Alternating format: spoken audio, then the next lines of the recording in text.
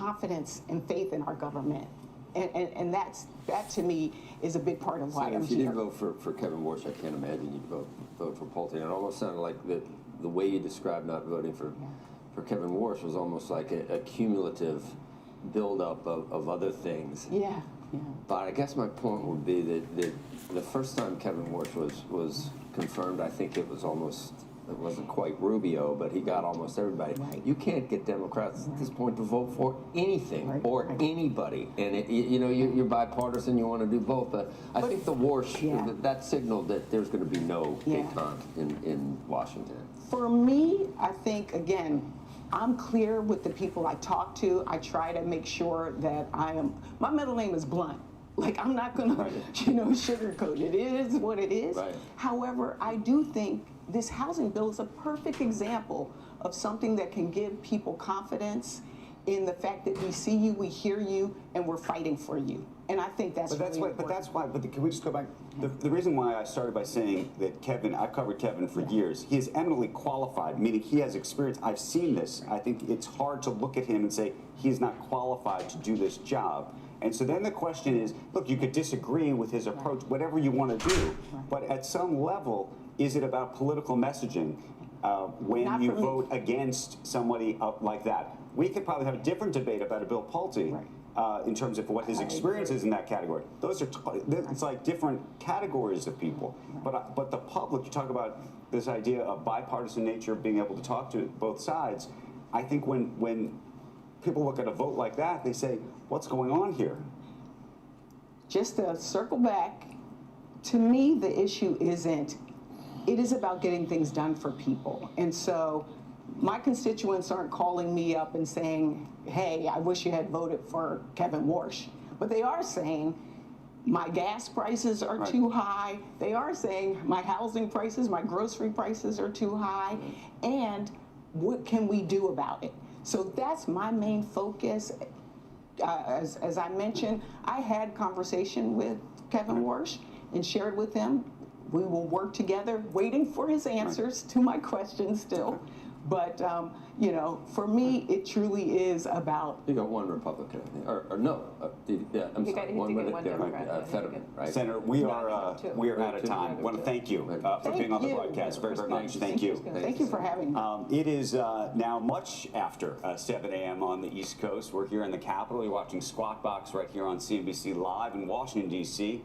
We are at the Senate Banking Committee room. I'm Andrew Ross Sorkin, along with Joe Kernan and Becky Quick, as we spent a lot of time with lawmakers today, trying to understand where everything is headed. I want to take a quick pause, get over to Dom Chu. He's got to look at this morning's pre-market movers. Dom. All right, so Andrew, Becky, Joe, the stock stories of the day maybe have to center around some of these earnings reports. Let's talk about Palo Alto Networks first, which is down 2% right now. This is despite posting a third quarter beat and issuing stronger than expected guidance. Shares of the cybersecurity company did jump as much as 12% in the after-hours trade early on, but have now pulled back. Analysts at Barclays are pointing out in a note today that organic subscription revenue slowed year over year, but the firm still raised its price target post-earnings. That stock has rallied again over about 48% so far over the last kind of 1 year period, so keep an eye on Palo Alto Networks. Then you've got Ulta Beauty shares, which are slightly lower, just about 1%, after the company reported a top and bottom line beat of its own and also hiked its full-year earnings outlook. The retailer said it benefited from promotions during the quarter as well as momentum in its e-commerce channels, specifically the launch of its TikTok shop. Ulta said its strongest category for the quarter was fragrances, and those shares are up again by just about 3.5% over the course of the past year, but down 15% since January. And then shares of GameStop are rising to the tune of 10%. After it reported higher profit in the first quarter and its board approved a $2 billion share buyback program. Those results are coming after eBay rejected that $56 billion takeover bid by GameStop CEO Ryan Cohen, calling it neither credible nor attractive. Cohen has continued to add to its eBay position since then. GameStop shares are down by about double digits since Cohen announced that offer, so keep an eye on a big mover in GameStop over the last year, down about 23%. Andrew, I will send things back out to you, Becky, and Joe out in Washington, D.C. Okay, Don, thank you very much. We do have a developing story. President Trump saying that acting Attorney General Todd Blanche will become the permanent Attorney General. The president making those comments in a podcast interview. And our Emily Wilkins is here. She's got more on that right now. Emily, good morning. Good morning, guys. Well, yeah, I mean, obviously this is now going to be coming in front of the Senate, trying to figure out as far as getting Todd Blanche in there, getting him confirmed. And of course, this comes a day after Blanche told lawmakers that he was not going to be moving forward with that $1.8 billion so-called weaponization fund for alleged victims of government weaponization. Although it's notable because even after that, Todd Blanche told lawmakers that, you are still seeing some lawmakers who have serious concerns about this weaponization fund, that they do need to do more to block it. Yesterday, of course, we had the CNBC CEO Council spoke a little bit with Senator Bill Cassidy, who said that he had concerns. He wasn't convinced yet that the fund was fully going to be blocked. John Cornyn actually just out with a tweet this morning saying that they need to kind of stick a stake in the fund, making sure it can't go forward. And of course, this could all get wrapped up if we see the Senate begin to vote today on this larger effort to pass $70 billion in funding for ICE and Customs and Border Patrol. And this could wind up becoming a thing that potentially divides Republicans. And of course, it's one of several issues that Republicans are grappling with right now when it comes to exactly how they're going to stay unified on a couple of controversial issues. So that's, I mean, they're basically telling you they don't believe him when he says the weaponization fund is going away. Is that? A couple of them, yeah. They really want to make sure that there's stronger language in there, and they feel like they have the power of the purse, and they just want to make sure that's not the case. Of course, a number of other Republican senators say, look, we understand why there's a weaponization fund. We're sympathetic to some of the individuals who have been impacted by various government investigations. We want to make sure that we are providing something for them. At the same point, given gas prices, given inflation, spending $1.8 billion is not kind of with the mood that they want to set. And you know, you heard the names.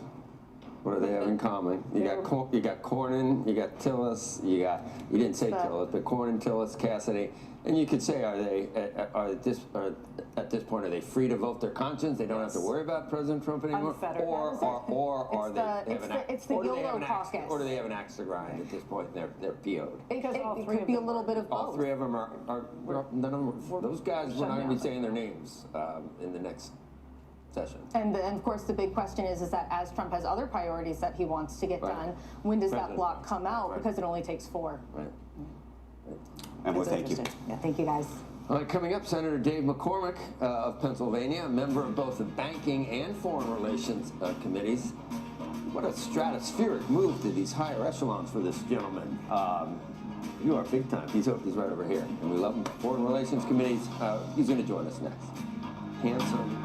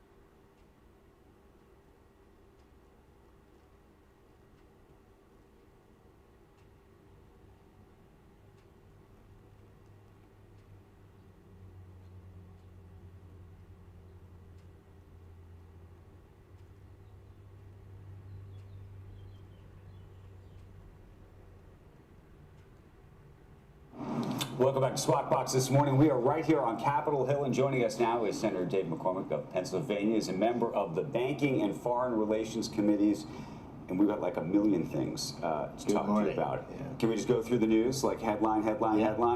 Okay, yeah. Bill Pulte first.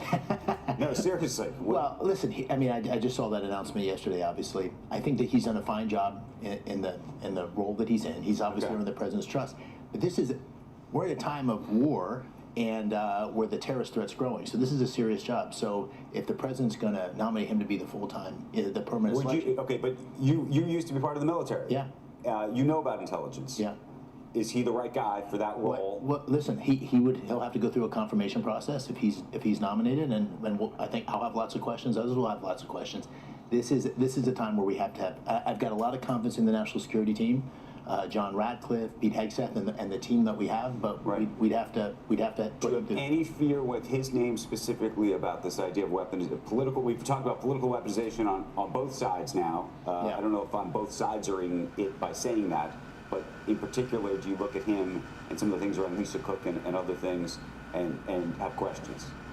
Well, on political, I heard some of the other people. On political weaponization, I think we're stepping into a world where the Justice Department was used in a way that was targeted to Republicans, and that's created a huge issue. In the areas of national security, this is where all the risk is. So we have to be focused. This is an area where we have to come together, Republicans and Democrats, to keep America safe. In terms of leaks, in terms of other things, Senator Kramer told us earlier he thought he would have a very difficult time being. Well, we'll have to see what the president decides to do, but this is a serious job, and he's going to have to come and answer questions from everybody. Okay, next name, Todd Blanche. Yeah. Because the other piece of news, just literally in the last hour, you heard it, is that the president would like to name him not just acting AG, but the. I have a lot of confidence in him. You do? Yeah, he's done a fine job as the deputy. I've gotten to know him, and I think he'd be a fine attorney general. And you have no concern that he was the president's lawyer? Well, listen. He has earned, and that's not unprecedented. He has earned the president's trust before he took this position, but he's earned all of our trust. Certainly, in my case, since he's had the position, he has been the easiest guy to work with. He's driven the agenda. He comes to Capitol Hill. He answers questions. Sometimes they're hard questions. He just did that last week. I think he'd be a great attorney general. Where do you land on this issue we were just talking about, the settlement, the IRS settlement with the president, and then this fund which appears to have been eliminated, but apparently there's some still questions about that? Well, I saw his testimony from yesterday. I trust his testimony. The mission of the fund I concur with. So the idea that you have people that were essentially attacked by our judicial system, and there needs to be some way for restitution. Oh, so you're in favor of that fund? I was in favor of that concept. Would that include January 6th riders? When the fund was when the fund was introduced and it came up to, there was just a lot of questions about it, which is why I think there was growing opposition. And so I wouldn't be in favor, for example, of somebody that had conducted violence against the law enforcement here on Capitol Hill receiving restitution. And there wasn't specific clarity around who would be able to receive the fund, which is, I think, one of the reasons. What about the IRS settlement itself? Not unprecedented for an IRS settlement. It's not unprecedented that there would be a settlement. What was unique about this was that the fund is unique because it's the president and he was the one that was under attack. But the fund was not to benefit. The president was to benefit people. No, I understand that. No, the settlement itself was unprecedented insofar as you had a president suing the government, right, and a settlement with themselves, right? You're two sides of the same coin. Unfortunate in the sense that the president was the one that was attacked. So in other words, how else are you going to deal with it? The president was the one who was essentially attacked by the judicial system. We saw that. Many of my Democratic friends during the campaign acknowledged that the president had been mistreated in many ways. So how's that going to be resolved? The president is a citizen as well as the president. Who should resolve that, though? Well, what are the alternatives? It's ultimately... Well, it's a very complicated issue because of the independence issue. You recognize that there's no independence in this context. Well, but you also recognize that benefits are not going to the president. So that's the interesting part. No. But there's the possibility that there is a benefit insofar as whatever you think a tax penalty could have been, had there been a penalty, and the protection of the family. Right. The president specifically took himself out of any benefit. And in addition, addition to the protection around the family, the terms of the IRS settlement are again not unprecedented. When there's a settlement, family members or members that have been prosecuted, it's often the case that retroactively, going back in time, they're not prosecuted or can't be held accountable for Right, it. but the distinction is that the person who works for the president is the one making the settlement. And in our system, that's the president has unique authorities because he's the president. Who else would be? Who else would decide? You saw what the judge said about this, though. Yeah. And suggested that unto itself, in terms of the independence, represents a challenge to the system. Of course, but it's because uniquely the president is the person that was under the assault. So I recognize the dilemma you're talking about, but there's not easy alternatives. It's complex, as you say. Senator, let's talk a little bit about the prediction markets. Yeah. This is an area where you're working with Kirsten Gillibrand from across the aisle on this. It matters to our audience that they're using prediction markets more and more frequently. We see it coming up. What are your concerns around what's happening? Well, first of all, astronomical growth. I mean, this is just taken off like a rocket ship. I introduced legislation with Senator Gillibrand because I wanted to make sure we had a framework that ensures prediction markets don't go offshore.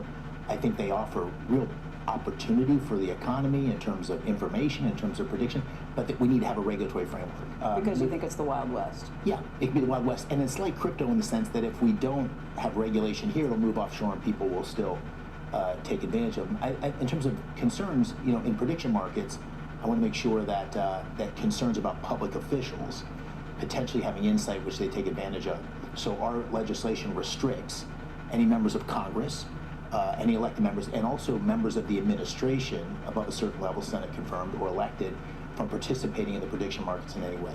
That's one of the... Because it's basically insider trading, and you would have access to information. Yeah, and the line, of course, it's always the case that insider trading is not allowed, but the lines are much more challenging in the area of prediction markets. I think the CFTC should be the primary regulatory body and bring order and framework. Including on sports predictions? Well, sports predictions are complicated. Some sports events should probably not be on CFTC regulated exchanges. Some should be. That's in the courts right now. That's going to be an area that What do you think about that? Well, some yes, some no. So events where you have players, potentially, you're betting on players or point spreads or something like that, probably shouldn't be on CFTC exchanges. Those are. And the state should have the right to determine whether sports gambling is allowed in there. Open question, but it's certainly. But where do you land on? No, but where do you land on that? Because we were. Gary Gensler, who ran the CFTC at the time that the rules were changed that allowed for all of this to happen, said that there was never a conversation ever about using prediction markets to bet on sports, and had there been even a sentence about it, that the Senate would have never allowed this to happen because so many senators came from states that had rules that controlled whether there was sports gambling in their state or not. Yeah. So that the intent was never to do this to begin with. Well, listen, I think the CFTC's purview here is clear. I think the CFTC should be the primary regulator. Where the line is on different sporting activities, I think, is something we're going to have to flesh through in a very, very careful way. But I don't take Gary Gensler as sort of the source of clarity and integrity on this particular question.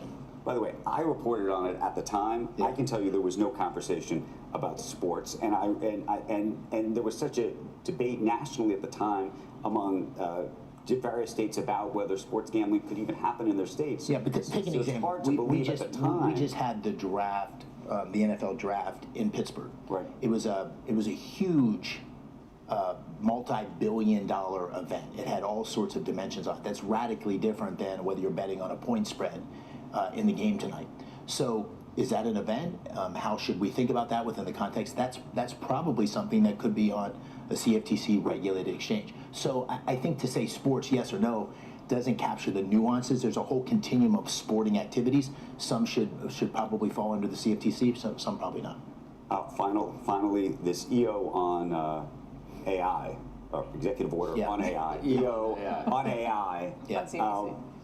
How do you think it's going to work? How concerned are you about where AI is right now and where it's headed? Well, I think, people say, are you an AI optimist? Are you an AI pessimist? I mean, AI is the most transformational thing that's, I think, happened in our lifetimes, maybe in human history. And how it evolves depends on what we do. And so we can't stand in the way of innovation. We've got to win in terms of leading the AI revolution. But we have to do that in a way that protects the downside for children, from national security, and so forth. I think the EO that was released is a pretty good starting point on that. The two things I like about it, in comparison to the previous one that was being contemplated, is the 30 days versus 90 days, and that's really 30 days for the government to have exclusive look. Exactly. Force I mean, them to look how quickly these releases are. I mean, 3 months, 6 months. If we're 8 months ahead of China, I mean, 90 days is a lot. So 30 months the government looks at it, and then it gets 30 days, and the second is the voluntary nature of this. So we're working our way through it. If you were going to err, I would want to err on the side of not over-regulating. And listen, here's the reality of this. I don't think we're equipped, probably in this body, in the federal government, to really put constraints on this. So I think we should enter this with humility.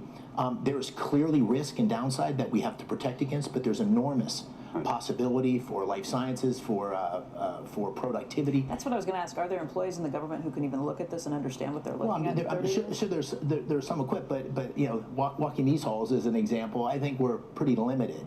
And I'm trying to study and stay abreast of this, and it's incredibly difficult, and both difficult and incredibly exciting. So I'm someone who thinks that the promise is enormous, but we have to make sure all benefit from this. I have to make sure we mitigate. I was in Pennsylvania last week, and you know, there was not long ago. You guys all remember this. There was a bunch of smart people in Washington and in corporate world who were saying the next great thing for the people in rural Pennsylvania is globalization. This is going to be awesome. It's going to be great for you, right? They're skeptical. So we have to make sure that as this incredible progress and change happens, that it benefits everyone, and we very thoughtfully mitigate the risk. Senator McCormick, thank you for being here. Thanks. Appreciate it. Good to be with you. Nice to see you. Famous Republican operative just texted me and said, you need to run for president so Dina can run the country. Well, the second part's more compelling than the first. He's kidding, but big fan of you both. But I thought Dina can run herself if she wants. You know, she doesn't need you. But she's not currently in that business at this point. It was funny. Coming up. Thanks. Good to see you. And then I would. Well, it's too late. Latest on the Clarity Act. Maryland Senator Angela Alsobrooks will weigh in on crypto regulation, and then later this hour, Wyoming Senator and Digital Assets Subcommittee Chair Cynthia Lummis responds to one of the big critics of the legislation, Jamie Dimon. Squawk Box returns in just a moment.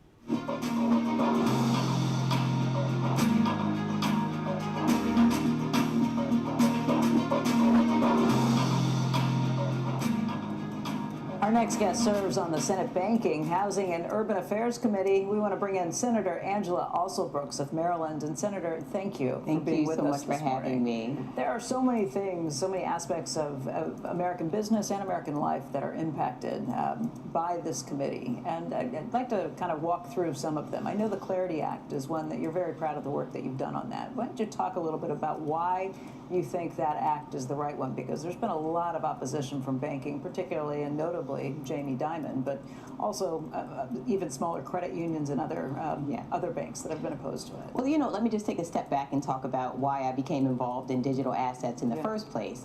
You know, I was the only member of my freshman class who came to the Senate, not from the House, but I was an executive, which means I understood very clearly how important economic opportunity is. It is, in my mind, the #1 issue for my constituents, and it's the #1 issue for my 21-year-old daughter. Before I came to the Senate, I heard so much from her friends who are all very interested in digital assets, who care about quantum computing, who care about AI. And so it's very important that we innovate, but that we do so in a way that protects consumers, and this is what I have done. So clarity, I think, is especially important. I leaned in, and I understand Jamie Dimon's concern. It's one that I was the first person to raise. I raised it last year. That we have in terms of the uneven playing field? In terms of protecting community banks, making sure that we did not allow deposit flight to happen, that we did not allow crypto companies to have bank-like products without bank-like protections.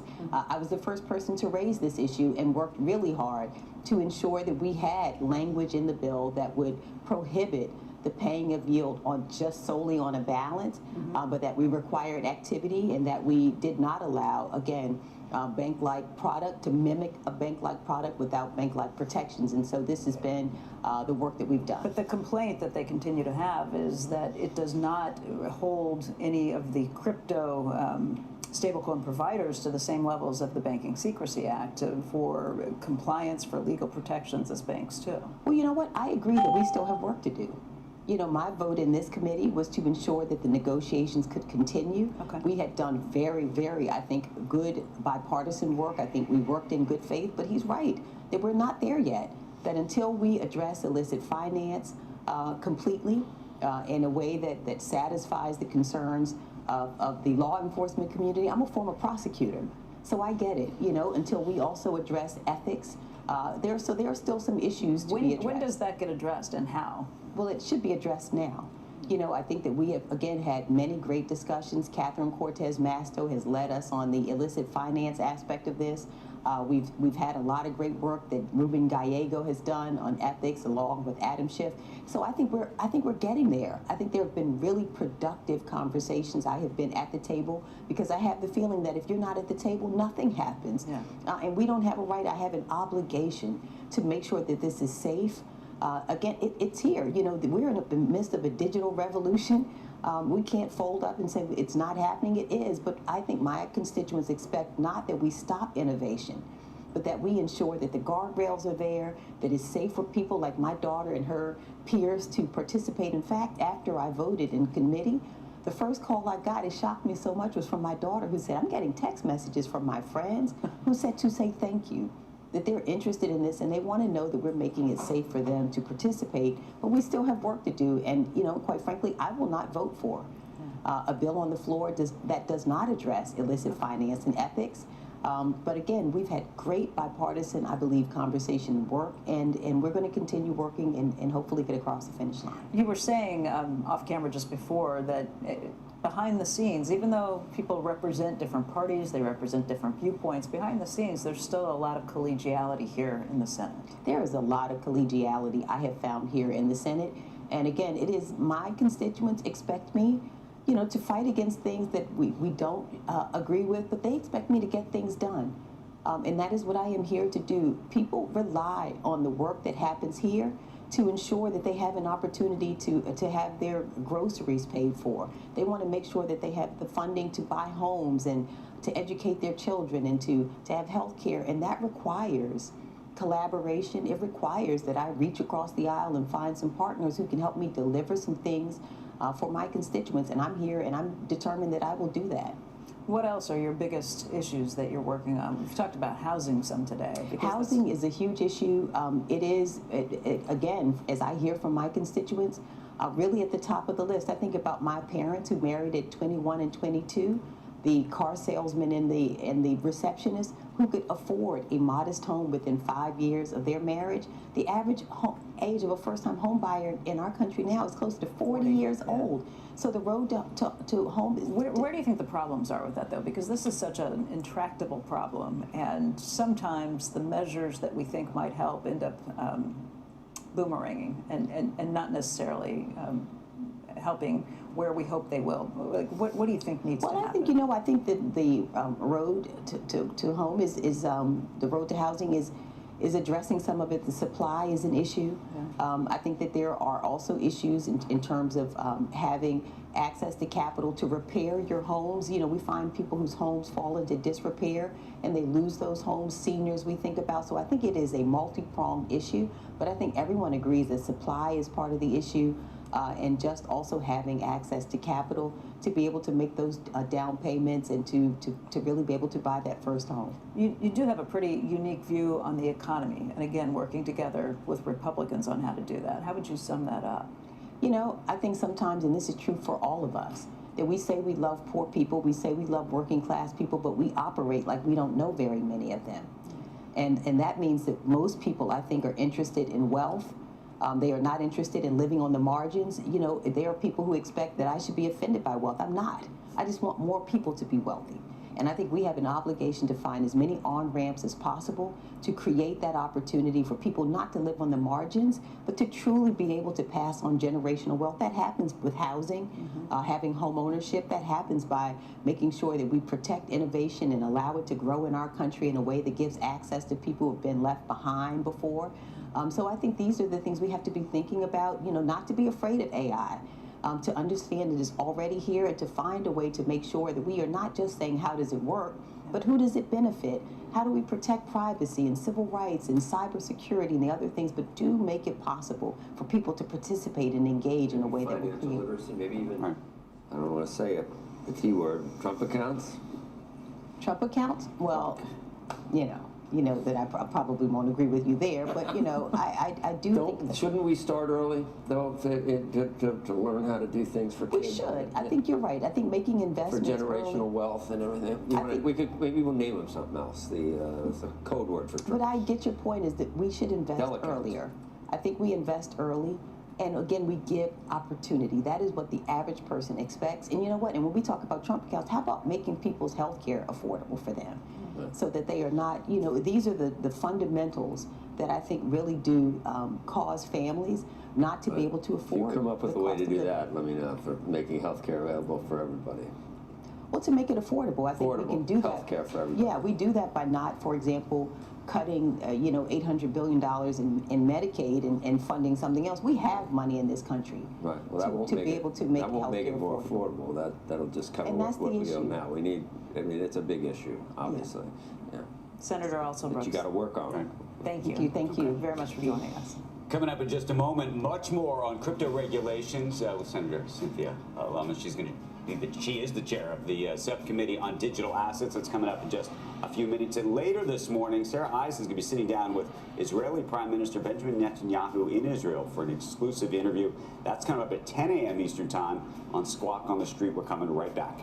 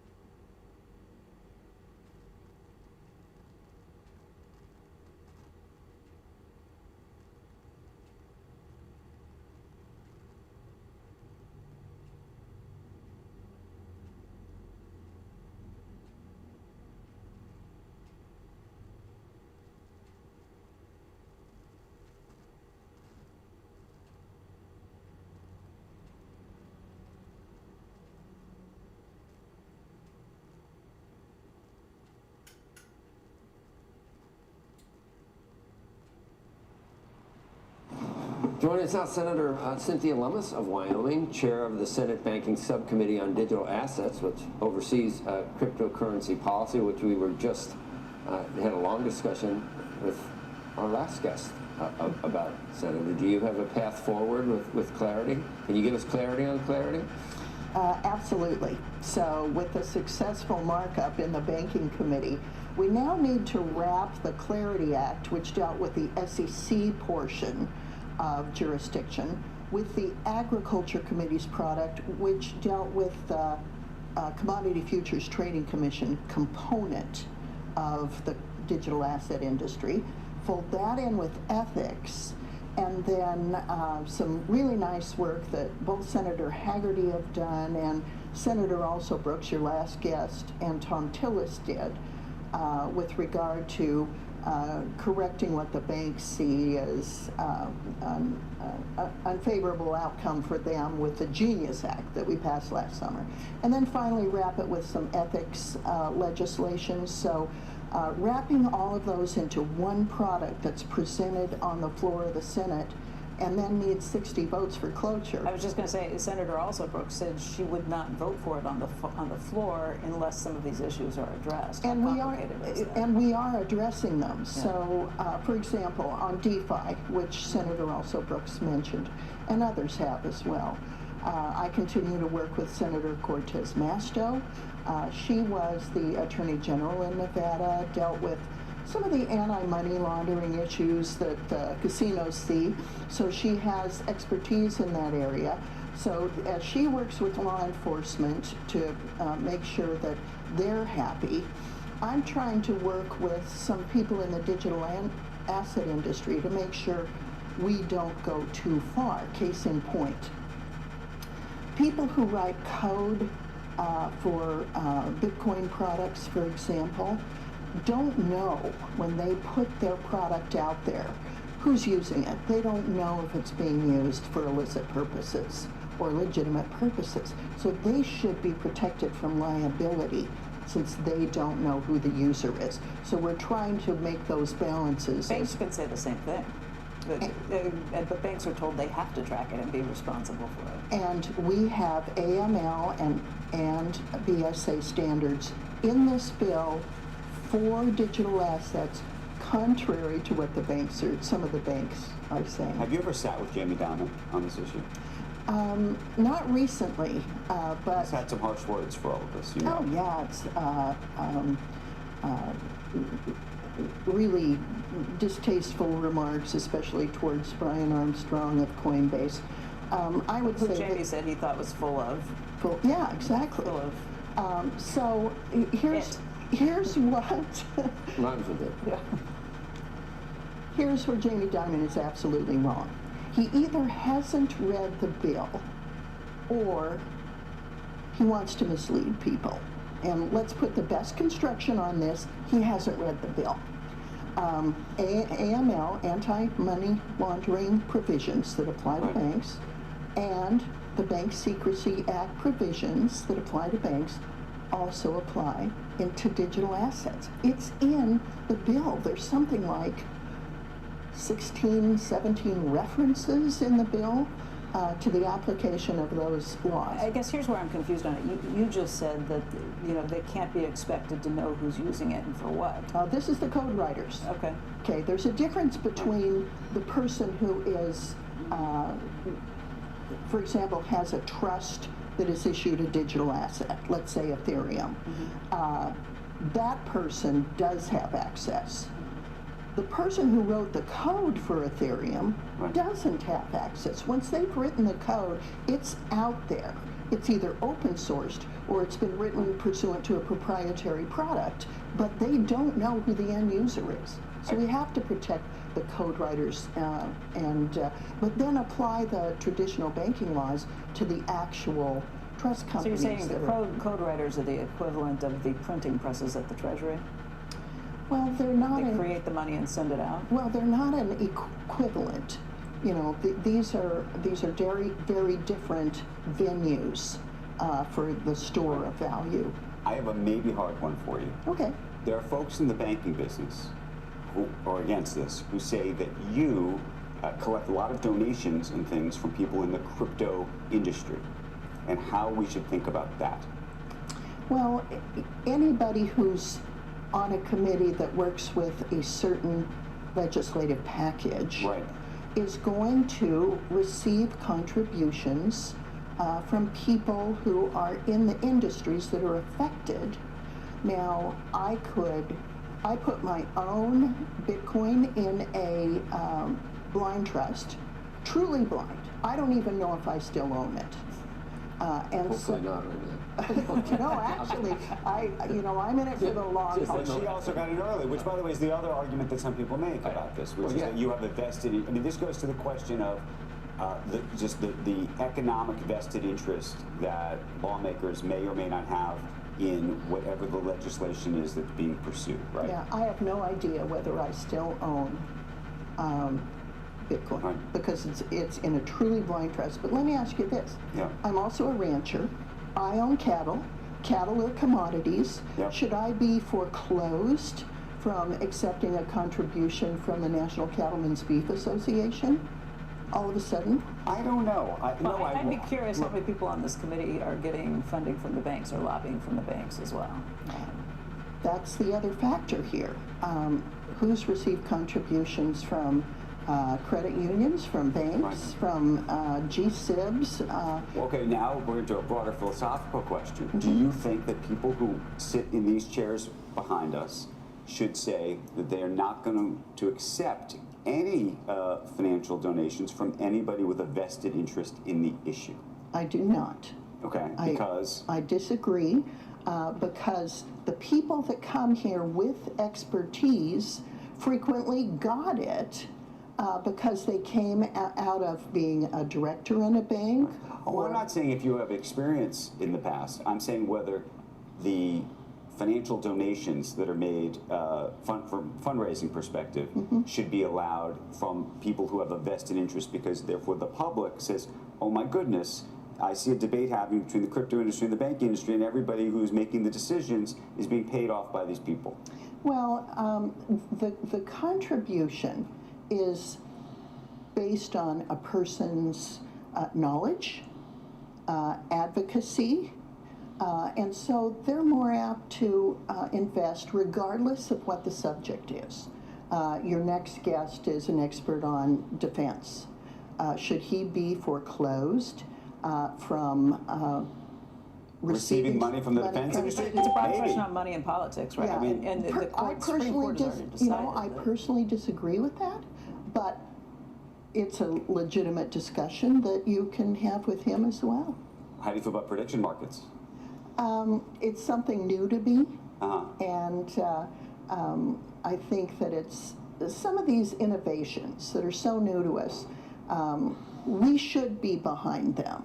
The innovators are inventing new technologies in new areas that are going to become such a huge part of the 21st century economy. Do you think people in Congress and Senate should be trading on prediction markets?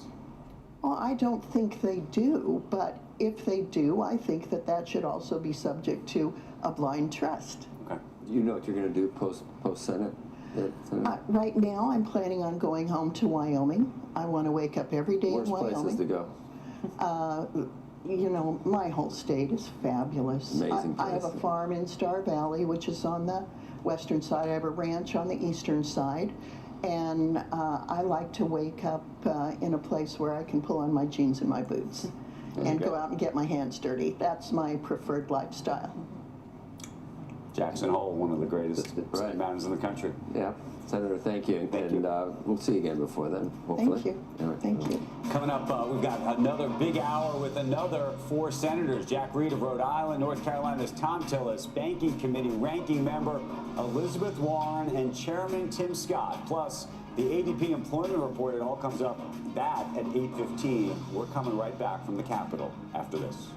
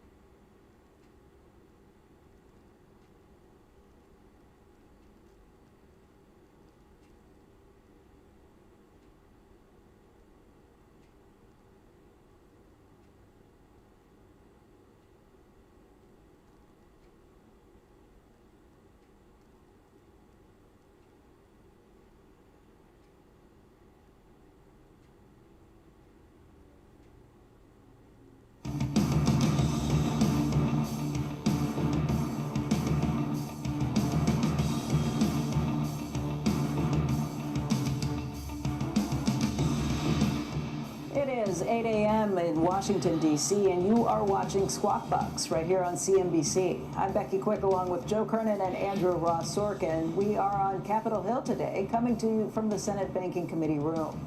Among today's top stories, President Trump says that Acting Attorney General Todd Blanche will become the permanent Attorney General. The president making those comments in a podcast interview, and of course that would have to go before a Senate confirmation hearing. In the same interview, the president confirming his comments on a call with Israel's Prime Minister Benjamin Netanyahu on Monday. He said that he called Netanyahu effing crazy over his constantly fighting with Lebanon, but that they will work together as wartime leaders. And CNBC has an exclusive interview with Netanyahu that is coming up at 10 a.m. Eastern Time with Sarah Eisen. Separately, the Trump administration is proposing new tariffs of at least 10% on 60 trading partners. United States Trade Representative Jamieson Greer cited a failure by the countries to ban goods made with forced labor. The countries include major trading partners like China, India, Japan, Canada, Mexico, and the EU. All right, let's check the futures this morning. You can see we're off a little bit, but even yesterday, it just we may start one place. We have no idea by the end of the day. We do have an ADP report, which could be significant. It's today. Is that today? It is.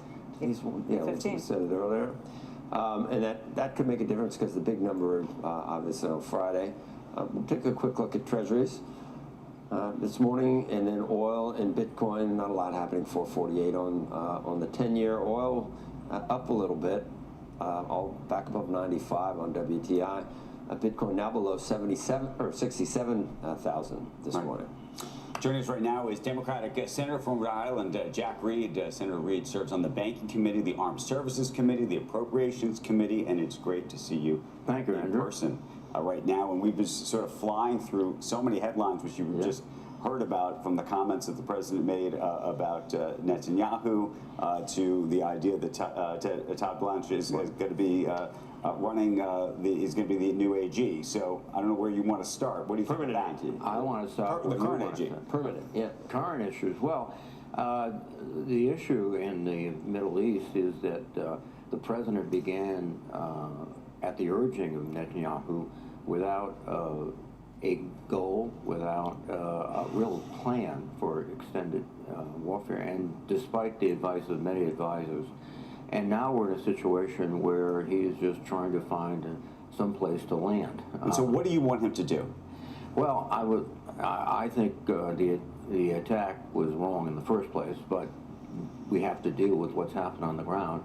I think the only thing you can hope for is to spend time devoted to negotiating a really secure nuclear deal. I don't think it'll be as good as the JCPOA, which President Obama got.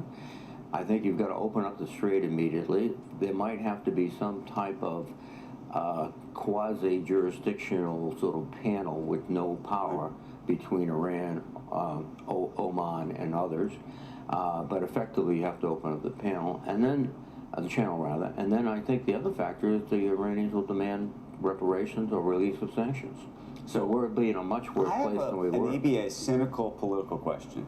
Yeah. Is there any level at which you think the Democrats want this to go on I don't want to say as long as possible, but as long as possible ahead of the midterms, because invariably it means that inflation is going to be higher, it means that oil prices are going to be higher, and it gives the party a argument around the midterms? Well, I can speak personally, no. I think we want to end this. We have thousands and thousands of military personnel in the area, and the possibility of casualties is not zero. It is significant. We can't tolerate that. But also, that is not the major threat we face in the world. We have to reorient our military forces out of that area and be prepared to have the flexibility to respond to China or to Russia and Europe. Right. So from a military standpoint, I want it to end. From a personal standpoint, I want it to end because I don't want to risk American lives. Can you see yourself voting in favor of the confirmation of Blanche as the new Attorney General? You have to give everyone the benefit of the doubt. I'm sure he'll come by, and I've had discussions with him. One of the things that really interferes with all of these nominees is Trump's personal behavior. in which he insists that people do not follow the law, they follow him. And an attorney general has to follow the law and the Constitution and be able to tell the president, you can't do that. And one of the problems I think we had is no one is able in this administration to tell the president, don't do that. Which laws did he tell people not to follow? Well, I can tell you, the first day he was in office, he dismissed all of the inspector generals. That requires, under the law, a 30-day notice to Congress, and of course, he ignored that, and the Attorney General didn't say anything about that. It's repeatedly ignoring the laws, not just the President, Department of Defense. There are requirements to give the Committee on Armed Services information. They refuse. They don't do it. A blanket statement about just violating the law, though, and you're talking about specific Almost things. everything. Well, even the president himself, when he was interviewed once, he said, you know, what do you follow? He said, well, it's my own morality. Well, He if took an laws oath are to the broken, Constitution. if laws are broken, he's got No, problems. he took the constitutional oath to enforce the laws, and he disregards them every moment. So those were your two examples, though. Those are just two. I'd like some really big ones for if you're going to say someone just doesn't obey the law at all. Well, first of all, the Constitution requires wars to be authorized by the United States When Congress. was the last time that passed? George W. Bush, who came to us. Right. I voted against the Iraq War. You got to get through Biden, and you got to get through Obama and Biden. But you asked when the last one was. Right, It was George W. Bush who came and asked, and frankly, a lot of what Biden and Obama were doing were the continuation of efforts that were launched in Afghanistan and Iraq. Some of them, but not all of them. Not all of them. No, there is an issue. But you weren't calling Obama lawless or Biden lawless. No, but I don't think they were lawless. I think they have a respect for the Constitution, the role of president. He doesn't. Now we're in the area of opinion now. But I got you. And we had a lot of when there's a very clear law that says you have to notify Congress and wait 30 days, and you don't, that's not opinion. That's just ignoring the law. That was day one, and every day since then. Where do you land on this settlement with the IRS? Given that we're discussing laws, it's ridiculous. I mean, it's like a mayor in Tammany Hall saying, "I just got this deal with the city that's going to give me a lot of money, and it's going to ensure me from no prosecution going forward on my taxes." It's ridiculous. This should have been decided by a judge, not an agreement between the Attorney General, who, by the way, he might have said, you know, if you treat me right, I could make you the permanent Attorney General. That's the cynical self-dealing that goes on constantly here. do you think that's what happened? Oh, absolutely. You're suggesting that Todd Blanche was offered the job in exchange for settling the case? I'm suggesting that there is an atmosphere created by President Trump in which you help me, I'll help you. And it doesn't have to be stated. It's just, I think, implied by everything that's done almost every day. You think it's the litmus test? Pardon? You think it's the litmus test before? I think there's a litmus test of how loyal are you to me, yes. Rather than, what I've observed from presidents is that, yes, the Constitution, you have to obey the Constitution. I have to obey the Constitution. It's, you follow me. Okay, so I'm going to throw out another name. Bill Pulte Yeah. is going to be the acting national intelligence officer. What do you make of that? He's unqualified. The statute itself calls for the nominee, and he's not the nominee, he's acting, but the nominee has to be one with extensive experience in national security. He has none. So the president is appointing someone who is a political operative for him. He's weaponized the FHFA. He's gone after people like Governor Cook of the Federal Reserve. He's gone after some of my colleagues. And you don't need that in the intelligence community. What do you make of the argument that under Biden there was a weaponization of the system as well? And that we are now into this sort of, not disagreeing that there may be some retribution taking place now, the president's actually said that aloud in the past. The question is whether we're now into a whole new era of politics where whoever's in power is using that power in a way that... Well, I think there's no comparison between what President Trump has done. The siege of Jay Powell. People would say the other way. Yeah, I know, but look, ask Jay Powell, the independent and appointed by President Trump initially, reappointed by President Obama. He endured, and is still enduring, years of punishment, threats of legal criminal charges, etc. That was not pronounced. Here's where we are, though, and I think, Andrew, your question is right on target. Yeah, we have to make a remarkable change, because there's always the notion of, okay, you did it to me, now when we get in power, we're going to do it to you. And that, I think, is going to bring down significantly our government and our approach to government. Senator, I want to thank you. Sure. For being here, or maybe we should thank you for allowing us to be here. So thank you. No, it's your house, the people's house. It's a pleasure. Right. Thank you so Thank much. you. Appreciate it. We own this place. You do. Awesome. You're paying for pieces it. of it. When we come back, we've got the ADP employment report. We will have the numbers and the instant reaction on Wall Street. That is next. Still ahead in this hour, we have 3 more senators to go. Tom Tillis, Banking Committee's ranking member Elizabeth Warren, and Committee Chairman Tim Scott. Squawk Box will be back in just a moment.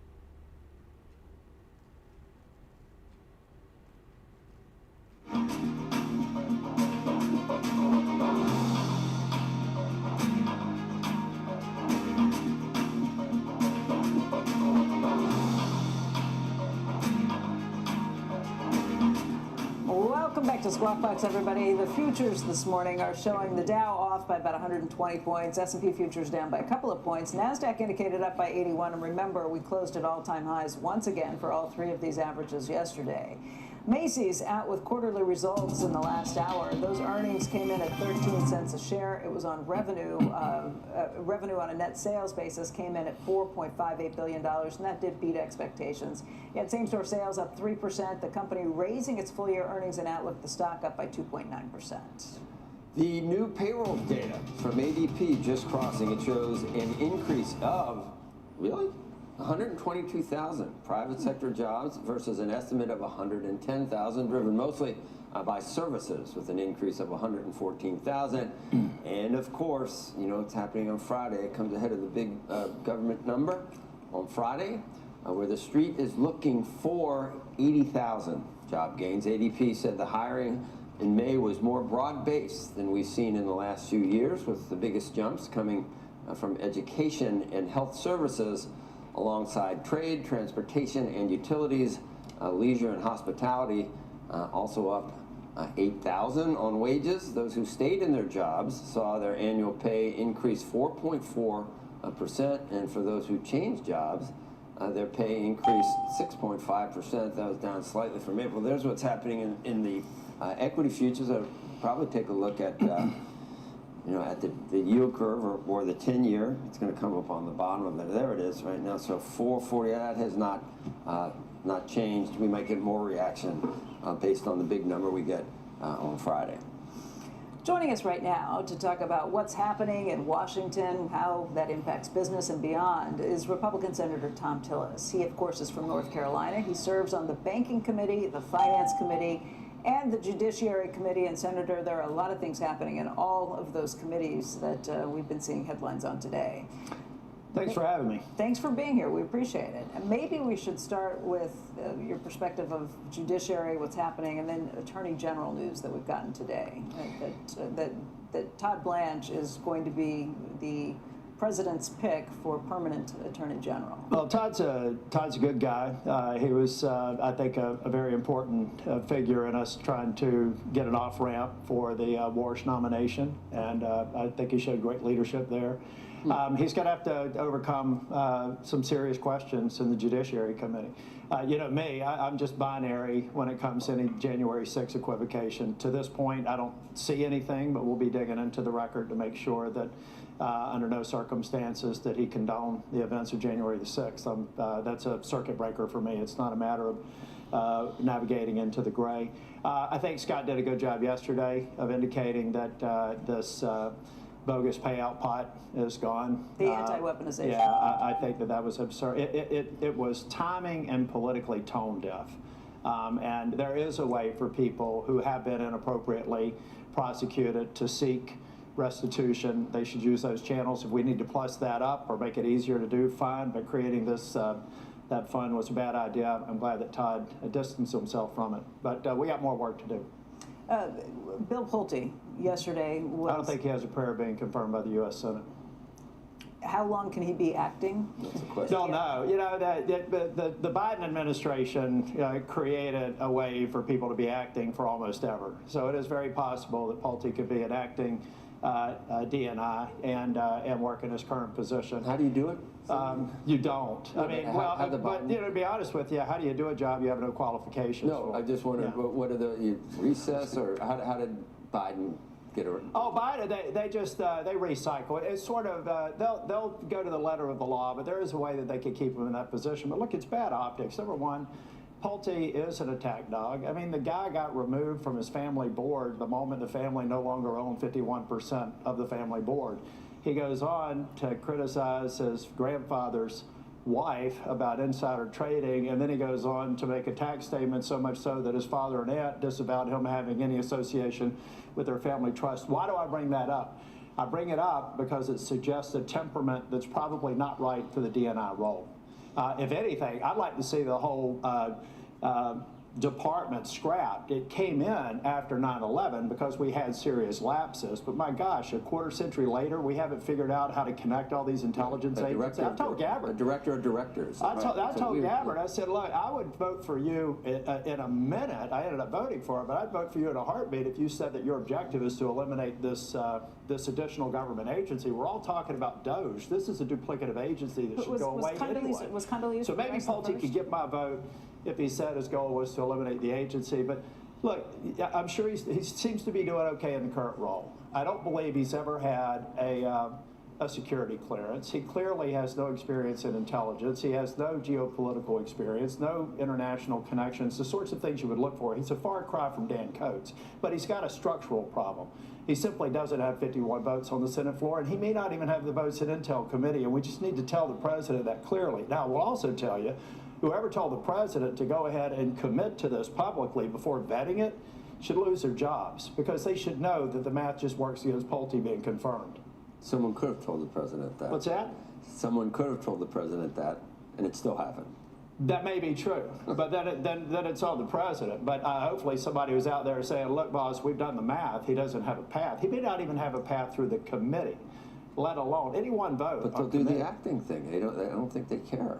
Well, I don't think the job will be taken seriously. Radcliffe is the tallest pole in the intelligence tent anyway. Right. I think that's one of the right ways that people rationalize Gabbard for the job. So I suspect it'll just continue to be a non-functioning part of the intelligence community if he plays that role. Does that qualify tallest pole in the tent for your one-liner? Or I want something a little racier. You had something a little racier. Senator, we talked about this briefly in Davos when it was clear that you weren't going to be running again. But you are clearly outspoken.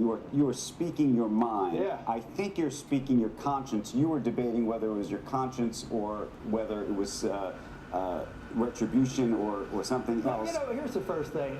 I'll give you all a pass because I wouldn't expect you to have watched me back when I was in the legislature. But guys, I have been bucking institutions since I've been in elected politics. I ran against a two-term Republican fair-haired child to the legislature. I went in 90 days into my first term and negotiated a renewable portfolio standard against the wishes of the majority of Republicans who wanted to run the state into a ditch over bad energy policy.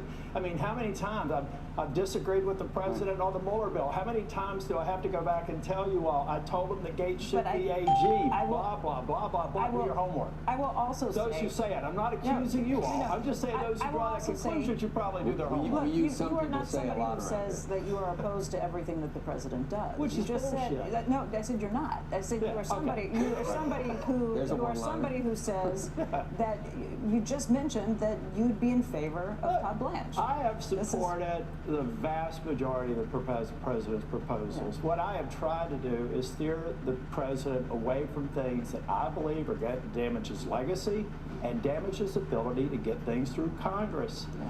5th grade math, 3rd grade math is all you need to do to count votes around here, folks. And what people in the White House need to do is maybe go back and dust off that 3rd grade math book and start figuring out how you get 51 votes or how you get 100% of the Republican votes in controversial non. This is not art. Anybody can do this job on 8 hours of sleep with a modicum of experience. So either these people aren't sleeping or they have no experience.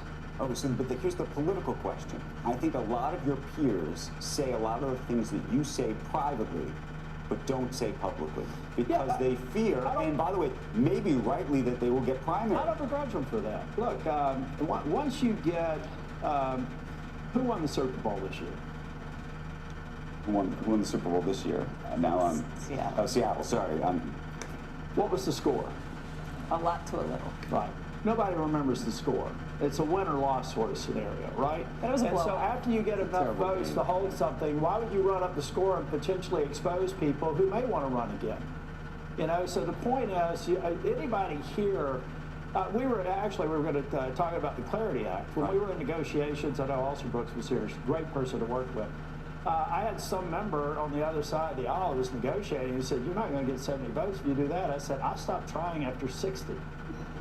So if you're telling me I've got to invest this much effort to get a 70th vote, then we're done. We'll deal with it once we get to the floor. People in the administration need to understand math. They need to understand timing. My God, You put forth this restitution fund when we're trying to get Homeland Security funded for 3 years, and you think that's going to go well in the same week? And then you want to get 702 authorized, and you put an incendiary attack dog like Pulte out on the agenda while we're trying to get 702 authorized, and he would be one of the major users of it. It's like whoever these people are in the White House need to get the hell out of the White House. I am tired of amateur hour, and I've been trying to help the president. I will continue to help the president, and it's not because it's Donald J. Trump. It's because he's a Republican president. I've been a Republican my entire life, and I've worked to get Republicans elected, helped make a majority in 2014. Majorities in Congress are important to me. And members need to, and people in the White House need to understand that their actions are the single greatest threat to us keeping a majority in November. And yes, I'm going to hold them accountable. And no, I'm not going to rubber stamp any noms that I think are not good for the president long term, no matter how he may feel about these people personally. So how did you feel about the president endorsing Paxton over Cornyn, over some of the other issues that have played out? I think it was a bad idea. I hope the president will use his resources to pay for the incremental cost of winning Texas now, because without Cornyn there, it's probably about a $200 million premium. And while we're spending money trying to get incumbents reelected, I'd really appreciate the president following through, now that he got his nominee through, by actually funding an effort that we would have not funded very much had it been Cornyn. It's all about choices. You want to make that choice, fine. Now own it, because I want to see Collins, Sullivan, Husted, and these other members who need our resources to get it. They needed them before the Paxton decision. The president wants Paxton, then do the work to get them elected. But you're okay with Paxton? I couldn't care less about Paxton. I'm not going to be here. But the question I do have is how effective of a member he's going to be, and how exposed he is with his background. We talked about Paxton and the guy in Maine, and I don't know if you can say them in the same breath, but it seems like a kind of the same coin. Or yeah, two sides. Although one coin is just so beyond the pale that you know, I mean, I'm not even going to go there. But how is that working? What do you attribute that to on the other side? Just they want power. They want that seat. They want power no matter what. And I expect more. They would elect when people talk about, well, Biden over-prosecuted or Dems did that, that is a rationalization for you doing the same abhorrent behavior that you criticize. The American people are ultimately going to elect people that say, I'm tired of that. I'm tired of the political physics. We're going to go by the book. We're going to set an example versus create an example that's even worse than the one that we criticize. That's where we are in American politics today. Shame on the Democrats for putting Paxton forward. If the people of Maine, or Paxton, I'm sorry, if the people of Maine know what Susan Collins has done for Maine, she should win by 90%. And the Democrats know she is a rock-solid member that deserves re-election, but they are just desperate for anything they think they will win, regardless of whether it be a quality candidate. Don't you think they know as it keeps coming out, Senator, don't you think they know that they got to do something with the, or are they going to just go with this guy, right? Well, we'll be able to have Senator Warren in a moment. I actually think that Susan Collins wins that race. Keep in mind, she outperformed Trump by 18 points when she was up the last time. Susan Collins is in touch with the voters of Maine. I believe she wins that race. But we're going to have to put resources in there. And like in North Carolina, they say, when you learn me, you like me. The people that don't know Susan Collins will love her when they know what she's done for the state. And when people find out more about her opponent, they're not going to like him very much, and we're going to spend a lot of time and money making sure they got an informed ballot in Maine. Senator Tillis, thank you for coming. Thank you for always being so refreshingly honest. North Carolina thing. Is it? What is? This is for the Lumbee tribe. Actually, between they've been now recognized. They're the 575th tribe to receive national or federal recognition after 137 years of abject racist hatred towards this tribe. So it was great to see the president get that done, and I give the president full credit for making it happen. Thank you, Senator. Thank you. I just made a bet on the prediction markets that this interview just went viral, so thank you. I appreciate that very, very much. Coming up, we're going to hear from the other side of the Banking Committee aisle, Ranking Member Elizabeth Warren is going to be joining us. She recently proposed taxing AI companies. We're going to get into that and so much more. We'll follow that with Banking Committee Chairman Tim Scott. Do not go anywhere. We're live at the Capitol. Squawk Box returns right after this.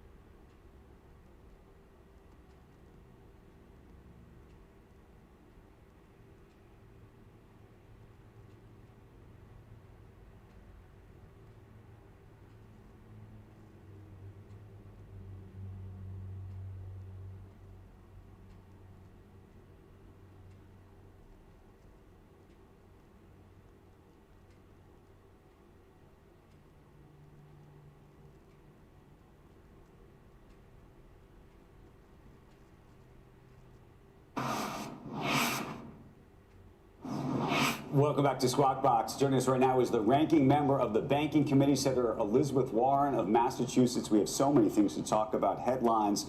We will go through the names. We've just been ticking them off about what's happening in the news. But I want to start with AI for just a moment with you, because you, and also, by the way, recently Bernie Sanders, have been proposing different ways to tax the AI universe. And we just had this EO on AI, or executive order on AI. I know it's a different issue, but Sam Altman apparently is in town right now and talking to different legislators and the like. There's a question mark about whether we should be taxing AI, how we should tax AI, if we should tax AI, and what it could do to slow down the development of all of this. Where do you sort of sit on this issue right now? Or is this an issue you think we need to be thinking about much just farther down the line? Oh, listen, we need to be thinking right now. In fact, we should have been thinking about this yesterday and taking action. Look, we don't know what's going to happen with AI, but we do know that the people who are most deeply engaged are talking about half the workforce losing their jobs. We're talking about enormous disruption in ways that we can't anticipate. Now is the moment to get ahead of that, to get started on our response. And part of it, I mean, think about it. If you were talking about a lot of people could lose their jobs, we're going to see a lot of disruption, what would you do? Well, you might start by saying, let's make sure that those who are getting the profits from this are also helping cushion the disruption. So I've proposed, for example, an excise tax on the data centers themselves, the place where all of this is being produced, so that in effect they internalize the cost of what they're doing. And that's money we can then spend on health care, it's money we can spend on child care, it's money we can spend on education, so that people can train for other jobs. But should we be doing that now? Because it's, look, there's still a question mark. I think it's fair to say there's a question mark about what it is doing to labor in this moment. It may have a demonstrable impact, and I worry about that impact down the line. So look, I'm going to do it both ways. We should be doing it now. We should be doing it now for two reasons. The first reason we should be doing it now is we need to get ahead of what's coming. You don't wait until you've laid off a bunch of people, till they've lost their health care, till they have no place to go, to say, oh, we're Congress, we should now think about policies here. But the second reason we should be moving right now is these data centers have real impact. We know that. And if they're going to have an impact, then the answer is we need a structure in place where the cost that they impose, we have a way to actually Bernie tax Sanders that and is literally talking about creating a sovereign wealth fund where there'd be a dividend and we would own a stake in these companies. There's also a question of whether it slows it down, slows the innovation piece of it down. These are companies, by the way, not making money yet, and whether they're going to be able to compete properly if you believe we're in this sort of race against China. Yeah, look, I'm very concerned about the race against China, but that opens another box we should be talking about, and that is the chips that we make here in the United States that were based on research that taxpayers in the United States paid for, that NVIDIA and others have been exporting to China. You know, we have restrictions, export controls on this really highly technical. But NVIDIA would say that they are not exporting to China. Yeah, that's what they would say. Well, we certainly need a deeper investigation about how these chips. You're saying going through Singapore or going through other places. But I'm saying, yes, I am concerned. But I'm concerned right now directly with the fact that the Chinese, in effect, buy our stuff, and American companies make a profit doing that, but it certainly undermines our long-term security, particularly because the chips we've been talking about are not just chips to help the AI industry in general in China. These are chips that are actually used for military purposes. And you're talking about the most recent NVIDIA chips? I'm talking about the most recent that are moving out, and that we're very concerned about what's happening. It's also a question about the technology on how to develop those chips, how to build those chips. We need to keep that in the United States. Okay, let me pivot the conversation to a couple of other big headlines. Yeah. Bill Pulte, running national intelligence. Yeah. What do you think of that? And do you believe that he could be confirmed if, in fact, it wasn't just an acting role? I think it's a terrible, terrible decision. And no, I don't think he could get confirmed. I mean, that's just my own view on it. I sure wouldn't vote for him, but I think there are a lot of people in the United States Senate who would say someone who has demonstrated that he is willing to use personal information to weaponize it against the perceived enemies of the President of the United States. Someone like that should be in charge of the deepest secrets in the United States? I don't think so, and I don't think anybody's going to go for that. Okay, Todd Blanche. No. No? I mean, what about Todd Blanche? Well, the podcast this morning by the president says that he is the next AG. Oh, I hadn't heard this one yet. Oh, okay. So yes, so he apparently is going to be nominated to be the next Attorney General. Look, and that would require confirmation. That's right. The guy who just cut the deal to say that the President of the United States will never have to answer for however he or anyone in his family may have cheated on taxes. The President of the United States gets the extra special deal that no other human being who walks the face of the earth gets. I don't think so. I think that's a pretty bad idea. Oh, and he's also the guy who helped negotiate the slush fund, because that was a real winner. The whole idea that the President of the United States should have $1.7 billion to hand out to his perceived supporters, I don't think so. I wasn't done with AI. That's what I want to go back to. You want to go back to AI? I only want to go back to AI in this context, Senator. I'm torn because I agree that most disruptions in the past, I don't want to be a Luddite, and it's always led to, we don't have buggy whips. It's always been great what has happened. But I think we're sitting here listening and we're just supposed to accept that blindly when the whole point of AI really is to do things that don't require a human to do it. And I think it's staring us in the face that this is going to be not the same as previous disruptions. And I think there could be really devastating to truckers too. I mean, you just pick any industry and you can find a way to do that. And I want to know how to do it without necessarily taxing it, which means less of it. Okay, I want to let it act however it wants to act, but at the same time I want to worry about it? Is that what you're saying? I'm saying that I want it to happen, but I don't see any other way than we're all going to be sitting around on UBI, on Universal Basic Income, playing video games. So part of the answer is we can't just let a handful of billionaires make all the decisions here. I think that has to be your starting point. Is I get it. They have built something. They think it's really exciting. They've gotten out there. They're building these data centers now as a way to make this operational. But the central question is going to be, are we here in Congress going to exercise any control over this? So what do you think of the executive order that the president, what do you think of the executive order that the president just put out? Just about 30 days before you put it out, and it's voluntary. I'm sorry. Yeah. That may be the same template as the executive order that the banks will voluntarily reduce interest rates on credit cards down to 10%. Does anyone remember what the banks did in response? Nothing. Nothing. Exactly right. These guys are not voluntarily going to say, oh, we will cut our profits, we will make sure that we are doing anything other than maximizing the number of dollars that go into our own pockets. This is where power lies, but only if we pick it up and use it. And the way we can start that is we can start with the data centers, not with the when does your accounting show that you made a profit. Start with the data centers. You're out there building something, you're creating externalities. Because those companies are making a profit? Well, it's not the question of profit, it's a question of what they're handing out. It's like a tax on tobacco. We don't ask the question, did you make a profit on the cigarettes? We ask the question, if you're selling them, there's a tax on it. That's what an excise tax is. What kind of a tax would you put? Like how I put an excise tax. How big? So you measure it by their outputs. Yeah. Okay, and then you've got at least some constraint at the place, and I'm trying to pick the place, Joe, that is the least intrusive on the creativity, the place where they're actually producing the thing that pushes it out into businesses. But let me ask you a question. Is there more value in changing the tax code to, since you could, I mean, this goes to the sort of labor versus capital. more around capital gains and less around labor. Interestingly, we spoke with Jeff Bezos a couple weeks ago, and he made the argument that folks, for example, who are getting paid under $100,000 in the United States effectively shouldn't be paying federal taxes at all. Yeah. What do you say about a wealth tax? I remember, I think I saw that. I think you saw that interview.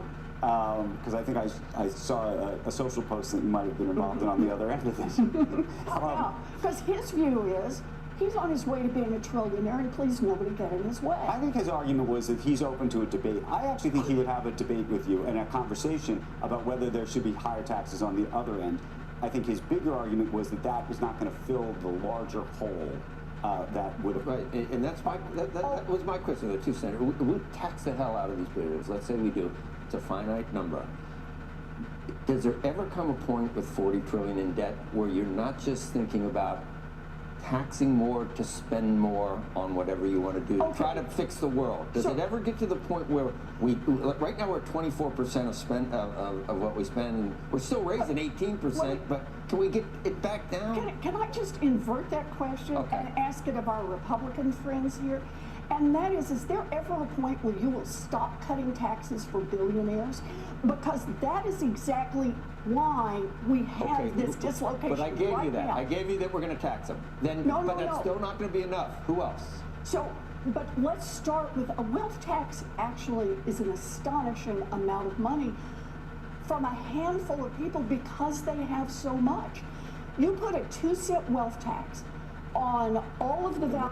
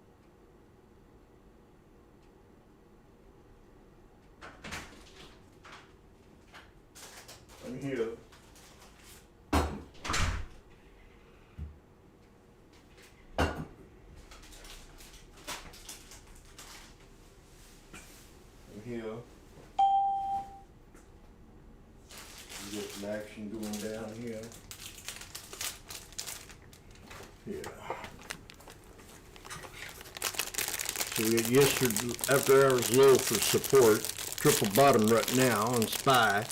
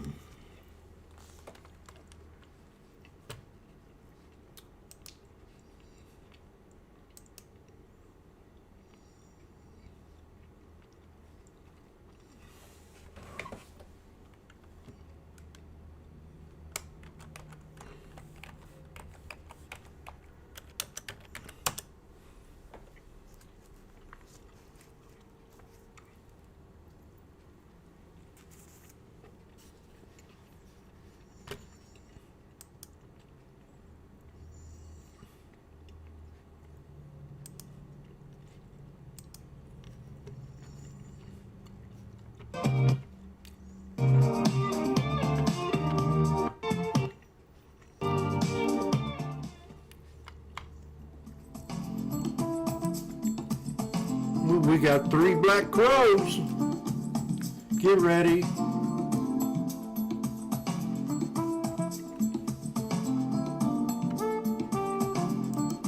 Three black crows.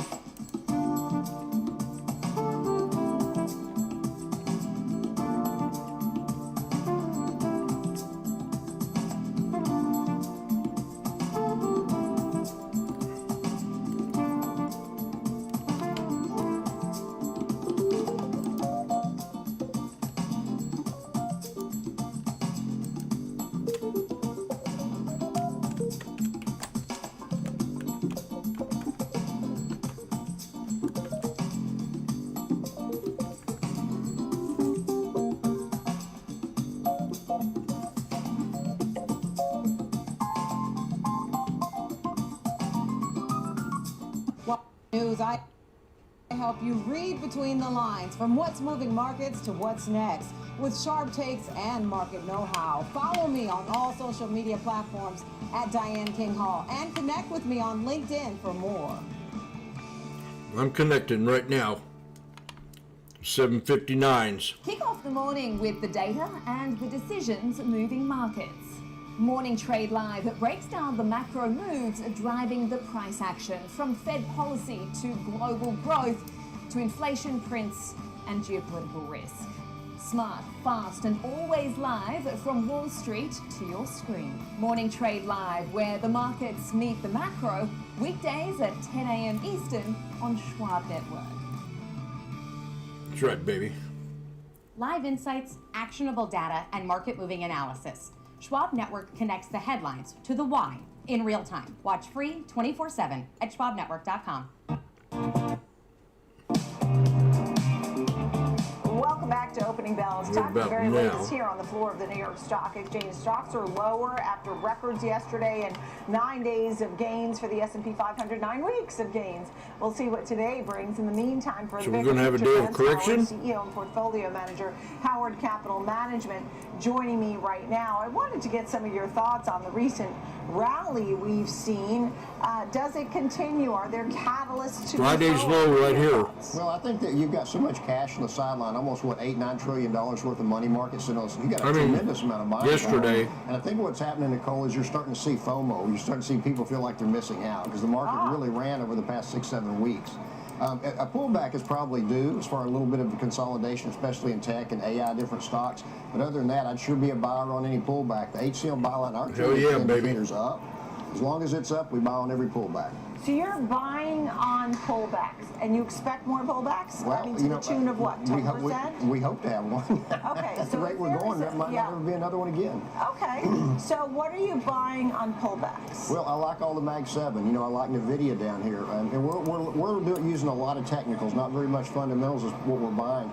You know, a good case in point was Rocket Labs. I recommended Rocket Labs at any break around 101. About 3 weeks ago, and I wrote about it in my Wealth Watch, which I write once a week. Broke above 101, immediately shot up to 120, 122. But those are what's happening with these stocks as they're breaking out. People are chasing them higher and moving them higher. So it's actually a really great time to be in the market, in my opinion. Yep, You right. suggested something about Rocket Lab a while back. You wanted to circle back on that story. That's Tell me right. About Rocket Lab? Yeah, you said that it continues to perform well. You had suggested a buy stop on any move above $101. Yeah. Tell me now your thoughts on RKLB. Well, you know, it broke out of that 101, immediately shot to 120. And I think any pullback on Rocket Labs is a buy. But I think you ought to look at things like Interactive Brokers. It's getting ready to break out, too. I think when Interactive Brokers breaks out, I think you could have a really nice trade there. But a lot of these breakouts are creating, you know, a 5, 10, 15, 20% run really, really fast. And I think if you're being nimble and you're staying on top of things, this is a great market to trade those breakouts and trade technicals. Yeah, Interactive Brokers is IBRK. What about the IG He's right. ETF, the software Well, you know, index? it really got beaten up, Nicole, and that was the software, because they're talking about so much AI stocks and how software is maybe kind of falling off the map. I don't believe that. I think that the software stocks are going to do fine over the long term. And clearly, after IGV pulled back, now it's starting to recoup a lot of lost ground. So if you would have started to buy down at that low, I think you'd have had a really good trade. When you think about tech, is it tech? You said tech is leading the way. Is that going to be the story? Is that the catalyst? Is there a headwind? You know, I don't know if there's really a headwind. I think the opportunities are really starting to open up. And again, I go back to what I said earlier. With FOMO, the people are feeling like they're missing out on a lot of these trades, and so they're diving in on any pullback that they see. You know, the market should start to broaden out a little bit, but over the past 6 to 8 weeks, it's been AI and tech stocks have been leading this the whole way up.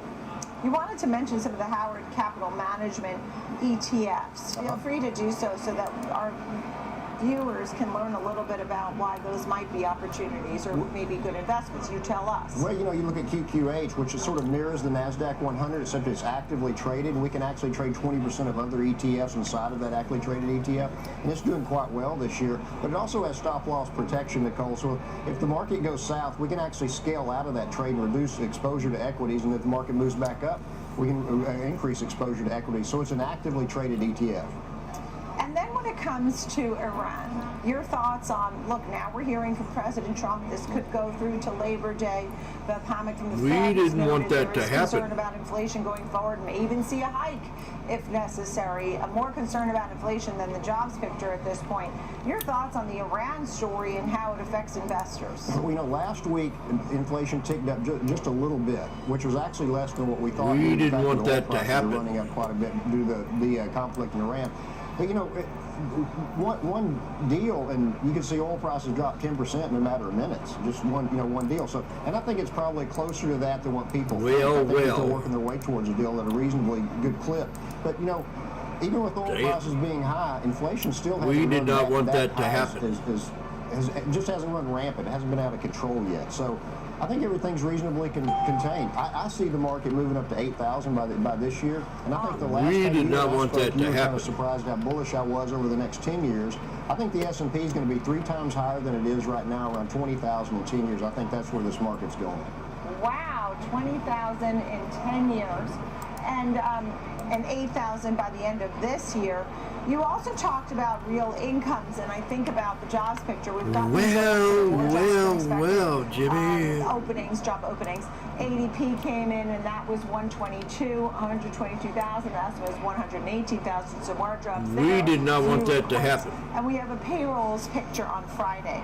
What are you watching for in the Friday payrolls number? I'm really not watching. What I was watching for today was unemployment, and it was actually much better than what we thought. So what that's telling us is even though we've got AI starting to take control, people really aren't losing that many jobs to AI. That means that there's plenty of work out there for people to be had. So this fear that everybody's going to be unemployed, I think it may be overblown.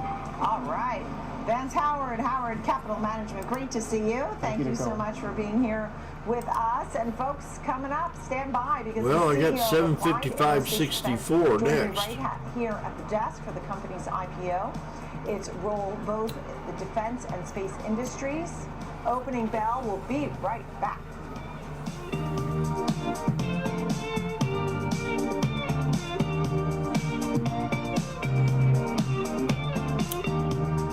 Pretty ugly.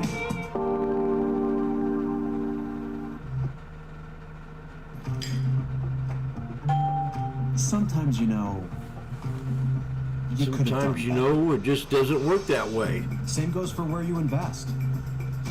Level up and invest smarter with Schwab. I'm Jenny Horn. We go beyond the headlines, tracking the trends, sector moves, and fundamentals. I've got shaping the markets in real 755.64 time. next. This is Schwab Network. Subscribe at schwabnetwork.com.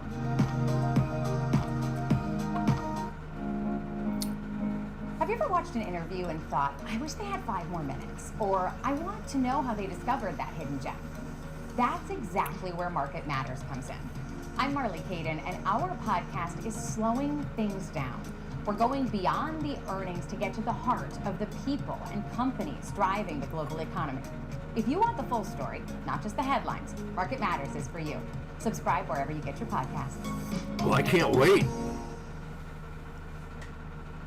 This place is incredible. That girl can tackle about anything. Your golf balls, your fancy coffee, your giant TV. It's everything in one place. It's like More drama. There it is. Triggered. All in one place. Come again? Yeah, at Schwab they can do everything. Invest, trade, get full service wealth management, and anything in between. I think I'm gonna be sick. Triggered. We have to buy that now. Schwab. Invest your way with Schwab.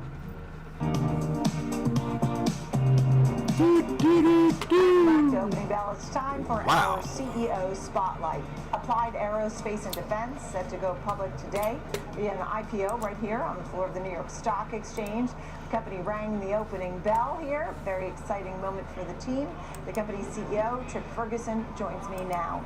Thank you for being here. Trip, your excitement, your feeling about this IPO today, you mentioned you feel blessed. Yes, absolutely. Number one, thank you for having me here. Thank you for hosting the Applied team. Today's an amazing day for our team. We have really had an incredible heritage, but more importantly, we're really prepared for the future. And when I say that, we are supporting our customers in new ways, and today helps us do it even better. Why now for the IPO? Yeah, so really the IPO today enables our business to really meet surge demand. It enables us to meet new mission areas. And we really focus on space and launch systems, defense aviation airborne systems, C5ISR precision strike. Dropping more. Just accelerate that capability to meet mission, which is, as you know, the world's pretty unstable today. This enables us to do that in new ways. Yeah, the 3 segments: space and launch, defense aviation and airborne systems, and precision strike systems. At this point now, it was 15 minutes, just right above 754. You're raising the net proceeds to be used. The 15-minute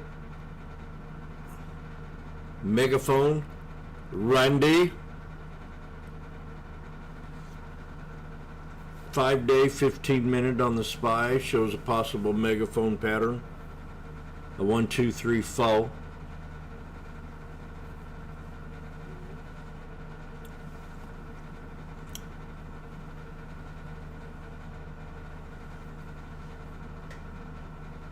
$700. Oh. Damn. That's a bold. Randy says 700 on the spy. Washboardjim says just right above 754 today. So as the crowd starts to get wild here, they want me to pause for a picture. Excuse me.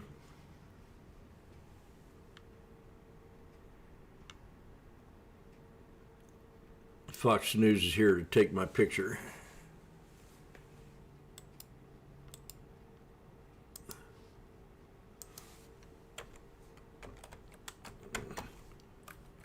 I'm looking above 754. Looking above for now. How you spell above? What did I say? 754.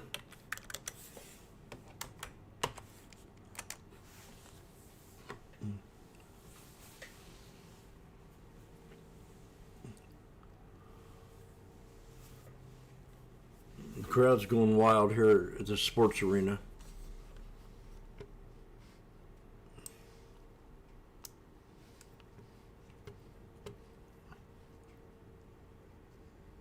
Jim's looking at the SPX. He worried to make some big money. As everybody else sits the game out, I'll be here taking trades. I've been here many times, yeah.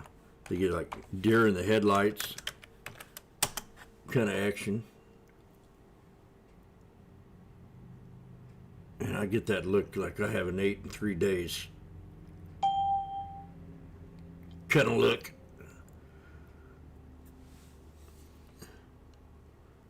As we get ready to break the 9 on the /ES, I'm getting ready to load up on my SPX call. And I'll see you at the fork of the road.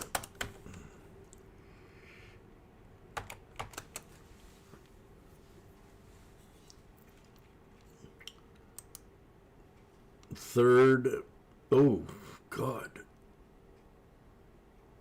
a little expensive. Okay, the 7600s. I don't like where they're sitting, but that's the possible idea. Oh!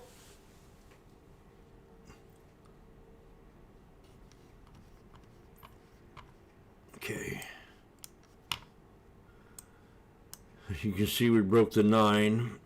I just had that muffin. It was pretty good. Chocolate chip muffin top. I went way over my sugar intake.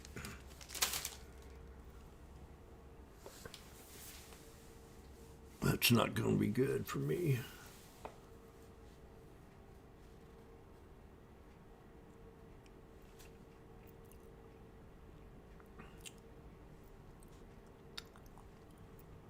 We're watching the SPX here.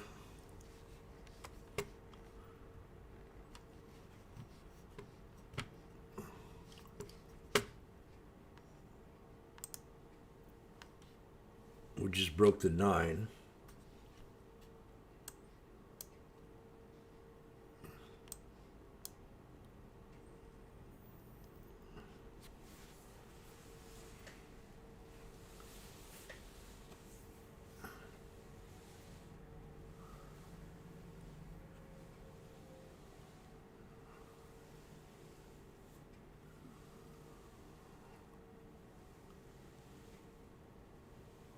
Worn out.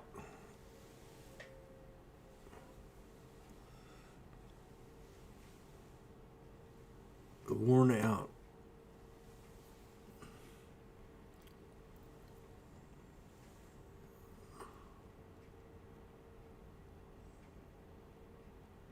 I think I'm going to be going out to lunch.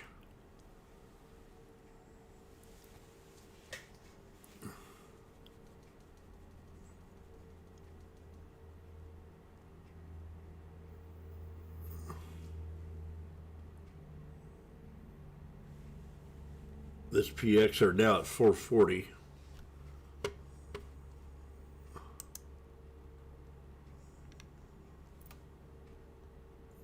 Come on, missed it. I'm trying to get the sale of these things.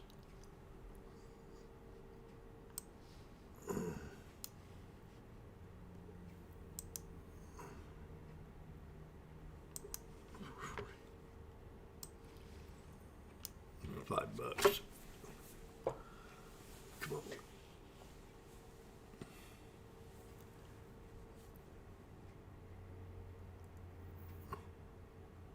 These are the 7600s I'm trying to find a sale bargain on.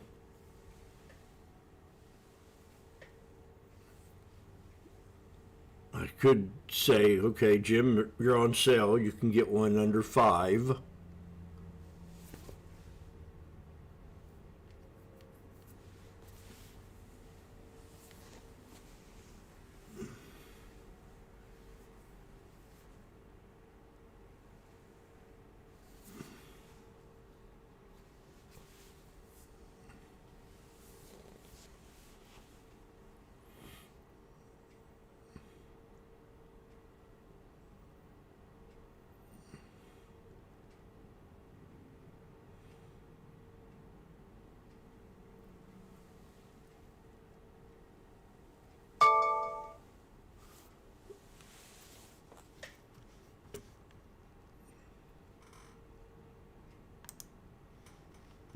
My Dell alert got triggered.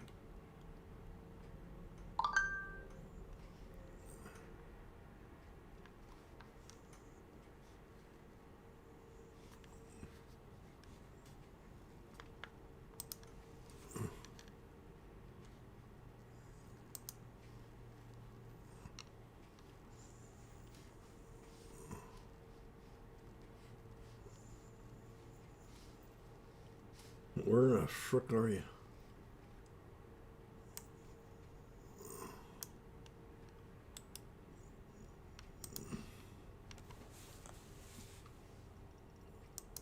He's trying. Dell alert.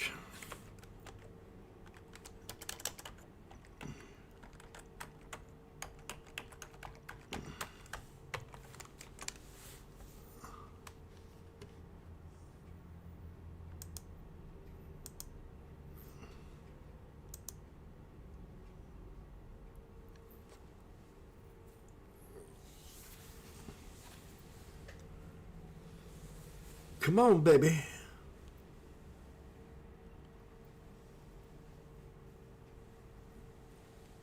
There's 430. Can you give me full 20?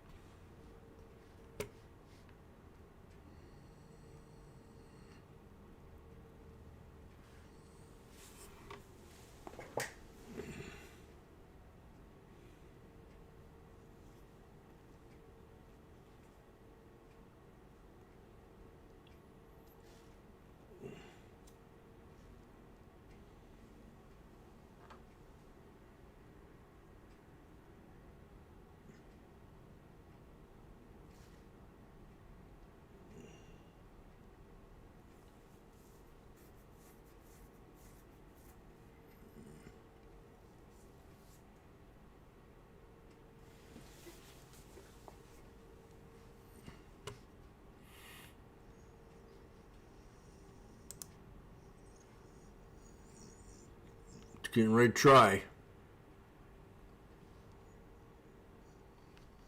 7600s. Let's go. That's it. Come on. Where's it going? To the 63.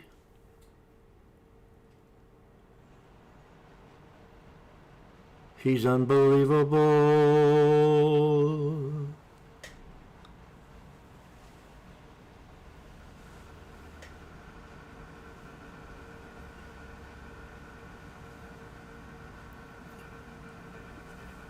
Jimmy said it was getting ready to squeeze.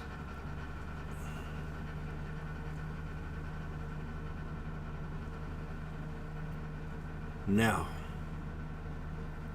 all we have to do is hold the 9.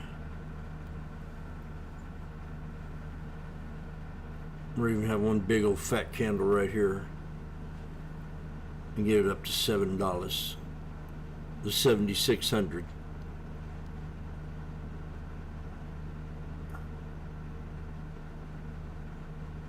You can do it.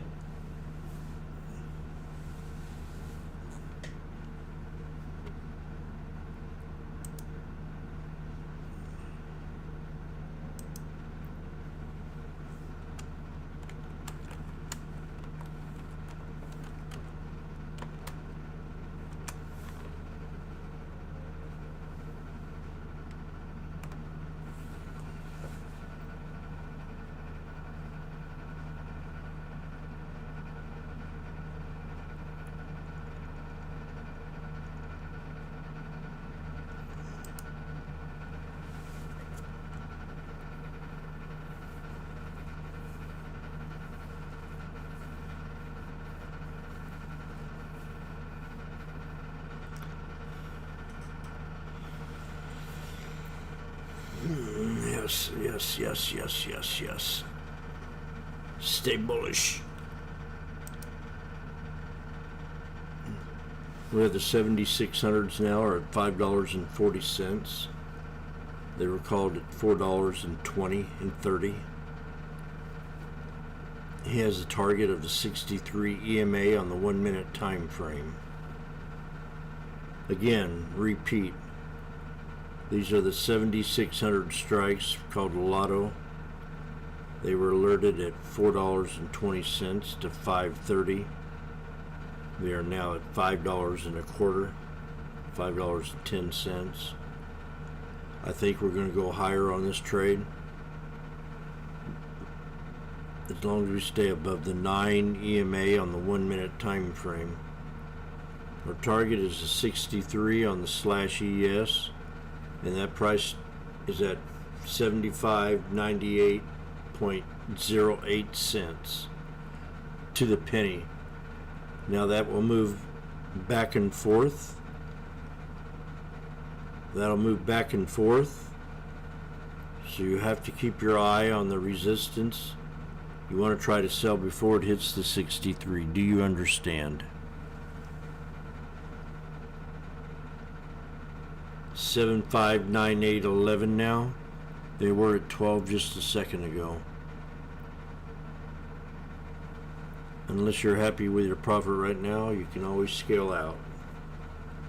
Again, these were called at $4.25 and $4.30.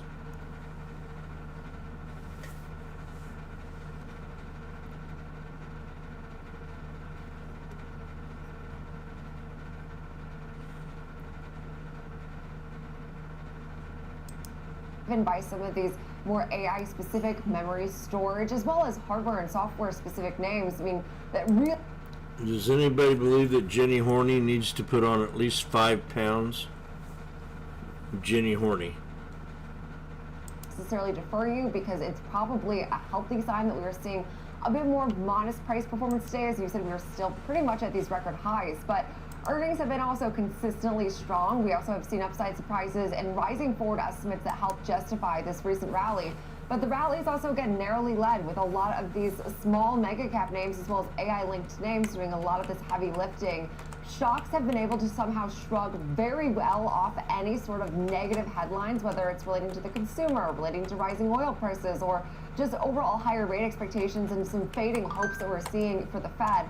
All that to be said, the valuations are stretched. So that does mean that right now the bar for future earnings and guidance is extremely high, and momentum is still strong with we've now seen multiple record closes, as you mentioned. But again, with this winning streak does come then the risk to me of like a natural reset. We haven't really seen it play out. And I think that don't think that because we turn to the calendar over to June that we're going to see any major trend reversal anytime soon. But it has been a very interesting market to follow because right now it feels like post earnings, what is getting rewarded is being rewarded big, but what is being punished is being punished big. And you see that with, again, some of these post-earnings moves even today, but big swings. I mean, think about names like Dell, Marvell. I mean, there's been some volatility in this market, no doubt. And it's actually been amazing to see the VIX still hang at around a 16 handle because you would expect, just given the big swings, we'd see some more volatility in this market, Sam.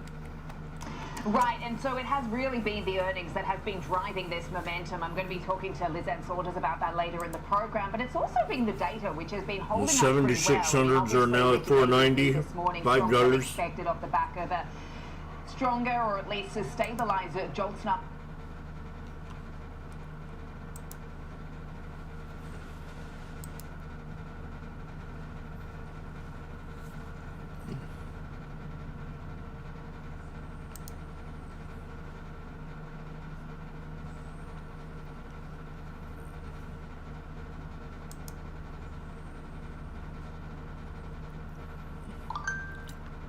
Meta hit my resistance again.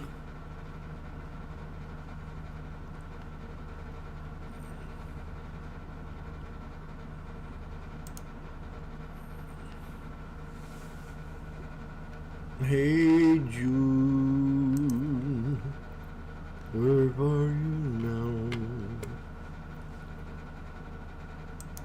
Jim's going back and forth.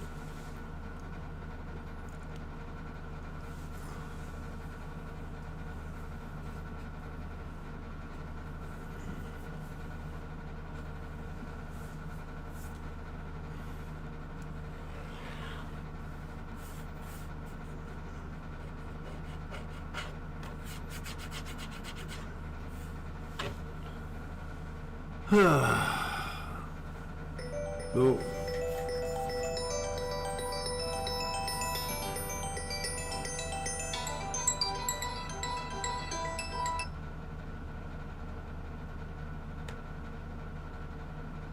Hello.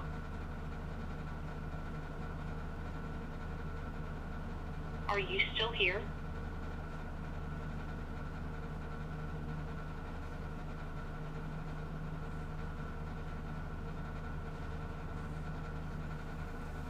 Is this Dolores?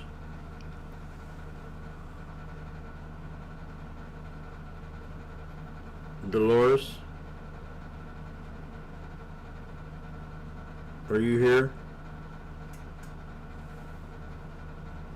Dolores?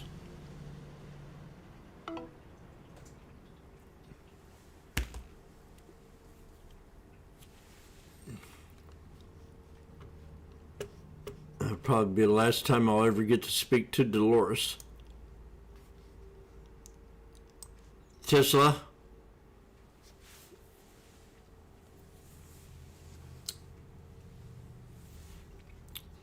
Okay, we're now down at $4.30 again here on the SPX.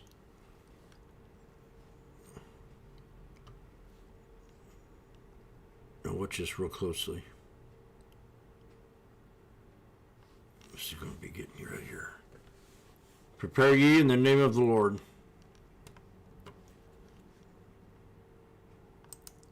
$4.30. I tried to tell you, but nobody wanted to listen.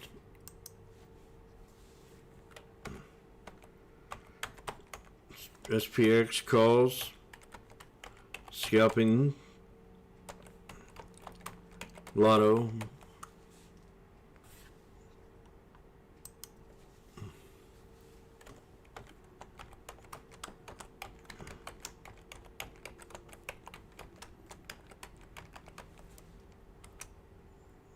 it was just now at 490.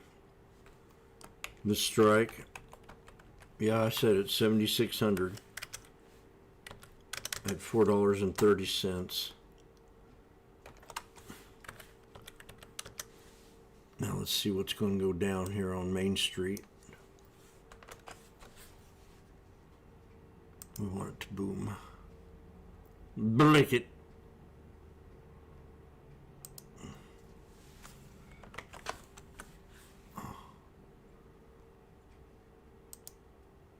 We're at 490, $5.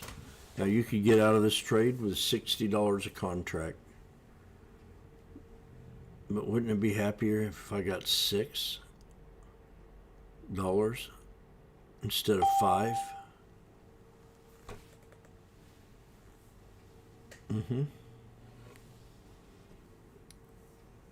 So right now I can get out at 5. 10.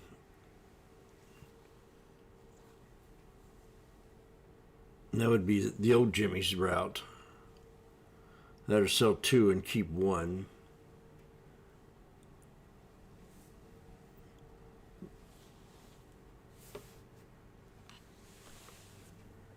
Come on, Jimmy. The crowd's going wild here at the sports arenas. We're now at $5 a contract. You're up $221 if you sell them right now. Should you do it? Or should you wait? Who's Mickey? Mickey me. Lucky me. Oh. Well, I might have to check you out, baby. You're gone.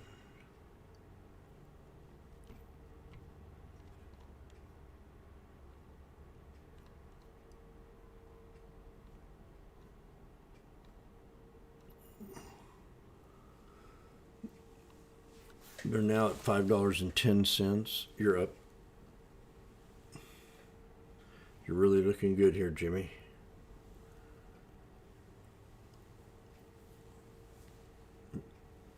The question is, should I sell it or should I hold it?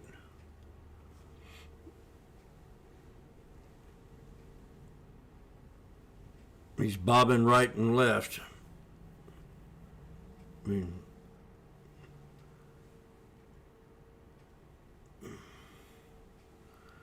Jim, you're at $5. Should you sell him? I don't think you understand.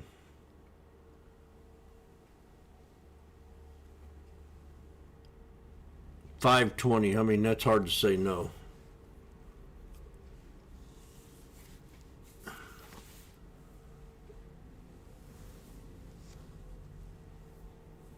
It's hard to say no. I can easily get out of 5.10.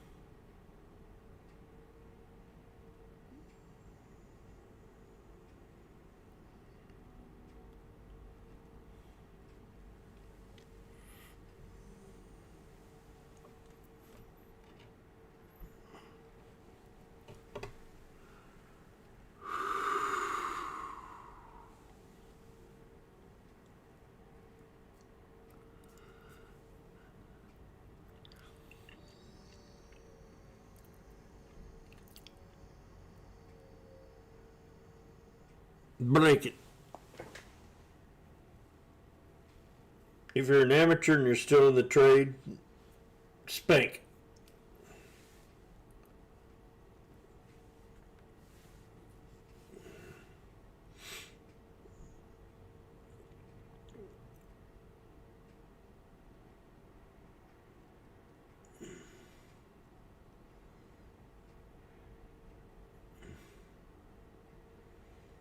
Get 5.10 easily.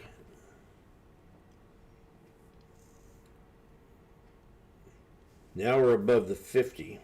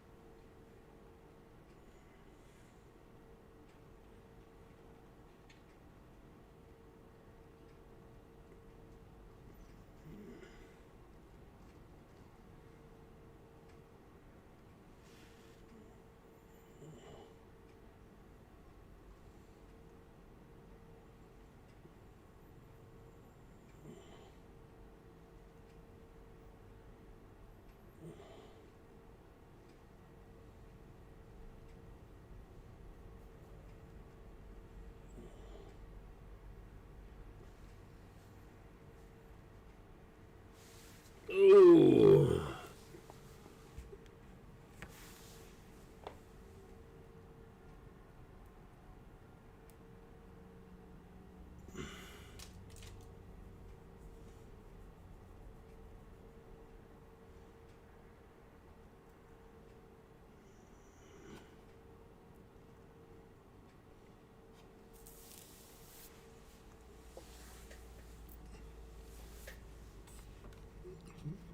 Back to 5. Nice of you to join us. Thank you so much.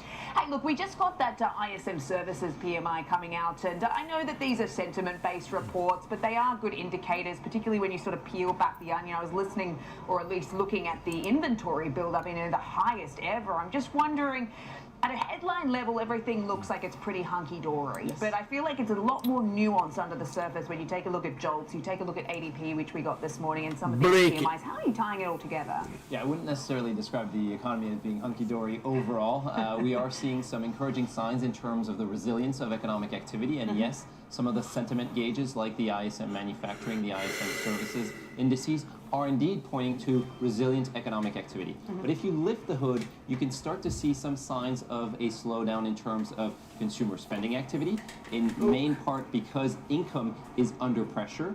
And on the business side, it appears to be the case that most of the growth is driven by AI investments. Yeah. Still very much an AI play, which means that other segments are seeing less economic momentum when it comes to economic activity.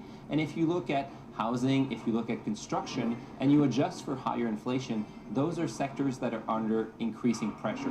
So it's not a homogeneous picture when it comes to the U.S. economy. And that brings us to your 3A pillars, the affluent consumer, the AI-driven business, as you said, that sentiment and investment, and also asset price appreciation, which kind of all overlap a little bit like a kaleidoscope, really. Just talk us through that, because I'm just wondering, when you talk about the lower end of the K and some of the demand destruction that we are seeing and those who are feeling the pinch, when that becomes a problem? Well, the key question is how strong income is going to be going forward. We currently have an environment where real disposable income, which is the money we have in our pocket after adjusting for inflation and taxes, is currently declining on a year-over-year basis, down 1.1% as of the month of April. Yet consumers are still spending at about a 2% clip. What that tells you is that there's a gradual erosion along the income ladder of more and more people that are facing these income difficulties, which is limiting their consumer spending power. So yes, this can go on for a while. We can see more use of savings, more use of wealth, more use of credit to finance outlays, but it's not an indefinite trajectory for consumer spending. We are expecting some slowdown there. So there is this sort of concerning subtext where you have, and particularly off the back of the PCE we got last week, that people are spending more, not because they want to, because kind of they're being forced to, right? Higher prices, having to dip into the savings, that cash stuffed under the mattress that they've been saving for a rainy day. As you say, taking on credit as well. When does that become an issue, do you think? Or do you think we'll ride through it and get out the other side? Yeah, I've titled our latest outlook Nominal Growth, but Real Pressures, and real being inflation-adjusted pressures. Because you're absolutely right. When you look at the nominal data out there, it's very strong. But a big chunk of that is prices that are rising. If you exclude those price increases, you're seeing volumes that are under pressure, whether it's for consumers, whether it's for business investment, construction activity, new orders, they're all under pressure in volumes terms. It's not a recessionary environment, but it is indeed one where higher inflation is eroding growth and leading to slower growth momentum, which makes the U.S. economy more susceptible to potential headwinds, whether it's policy headwinds, headwinds related to any type of market correction, any other type of correction in terms of the overall global economic environment. All of those are potential risks for the U.S. economy today.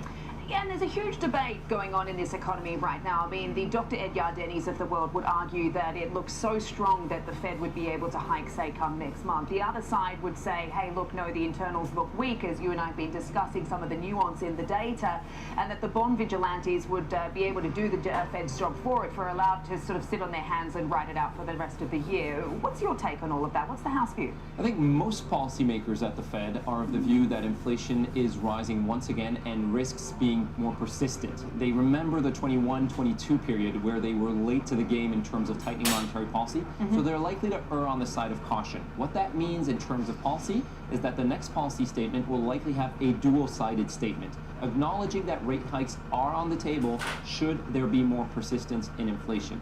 That being said, I don't think they're immediately going to pivot to hiking rates. As you were saying, long-term interest rates are doing part of the Fed's work. They're rising, and they're already signaling that there is some expectation of tighter Fed monetary policy. So policymakers can, for the time being, wait and see how this Middle East conflict leads to higher inflation, and then what the pass-through is to consumer spending activity and overall economic activity. And I think the next thing to watch is when the changes come in as far as Kevin Walsh is concerned. Financial Times out with a piece today saying this could come as soon as this month as far as that forward guidance is concerned. He could drop his dot as far as they're concerned. Thank you so much. We have to leave it there, Gregory. I really appreciate your time today. Gregory Dacko, Chief Economist over at EY Parthenon. Coming up, we'll take a closer look at the big picture with the team from Charles Schwab. Morning Trade Live. We'll be right back.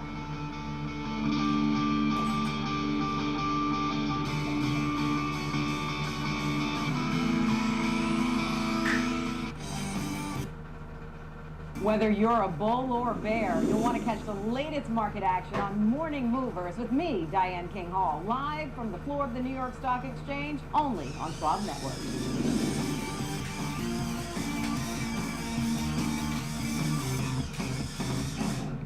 The final 90 minutes of the trading day, that's when markets make headlines and traders make decisions. From earnings shocks to sector rotations, we're tracking the catalysts that move markets right into the close. Here on the floor, I bring you real-time sentiment from traders driving the action. And in Chicago, we break down the data, technicals, and trades you need to see before the bell rings. Live coverage of the close every single day. This is Market on Close, live weekdays 3 p.m. Eastern, only on Schwab Network.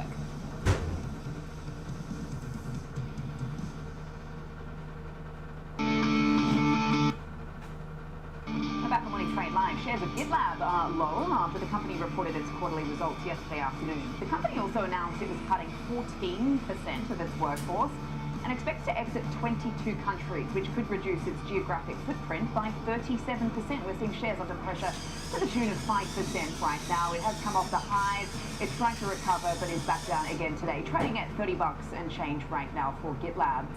Well, welcome back to Morning Trade Live. It's time now for the big picture, so let's welcome in Lizanne Saunders, Chief Investment Strategist, Schwab Center for Financial Research. Very good morning to you, Lizanne. Thank you so much for joining us today. So the strong earnings continue to be the primary driver and the support for the market right now, and really that's provided somewhat of a positive earnings shock. I mean, we've seen extreme moves. I think most recently HPE, Dell, Snowflake. I'm just wondering how much more has got to be priced in here as far as the market playing catch-up, do you think? Well, that's the issue, Sam. That's probably most important and most relevant to why the bull market has powered on, is that you've seen price appreciation undershoot forward earnings estimate appreciation. So multiples actually have been trending slightly lower. Now, if you wanted to caveat it or find a little bit of a wrinkle, there's the concentration issue, which is much discussed, how AI centric it is, the hyperscalers' share of CapEx, share of S&P 500 net income. And interestingly, a big gap between those two. So the CapEx share is running hotter than the net income share. It's something to have in the back of your mind as a risk factor, but for now, I think the momentum in terms of the spend and the earnings appreciation is on the side of the bulls. Oh, absolutely. I mean, you take a look at, the NASDAQ 100. I was looking just yesterday at the close. I mean, the 14-day RSI now knocking on the door of, an 80 level, but, extreme as it gets, but no one seems to care. I'm just wondering at what point would be the catalyst to see some sort of meaningful broadening out here, like we came into 2026 with the thinking of. In terms of a broadening out catalyst, it's hard not to think that ending the war in whatever capacity that looks, that is, I think, an important ingredient, which may allow a little bit more of a disconnection between moves in oil prices and in turn moves in bond yields and the inverse relationship that those have on a day-to-day and on an intraday basis. You did see sort of peak improvement in breadth. We were at more than 60% of S&P 500 constituents outperforming the index itself year to date on the eve of the war. And then you have sunk from there. So I do think that's probably the most important catalyst. In terms of a catalyst that could bring some of these concerns about narrowness and concentration and whether there's an earnings bubble, even if there isn't a price bubble, that could potentially come with some sort of miss on the part of a key company. That's not my base case by any means, but that's an easy to analyze catalyst for maybe some cold water thrown on this enthusiasm with regard to AI.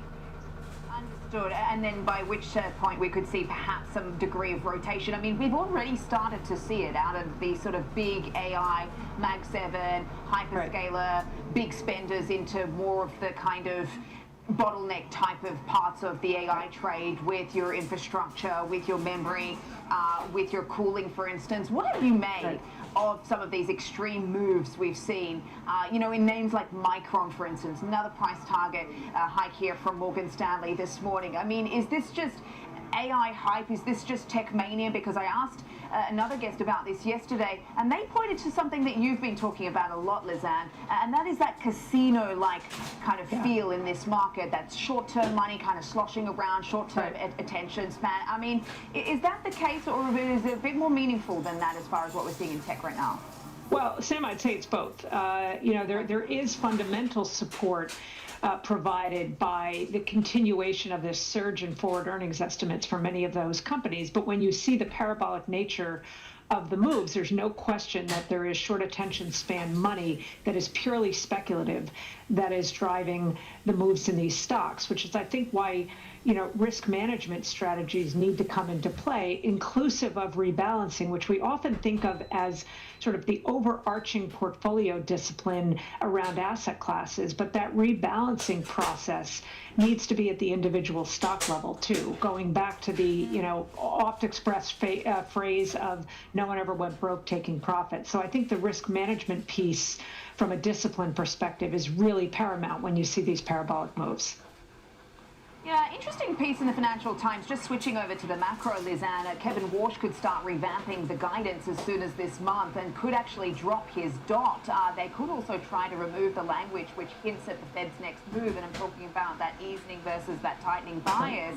I'm just wondering how you and the folks there are thinking about that, because obviously these are all changes which have been sort of widely telegraphed, but the market has been waiting to see just how soon Kevin Walsh would implement some of those shifts. We know why, because he's been quite explicit in not wanting to be at the mercy of that forward guidance, but the markets have been so conditioned, Lizanne, with what we've got here from the Fed. How much would that change things? I mean, how would the market likely react, do you think?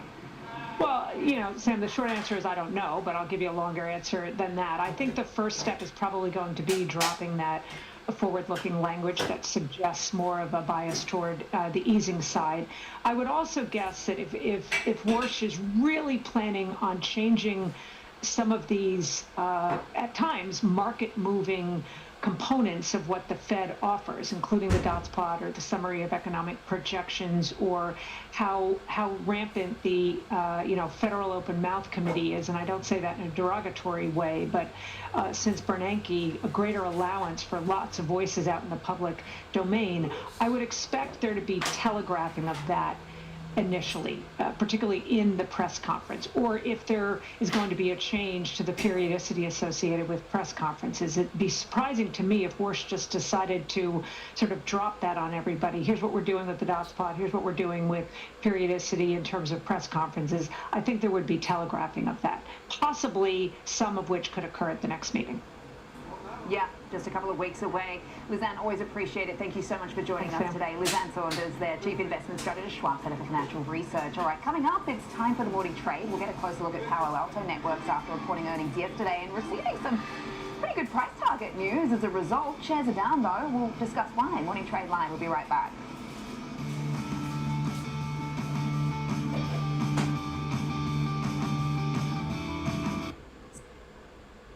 Moves markets. Download the Schwab Network app and stream live coverage wherever you are. Trading at Schwab is powered by Ameritrade, giving traders even more ways to sharpen their skills with tailored education. Get an expanding library filled with new online videos, webcasts, articles, courses, and more. All crafted just for traders. And with guided learning paths, stacked with content curated to fit your unique goals. You can spend less time searching and more time.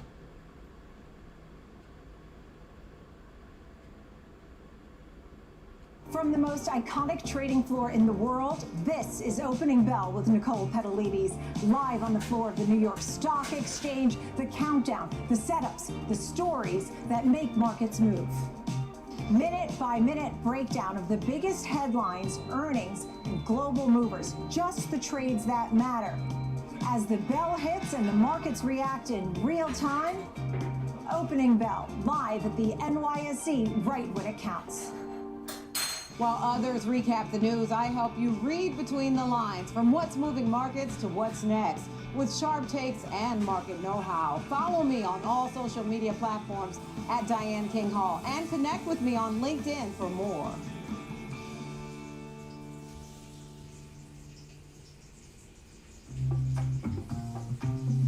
Sometimes, you could have done better. Same goes for where you invest. Level up and invest smarter with Schwab. Schwab Network delivers real-time market insights, live from the NYSE, NASDAQ, the CBOE, and beyond. From earnings to economic data, we cover what matters as it happens. Streaming 24/7, anytime, anywhere, free on schwabnetwork.com. We're back on Money Trade Live. Let's focus on the cybersecurity sector. Palo Alto Networks, CrowdStrike, Fortinet, Zscaler, all lower today. It is a down day for most of the cybersecurity stocks, most of the software stocks as well. A similar trend we saw yesterday, so some follow through as far as the extension of these losses. Interesting because Palo Alto Networks reported yesterday afternoon. We saw an initial pop. Shares are under pressure today. CrowdStrike is the next cab off the rank. We'll be hearing what that company has to say later tonight. Fortinet down 1, Zscaler, down 6% right now. Obviously, it got hammered off the back of its report last week. So let's focus on Palo Alto Networks. It's the focus of the morning trade. Joining us now, as always, is for a closer look is Marley Caden. I don't know, Marley, you and I were breaking down these numbers. It was a good report. We saw an initial pop. You've got a number of price target boosts and some upgrades here. I mean, for a report that was called clean and impressive, you wouldn't expect to see a downside move like this. Can you kind of explain why? Is it just because it's a down day for cybersecurity and software? Is it just because it had a 60% run-up in May? What is it? Good morning, Sam. I think it's a little bit more than all of that. But first, let's just talk about the numbers in case anybody missed Palo Alto's numbers yesterday. Earnings came in better than expected at 85 cents a share, better than the 80 cents that was expected. Revenue came in at $3 billion. That was better than the 2.94 that was expected. Revenue was up more than 30% year over year. They had $388 million from its recent acquisitions of CyberArk and Chronosphere. The numbers were good. I mean, overall, the beat came on some lowered expectations, though, as they had given some disappointing guidance back in February that fell short of estimates. But they issued stronger than expected guidance for the current quarter, which will be their fourth quarter, saying they expect a range of between $3.35 billion and $3.36 billion. That was versus the $3.28 billion estimate. They also lifted their full year guidance. So, I mean, overall, as you pointed out, the shares have rallied more than 60% this year and more than 80% this quarter, as some of these cyber tools that are capable of exposing software flaws force companies to invest in cybersecurity tools. Now, the CEO addressing it, saying that the SaaS-pocalypse for cyber is quote-unquote dead, saying that it was overblown. Also pointing out that more than 1,200 customers have reached out to Palo Alto in the wake of Mythos, and the company has held 800 meetings in the last 6 weeks to prepare for this shifting AI landscape. So we know that the need is there. So what is the problem, right? Why are shares down? They were roughly about 6% last I looked. There's some hesitation about the nature of the boom itself. Yes, we saw this AI-driven security boom. They highlighted all those customers that have reached out for their cybersecurity needs. But now investors are starting to weigh whether this growth can transition from the hardware side into a sustainable software-led future. There's also some concerns about, because the growth is fast and a lot of it is tied and fueled by these major acquisitions, that's a hefty price tag and also some significant execution risks. So integrating these businesses, hard work, management acknowledging that they still have to, quote, toil through migrating our Prisma Cloud customers to Cortex Cloud. It could be messy. It's a big pivot part of their strategy. So there's some uncertainty there. And as we know, the market doesn't like uncertainty. But as you highlighted, price target increases. TD Cowen raising theirs from 330 to 255, keeping a buy rating. Jefferies raising theirs from 355 to 335 from 300, keeping a buy rating. They called that beat clean. They also said that while bears will point to potentially decelerating service revenue growth, the Q4 outlook indicates another net annual recurring revenue acceleration, which Palo Alto has strong visibility into. Citizens raised their price target to 320 from 250, and Barclays raised theirs from 315 to 220, keeping an overweight rating there. Wells Fargo raised theirs to 325 from 285, keeping an overweight rating. And right now we're trading at 277.38. So sell side viewing it all very positively. I think there's just some execution concerns with the integration of some of the large acquisitions, and then obviously as we pivot strategies here and we see this big uptick in demand, how long does it hold for? So some caution here, but I would say overall the mood is still optimistic. Yeah, Paul Meeks, who I spoke to yesterday, kind of hit it on the head, I think, because he said it was more about the narrative than the numbers. So maybe, look, the numbers looked good. They needed a better narrative as far as some of that integration and that transmission, as you say, from the hardware to the software is concerned. Molly, thanks so much for explaining all of that and bringing us the details here. Let's trade it now with Scott Bauer, CEO of Prosper Trading Academy. Good morning to you, Scotty. How would you approach an example trade for this one? Hi, Sammy. I think just as the run up was definitely too much, I think this sell-off is too much as well. So I'm looking at a trade that expires next week. It is a range-bound trade on the upper end of where we have been trading. So I'm going to sell an iron condor. I'm going to sell next week's 270, 260 put spread on the downside. I'm going to sell next week's 305, 315 call spread on the upside. I can collect about $5.50 or so for that. My break-evens at the end of next week would be 264.50 on the downside, 309.50 on the upside. I think this is a really opportunistic way to harvest some still pretty expensive premium post-earnings. All right, Scott, I have to wrap it up there. Thanks so much for the example trade. Trading down 7% right now, 277 and change on Palo Alto Network. Scott Bauer there, CEO of Prosper Trading Academy. Coming up, we'll take a closer look at the sectors on the move this morning and the international headlines impacting global markets. Morning Trade Live, we'll be right back.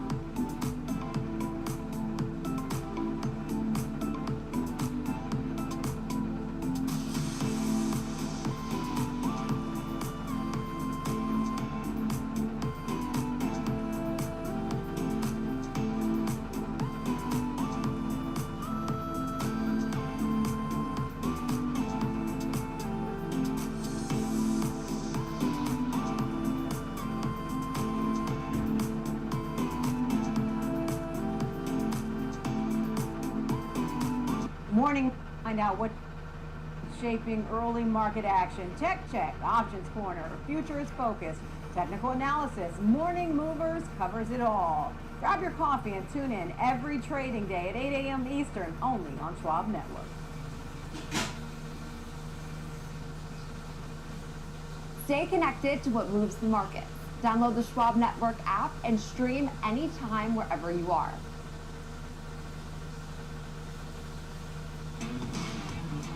Live from Chicago, this is Trading 360.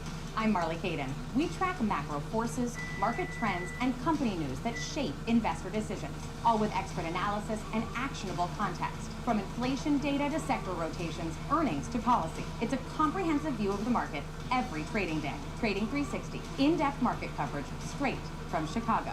Weekdays at 11 a.m. Eastern on Schwab Network.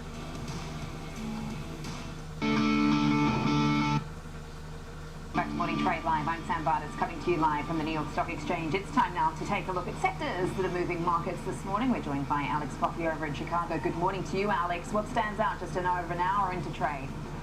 Yeah, one of the big discussion points we've had recently was the importance of momentum and notably information technology.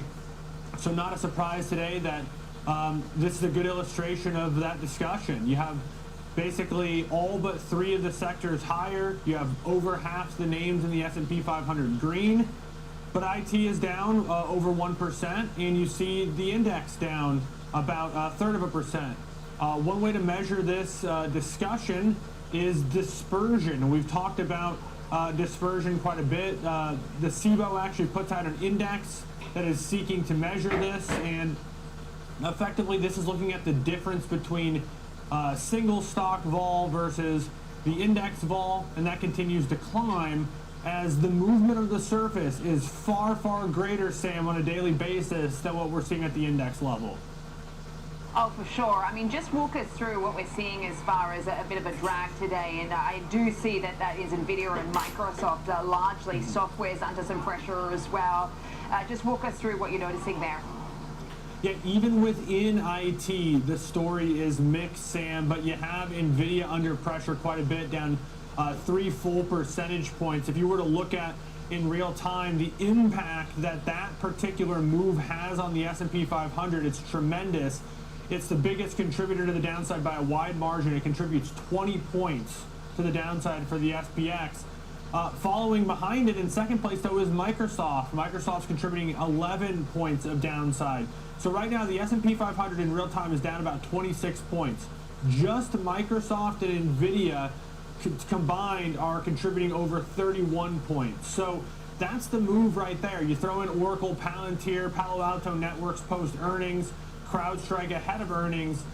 It's just a recipe for an up, against the current upstream sort of a swim today. So even though you have about half the names green, far more sectors green than red, you have some real heavy hitters putting a pretty major drag on the index.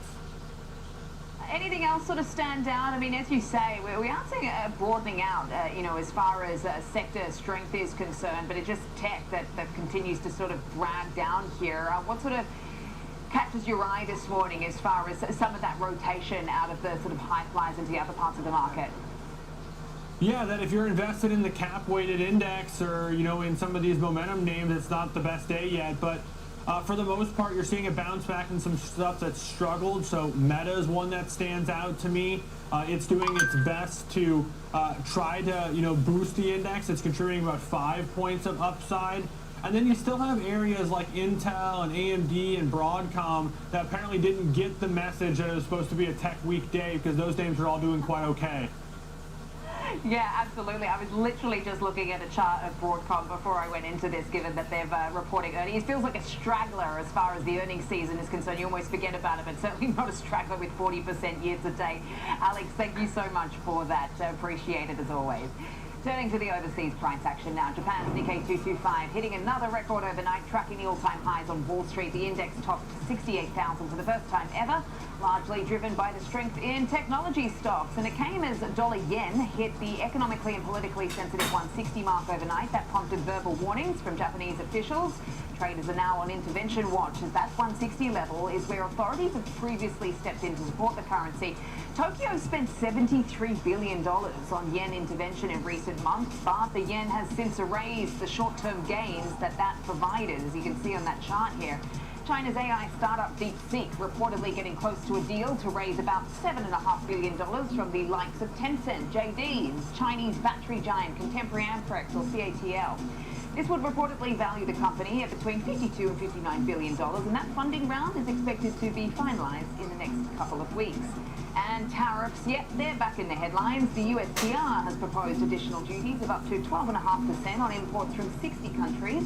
This is over the failure to ban goods made with forced labour. The latest action is expected to impact major trading partners like China, Japan and the EU. We're seeing European shares under pressure right now. Coming up, it's time for Inside Out. We'll take a closer look at Broadcom ahead of earnings this afternoon and bring you an example trade when Morning Trade Live returns.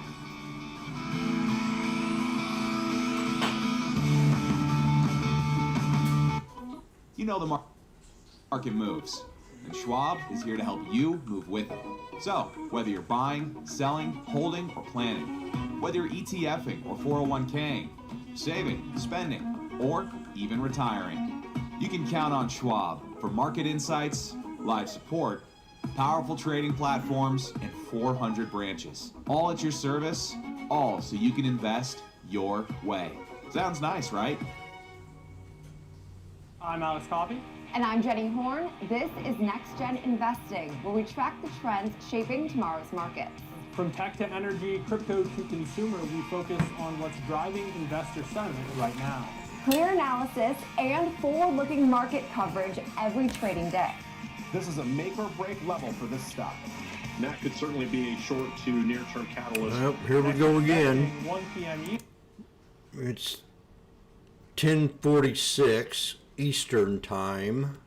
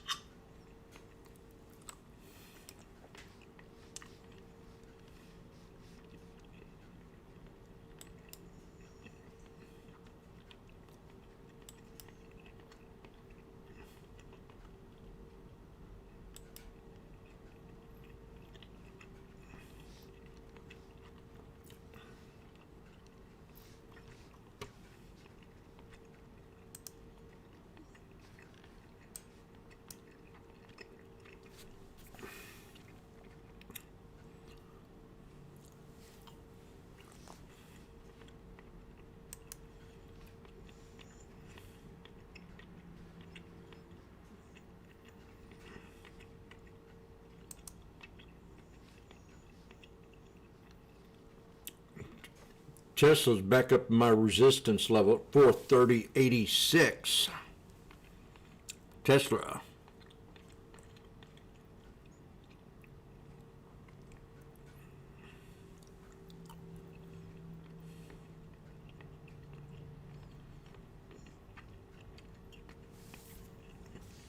Little pop this morning on AMD, pre-market.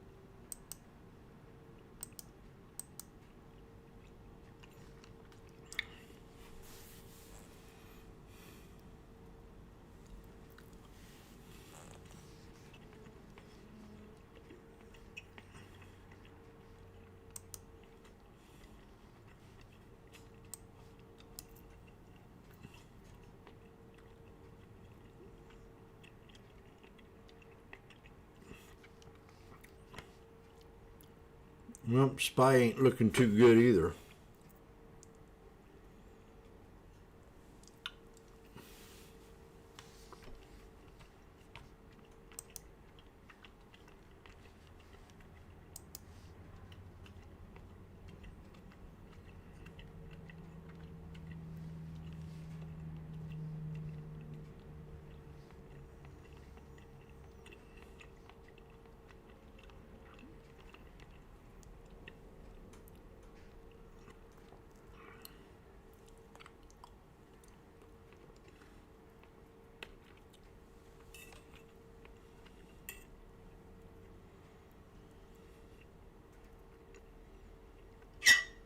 Oh.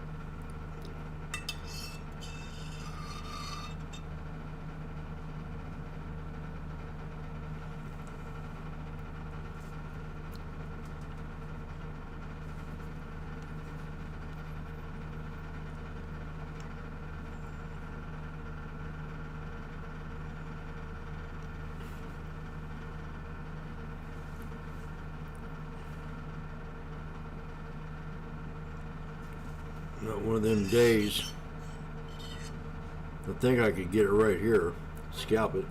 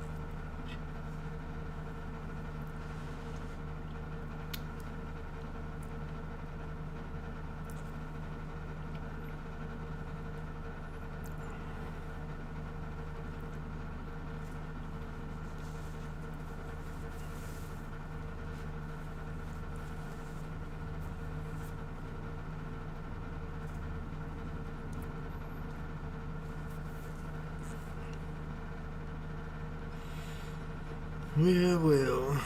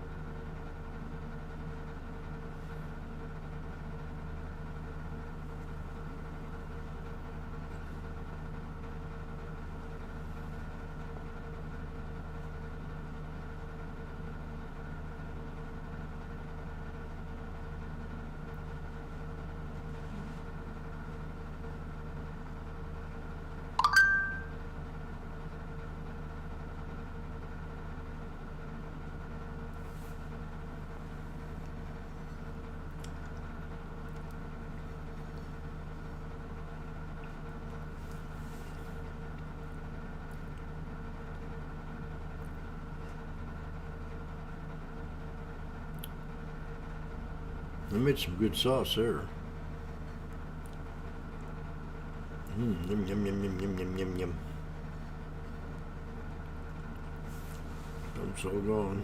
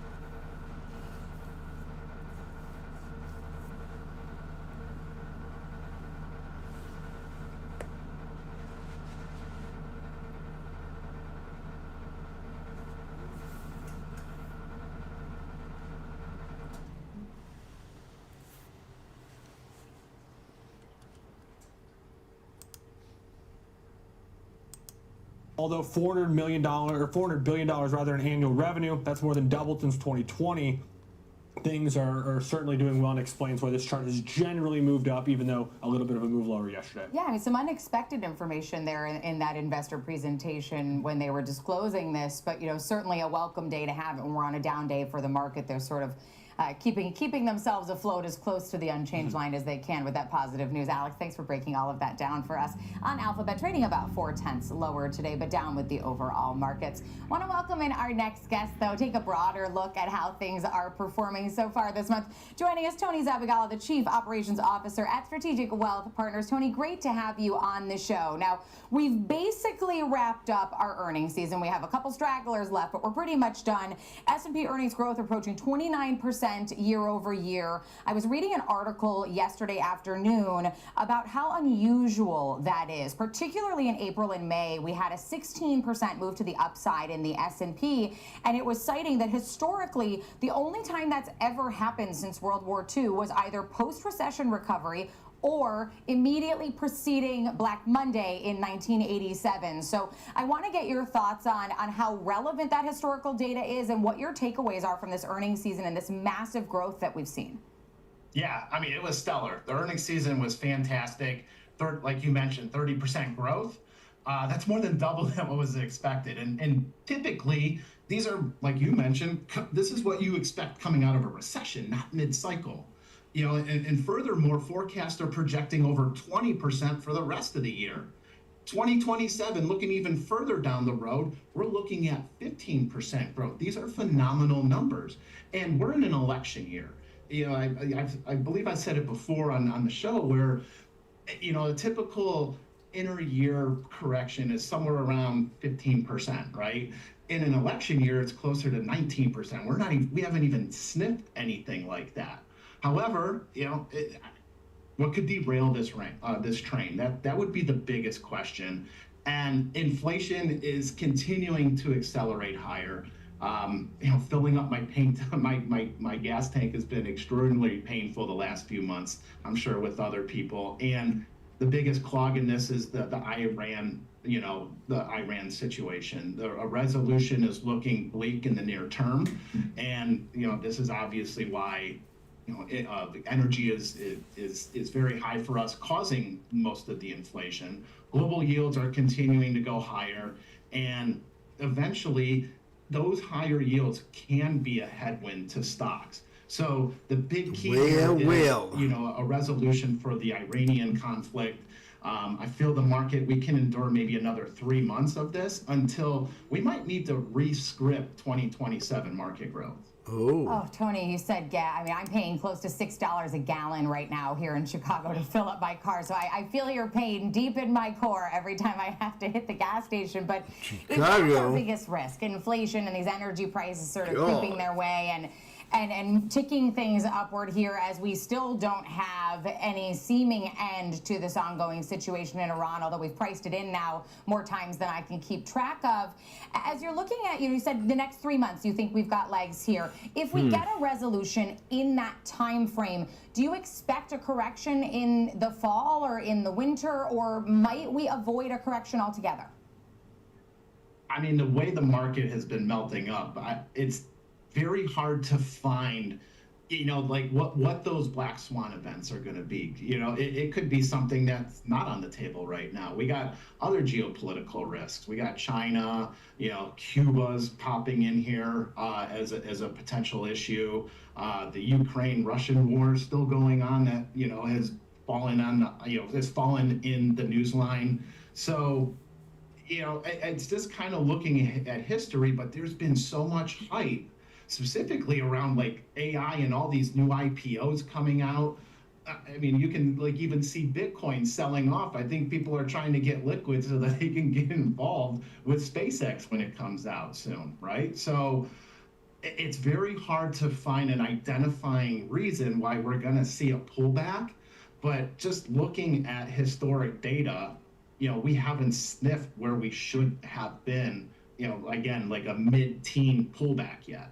All right, so let's talk about those IPOs, because I, at the top of the show, was talking about Anthropic's S1. We're expecting OpenAI to be soon close behind. We're now less than 2 weeks out from SpaceX. So as we look at these, I mean, is this hype, or are we witnessing potentially a genuine shift in market leadership? I think the early on is going to be hype. So let's talk about all three. So SpaceX, the great thing about them, their biggest customer is the U.S. government, right? And you're buying into Elon Musk. He's got to be one of the smartest men on the planet, right? The bad thing is that their valuation is very hard to justify. They're not profitable except for Starlink. OpenAI, right? They own ChatGPT, and that's good for like the normal one-off consumer. You know, you get a free subscription, 20-month subscription, things like that. And then you have Anthropic, who owns Claude, and they're more of the business enterprise customer. And the big thing with Anthropic, though, that they're winning 7 out of 10 people on first-time buyers for AI business. So 70% of the time they're winning the first-time business. That's why if all three of these were to come to the table tomorrow, we'd be owning Anthropic. Their enterprise market share just crested 34%, overpassing OpenAI this April. With these, we would typically say, hey, let's let the market dictate where these prices are going to go with these IPOs. However, at their estimated IPO values, they're going to be 2 to 4% weights in the S&P 5 index. That's pretty big. So on a portfolio management perspective for our clients, it's very difficult for us to like not view them and add them. It's just like Apple and Microsoft, you know, like they're losing their luster because they're not the new hot topics. They've been around forever, but we have to own them. And we don't have to own them in index weighting. We can own 1%, 2%. It doesn't need to be 3, 4, 5, 6%. So the biggest thing is it might be too risky not to have exposure to these, but you don't have to be overexposed. But these IPOs are coming to the table with instant momentum, sentiment, and hype. And I mean, how many circuit breakers are going to go on when SpaceX hits the table? I mean, it was going to be a very interesting day just in terms of the technology component of all of it and how many times trading might be halted. And so it'll be exciting to cover for sure. But you bring up some great points, too, about the difference in traditional IPOs versus these names simply because of their valuation and their weighting overall in the index. You traditionally, with an IPO, you wait and see how it's performing before you're going to buy. But these names are, you know, Tony, and forgive me if I'm paraphrasing here, from your viewpoint, sort of becoming the exception here because you want and need to own them because they're just so different from any other names that have IPO'd in the past. Yeah, I did an analysis of like the last 10. And after the first day, you know, if you're buying the IPO right after, you know, at 9:31 Eastern, you're losing money that day, right? On average, there's been 2 out of the 10 that I did was, you know, they were positive. But we take a look a year from now, they're usually negative. And all three of these companies are coming to the table without profits, right? So again, it's having exposure is one thing, but being overexposed is another. So just if you're going to get involved, you feel like this is the future, which it can be, maybe it's okay to sit back and watch what happens, because just because these three are coming out, they're not going to dictate the market forever. You know, there's going to be other opportunities, and investing money it's finding opportunities when they exist. They don't need to be overhyped, momentum-driven stocks. You have to do your research, and that's what you might need to do here. Get involved, don't overexpose yourself, and then if it goes down, then you buy more. You dollar cost average into it. Really appreciate the advice there, Tony, and the good look there at some of these big names we'll be hearing from coming up, and also more broadly just at the market performance that we're seeing. That's Tony Zavigala, the Chief Operations Officer at Strategic Wealth Partners. Really appreciate you being with us today. And don't go anywhere. We've got a lot more for you today. Next, the Big Three is coming your way. We've got 3 stocks, 3 charts, and 3 trades. Rick Ducat will take us through the technicals. Don Kaufman is joining us to take us through the trades for Costco, the TLT ETF, and Alphabet. That's next on Trading 360 on Schwab Network. So right now it's 11:14.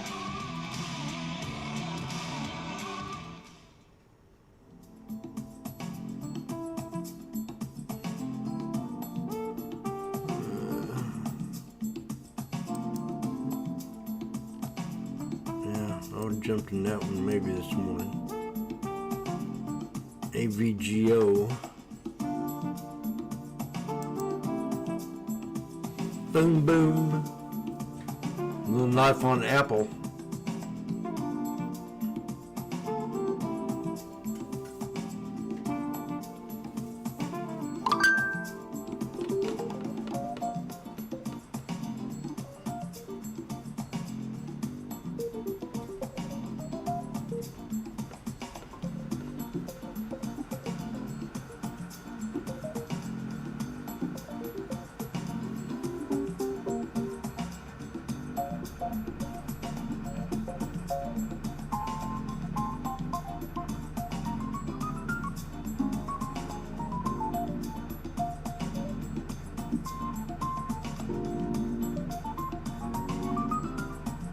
Trading floor in the world. This is Opening Bell with Nicole Petalides, live on the floor of the New York Stock Exchange. The countdown, the setups, the stories that make markets move.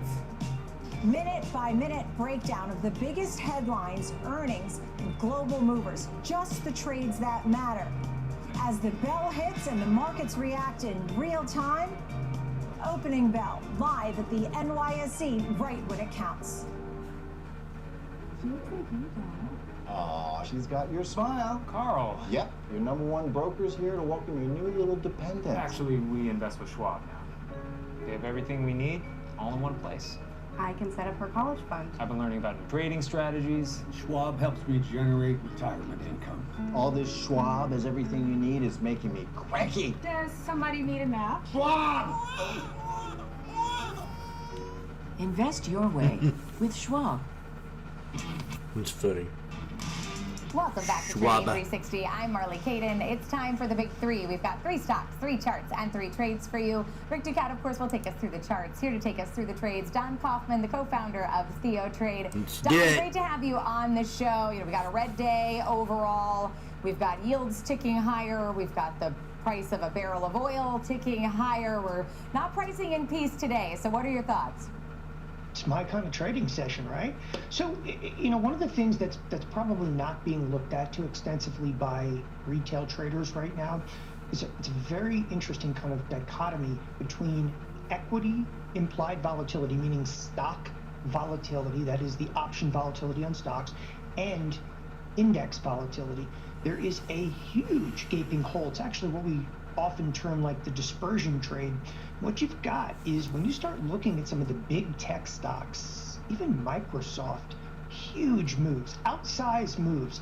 I mean, dramatic move. Everything from Google to Tesla to Broadcom to Nvidia.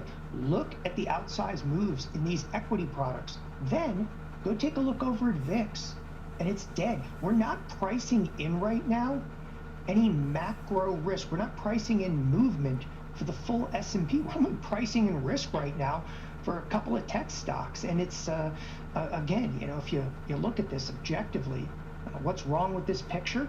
Everything on this tape is all kinds of wrong.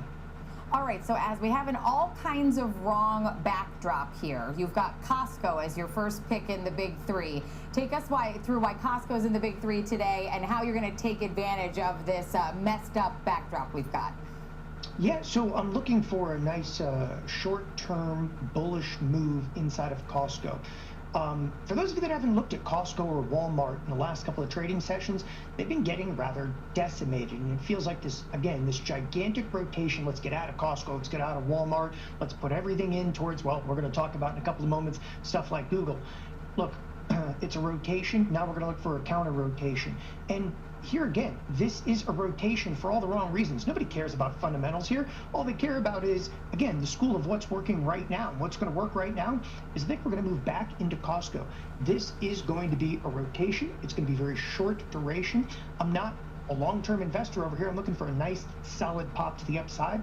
And for that, I'm actually going to use what we term an in-out spread. It's kind of one strike in the money, one strike out of the money. This one is June 18th expiration. So not a lot of time here. Why? Because it's the here and now. I'm going to be buying the 955 calls, selling the 960 calls against it.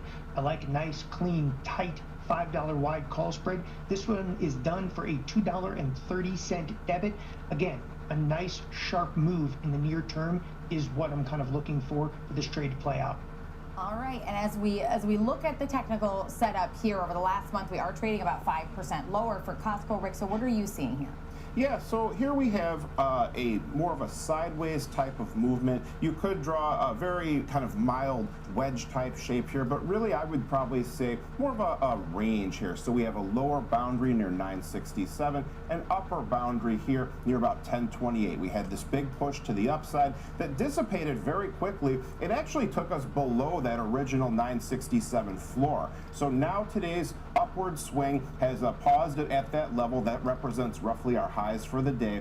If you looked a little further to the upside, a repeated floor comes in here near about 987. So that could be a further upside boundary. One notable thing as well is that 930 here, a low point and then another subsequent low, that stood out as a potentially supportive area. We did not actually test that point here. So that was a bit more encouraging perhaps for a bullish bounce. One thing I do notice as well, our very sharp, very steep downward sloping trend line in white was broken today so far. So we'll have to see if that materializes into a stronger close above this rather short-term, very aggressive downward move that we've seen.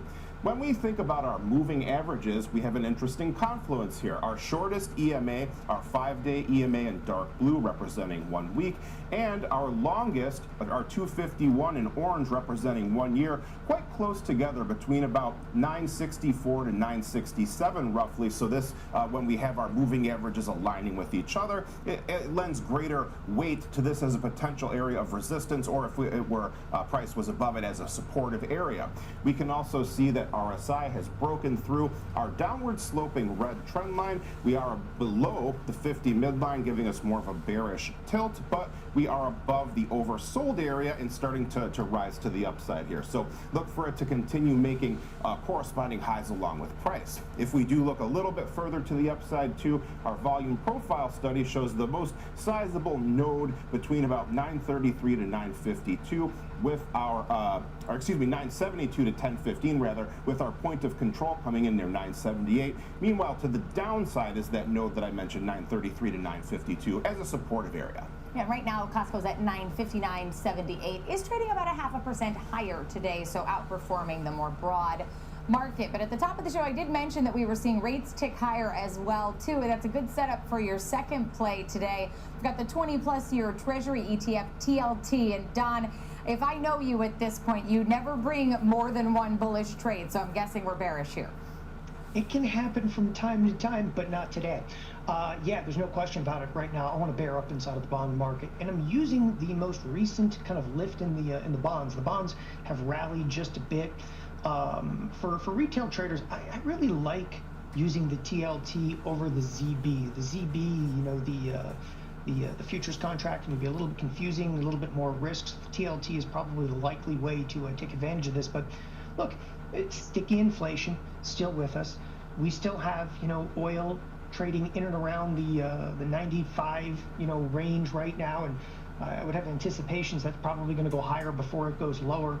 The debt, it's still with us. I mean, again, the factors are very straightforward, leading us right now to, unfortunately, higher interest rates, which is in turn a lower bond market. And that's, again, that's the bottom line of what you want to look at. Now, obviously, we can discuss, you know, midterms and so forth, but I'm just not sure that the election is going to have the ability to stave off some of the bond vigilantes. You know, couple that with the fact that you've got Kevin Warsh in there, and you don't know what to anticipate out of the first conference he's going to have. That's going to be rather exciting. Nevertheless, I am taking a bearish position inside of the TLT. And to do that, I'm actually going to use what we often term like a synthetic short. I'll make it even easier. I'm just going to buy a slightly in the money put, and a slightly in the money put all the way out to the August 21st expiration. So the reason I'm going to do that slightly in the money put, it's got a higher delta. That means it's going to move at a closer to a 1-to-1 rate with the TLT. So you buy an in the money put. This case, it's going to be buying the 88 put for the August 21 expiration. This one's done for a $3.10 debit. A couple things here. it defines our risk to $3.10, and yet we're still short, if you will, effectively the TLT between now and August 21st.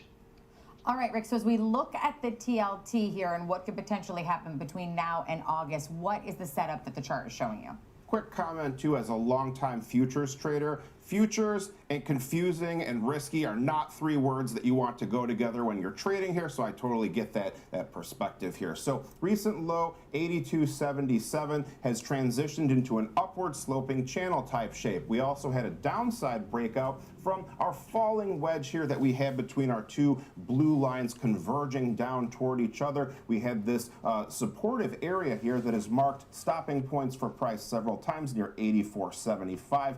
Most recently, a couple sessions ago, we solidified there once more. A little bit to the upside, 85.50 was a low point after a gap up, another low here, and now we're starting to fluctuate around that area, so that stands out as another region to watch.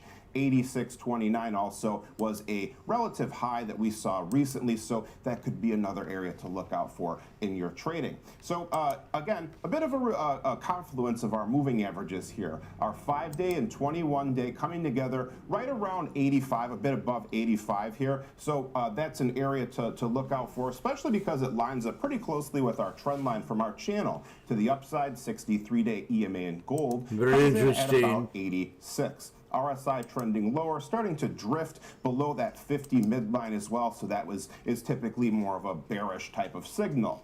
When we also consider our volume profile, finally here, a small node developed here at these extreme lows around 83.50 to 84, but really the area that stands out much more prominently is between 86 to 88, with our point of control coming in right around 86.81. So those are the areas of interest for the most part. You can see it kind of aligns with much of the sideways trading that we saw throughout the year.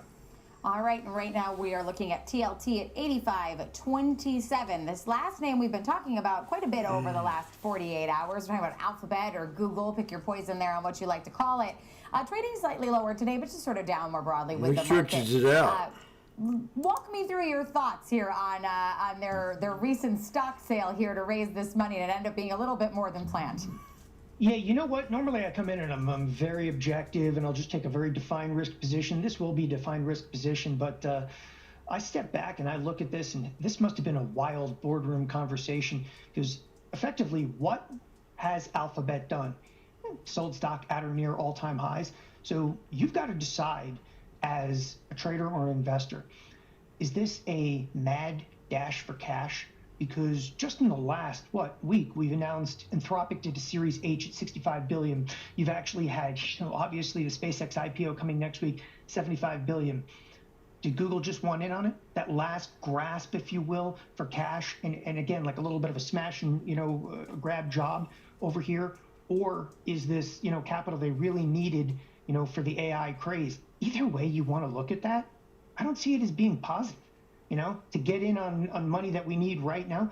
This is Google, who, by the way, went public in 2004, and they have only raised $26 million before going public. Now, you see them with an all-time high here, raising some $80 billion. It's more than questionable. And the only reason that the stock had a bit of a backstop is because Berkshire Hathaway is effectively behind it with, may I add, somebody new at the helm. Nevertheless, I am taking a bearish position, less about Google, more about the overall market and market structure.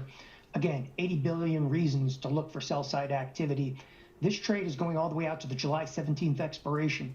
I'm going to be buying the 345 puts and selling the 335 puts against its $10 wide put spread that I am purchasing, which is an out-of-the-money put spread, done for a $2.80 debit. I think $2.80 is a reasonable risk to take to look for this underlying to move down between now and the July expiration. An interesting perspective there on what that money might be for, because my last guest was talking about how he's viewing this downside move in crypto and as a move to get liquid before these IPOs because people need the cash. So appreciate you bringing that to us, Don. But Rick, as we look at the setup here, I see we've got a downward sloping channel here on Google as we look at the technicals. But what are you seeing and what levels are standing out to you? Sure. So we hit our highs 408.61. You could draw a trend line pointing downward here. I noticed as well that we have not quite filled this gap yet here. We saw our lows, or rather our highs before our gap come in at 355. We haven't quite hit that point yet. So that's a very notable area to watch out for to the downside. A bit below that, an old high that's around where we topped out once more in terms of our closing prices. We did eke above that a little bit here, but only one close above that level. We encountered more resistance there before our breakout. So that stands out as another potentially supportive area near 341. Our moving averages in this case are starting to show some crossover here. Our fast 5-day EMA in dark blue crossing below its slower counterpart, the 21-day EMA in teal. The weekly comes in at 370.43. Not a good trading signal typically. These are lagging indicators, so by the time the crossover starts to happen, the move has already kind of started to materialize to the downside here. Rather, it's just kind of more of an easy visual cue of the way the trend is starting to go here. Our 63-day EMA in gold comes in near 354 roughly. So if we were to break out from our wedge type shape here, we could see further support there. RSI, a steady decline. We are below the 50 midline, but we remain above the oversold area. So look for that to happen as well, that push below 30 if we do start to see a breakdown that picks up some steam, that would be a sign of further bearishness. Our volume profile shows that we did have some heavy trading activity, relatively speaking, between about 381 to 400, but much larger pockets down here, 330 to 340, and then here, with which contains our point of control from 300 to 322, point of control coming in just below 304. All right, and right now, Alphabet at 359.60, and this trade expires just before the company's next earnings event, so you'd be protected from any moves associated with that. Don, really appreciate you being with us. As always, for the Big Three, that's Don Kaufman, and of course, Rick Ducat, our lead market technician, for breaking everything down for us. Coming up next, we are going to spotlight Anthropic and OpenAI as both companies get set to IPO later this year. What does that signal about the current AI cycle? We'll have that and more when Trading 360 comes back.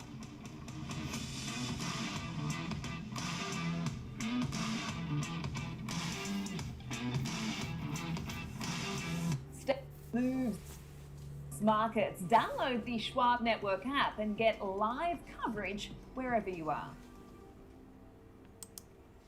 Hey, Dad. I have a question for you. Sure. When did Granddad first start investing? Granddad had an Good question, daughter. Branches in the area. He really started with nothing. He worked hard, and after he passed away, the torch has been passed to me, and my advisor, Jennifer, she was with me with the journey, helping with the estate distribution. The two grandchildren, their college educations. Someday it'll be their turn.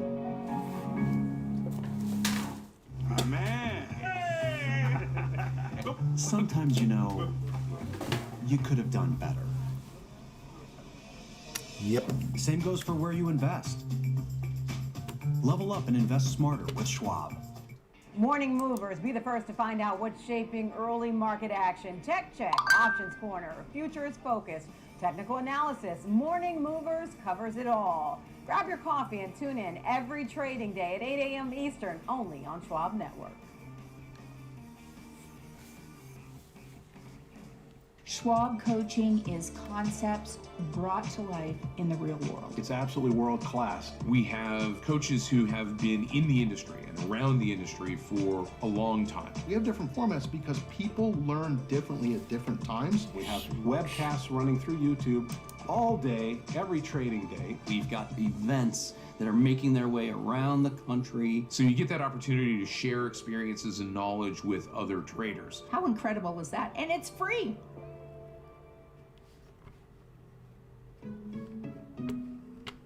Stay connected to what moves the markets. Download the Schwab Network app and stream anytime wherever you are.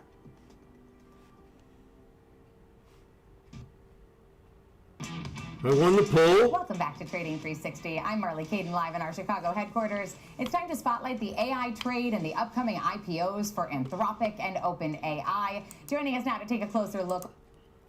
Do I have to read that again? Washboardjim won this poll.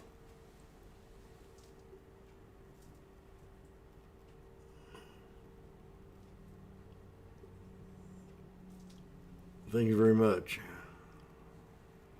I only enter one poll a day.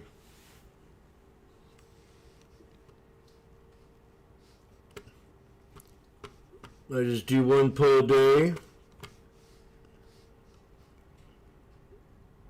Reaching more of a mature phase of the investment cycle. I think when you look at how quickly revenue has grown in these companies, from Anthropic, OpenAI, even some of the other model labs, it's quite frankly astonishing. And I don't think we've ever seen companies, ever in history grow this fast. So we have seen exponential growth. I mean, you can't really argue with the numbers, but the valuations alongside of that growth have then soared. As you look at the actual fundamentals, do you think that these valuations are justified, or have we gotten a little bit over our skis here? I think they're entirely justified. I think when you look at the revenue multiples on something like Anthropic, the last reported number was 45 billion. That's probably going to increase at the end of the year. So that's trading at, a 20-25x multiple. So I think it's fairly justified. And as you look at these companies going, I mean, for sure Anthropic, we've heard whispers about OpenAI all happening by the end of the year. As they move towards the public markets here, what changes for these companies as they having to go from answering to venture capital investors to having to report on a 90-day cycle here? How is that going to affect how they do business on a day-to-day basis? Yeah, I mean, I think they're probably going to invest in more profit-driven and profit-driving products. I think when you look at what OpenAI is doing, they're investing more heavily into Codex. Anthropic has kind of had a lead with Claude Code. Those are incredibly profitable businesses, and I think they'll continue to invest in those products. And we have seen investors be so willing to pay for AI to get in, and what everyone pretty much agrees are the early innings still here on these names. But we're also increasingly hearing about this AI ROI story, which you just hinted at. They're going to have to make these investments that are going to drive more growth here. Where are these businesses actually spending money right now, and where are they still struggling to see that return?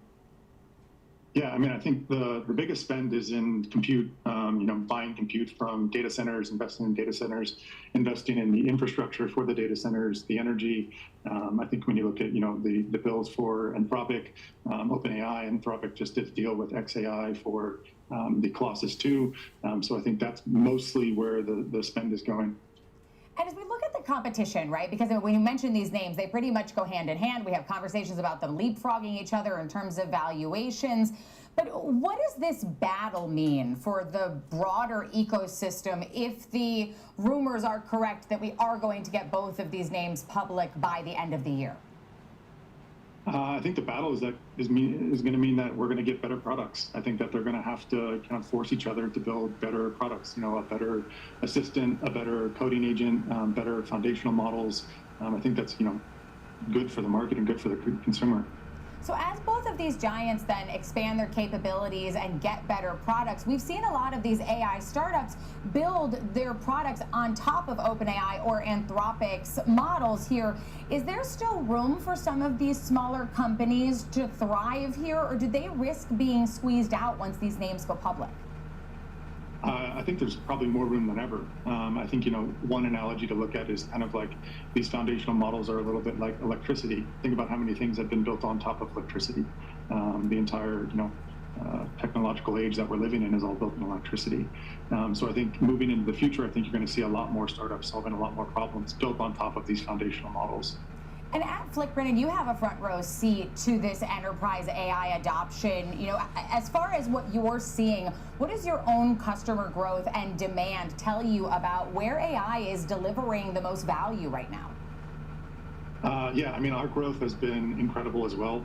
In the last 14 days, we grew from about $300,000 in revenue revenue to 2.4 million annual revenue, and we had launched only 6 weeks ago. So our revenue growth has been incredible, and we're just getting started. I think when you look broadly at the market and what consumers are looking for, we're fundamentally selling something that has never been sold before. We're selling the ability to take an idea in your head and bring it to life within a matter of minutes. That technology, is brand new, and I think people are really excited about that. Brennan, really appreciate you being with us to give us a closer look at AI demand right now and also these upcoming IPOs. Brennan Erbs, the CEO and co-founder over at Flick. Thanks again for being with us. Coming up next, we've got the disruptors. George Tillis will be joining us to take a closer look at IBM after a price target hike over at Citi. He'll break it all down for us and then have an example trade when we return.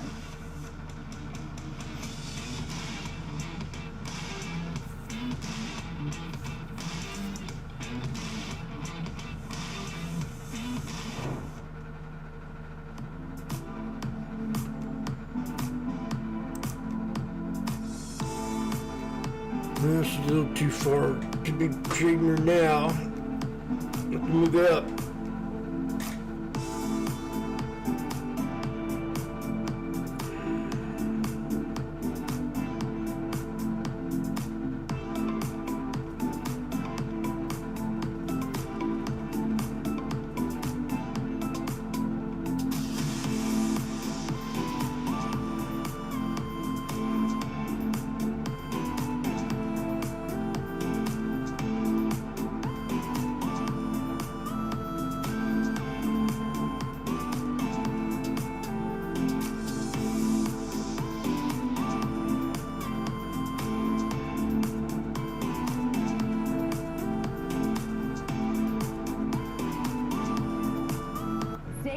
The Schwab Network. Tune in 24 hours a day, 7 days a week on SchwabNetwork.com and on all your favorite streaming services. Schwab Network. Available anytime, anywhere, on any device for free. How's it going? First day, so. Sometimes, Next. Try it again? you could have done better. Please. Same goes for where you invest. Level up and invest smarter with Schwab. I'm Nicole Petalides, live at the New York Stock Exchange, and this is the Watch List. Your midday view into the trends driving the markets with a sharp focus on technology, innovation, and companies leading the next wave of growth. Big movers, real-time interviews, and insight from analysts, founders, and market voices you trust. The Watch List, 2 p.m. Eastern, only on Schwab Network. Hey, Bob. Last year, my dad had a stroke. Big shock to see this person that I've always seen as a force in our family be vulnerable. Wait, had a stroke? Yes. Now we're in the car together almost daily. I started to realize, what can I pick up from my dad? He's been with Schwab for a long time. Jim, my financial consultant, I probably met 20 years ago. Jim's really been there to answer any questions I ever have. Makes a huge difference when you have someone that actually cares.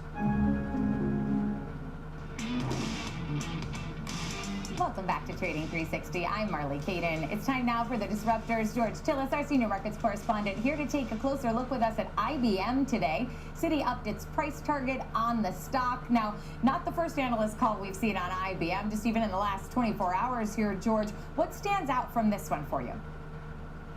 Well, I think, looking at IBM, there's a couple of standout items with the business. I mean, just going back a couple weeks ago or less than that, the aspects of quantum computing, because IBM is one of the larger legacy players in the technology realm that is in R&D and quantum computing, and that includes also Google.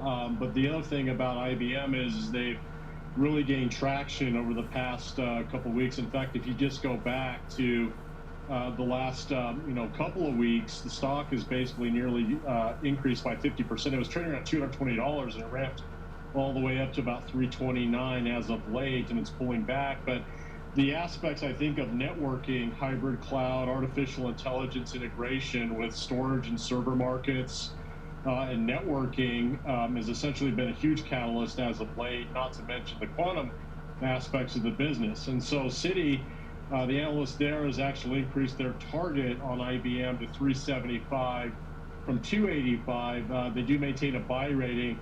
they actually see the quantum aspirations of the business, because IBM has declared that they're going to be investing about $10 billion over the next 5 years. This is on top of the grant they received from the Department of Commerce alongside the CHIPS Act, which was awarded to IBM for about $1 billion. Overall, going forward, the city analyst sees the total addressable market for quantum computing to be around $850 billion on a per annum basis. Eventually, as the market for this technology starts to develop and then become more ubiquitous over time. But I think the other thing about IBM is, with the hardware and AI and some of the software aspects integrating storage, networking, and enterprise-based backbone businesses that need artificial intelligence integrated into their platforms, IBM is still a legacy trusted company to help businesses develop their AI infrastructure to meet the demands of their end customers. And we saw IBM yesterday, ending the session at a 52-week high. We also got that call from Barclays that wasn't about quantum. It was about software and their software-focused business and the growth they're seeing there. But today we are seeing a pullback. We're down more than 7% here, George. So as you look to trade this name for example purposes, how would you play this, knowing we're near the highs, but we're starting to see a pullback today? Yeah, so that's the thing. Right now, if you just look at the price action, and I think it was around the 28th, I could be mistaken, or I'm sorry, about the 20th of May. That's what I wanted to say. Like I said, the stock just moved tremendously. It went $100 in basically, about a week and a half. It's pulling back. And so we have to consider some gap fill reversal occurring right now with some of the software names pulling back. IBM is also consolidating back as well. So there's a possibility that there's a continuation down to, of course, the 28th of May. The high of that day was around $300. So it may fill that gap completely. So what I'm going to do in this case is I'm going to sell a put spread, assuming that the stock does backfill to the $300 level. So I'm going to go to June with about 15 days to expiration. I'm going to sell the 300 put, and then I'm going to buy the 290 put to offset the risk below that. So altogether, we're selling this trade for a credit of about $4 a share or $400 a contract. So the whole premise behind the trade is for the stock to allow it to drift down to the 300 area. That's your sweet spot still. Maintaining that level, that $4 premium road to zero, but your break even is $2.96.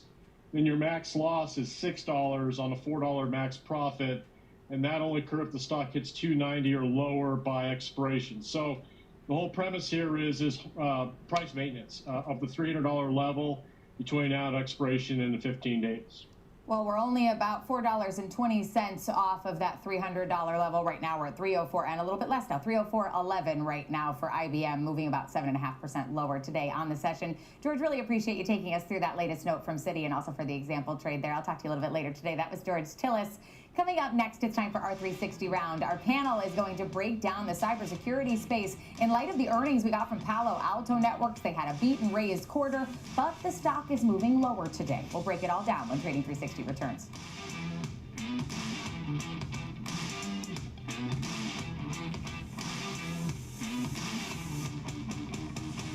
Trade powered by Ameritrade, unlocking the power of Thinkorswim, the award-winning trading platforms. Bring your trades into focus on Thinkorswim Desktop with robust charting and analysis tools, including over 400 technical studies. Tailor the platforms to your unique needs with nearly endless customization, and track market trends with up-to-the-minute news and insights.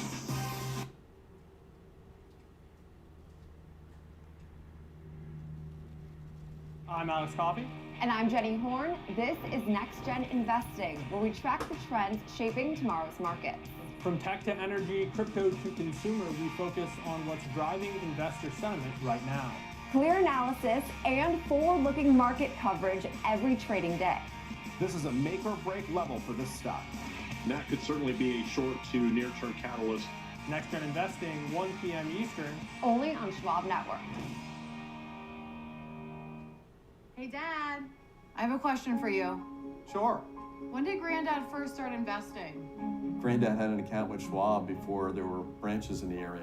He really started with nothing. He worked hard, and after he passed away, the torch has been passed to me, and my advisor, Jennifer, She was with me with the journey, helping with the estate distribution. The 2 grandchildren, planning for their college educations.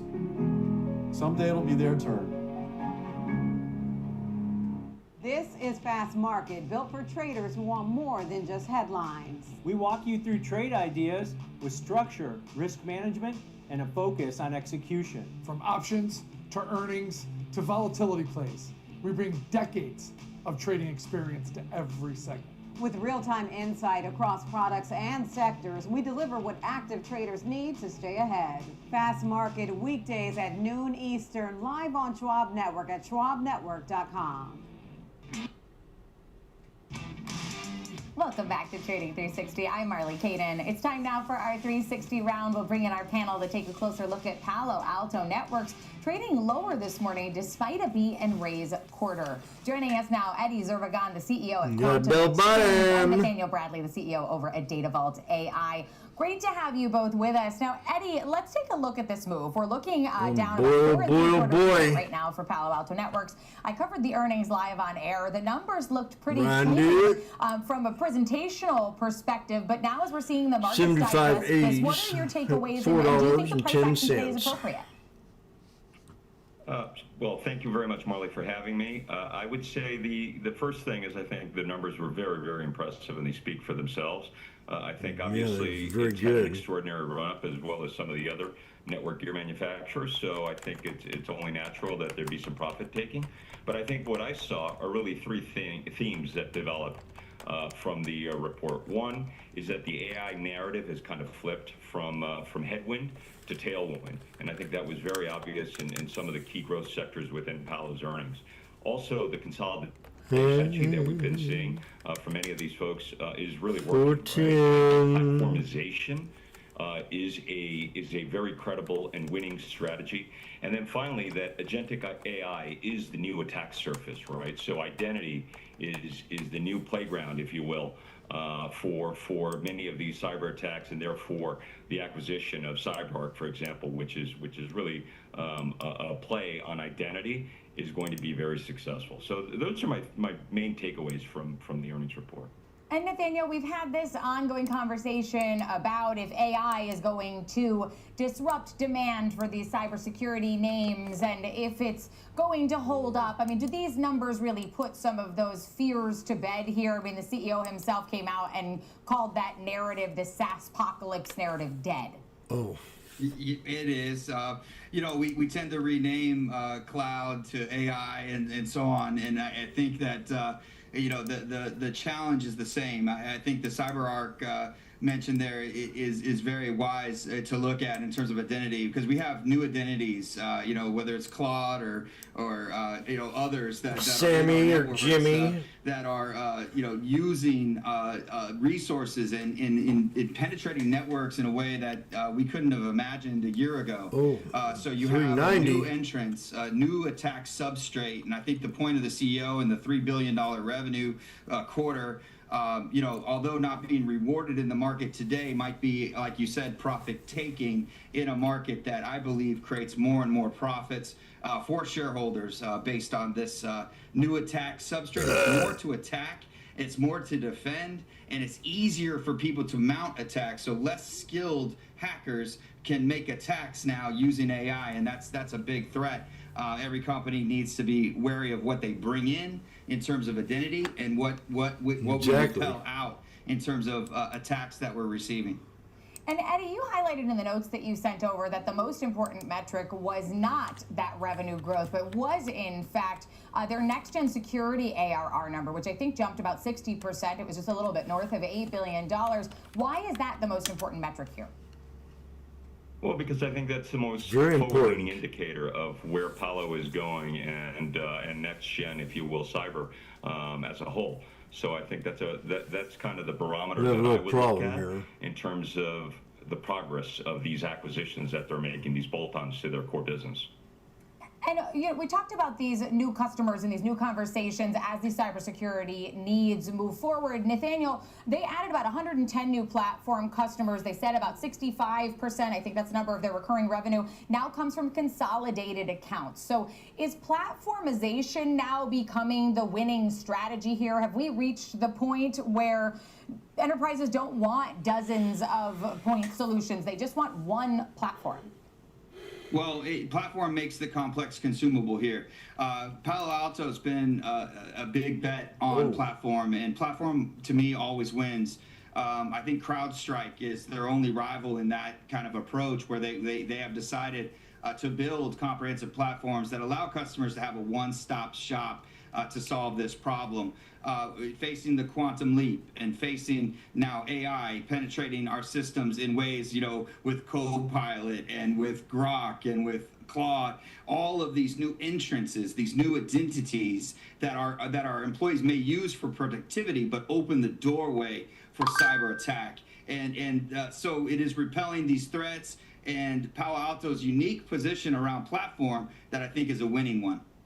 And Eddie, you mentioned some of the acquisitions. I mean, CyberArk, there's Chronosphere, I think there's Koi, Protect AI here.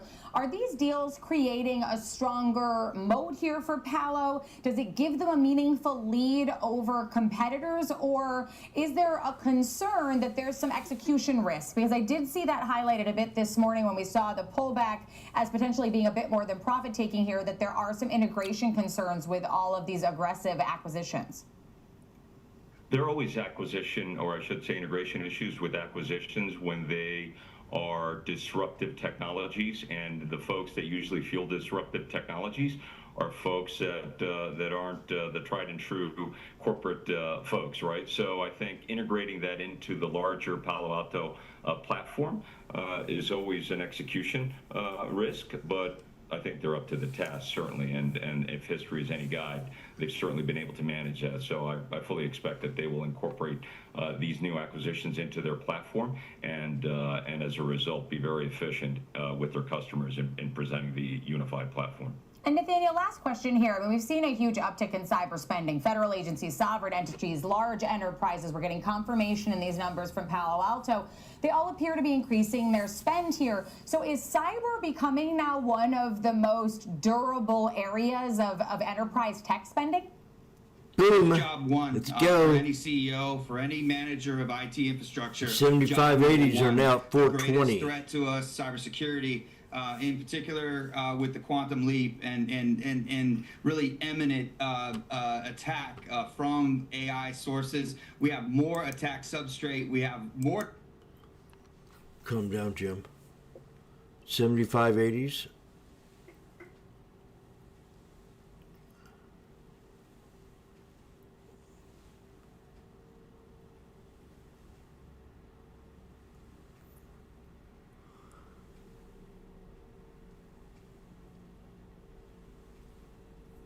Back to the shoulder line. Kind of a funny looking chart.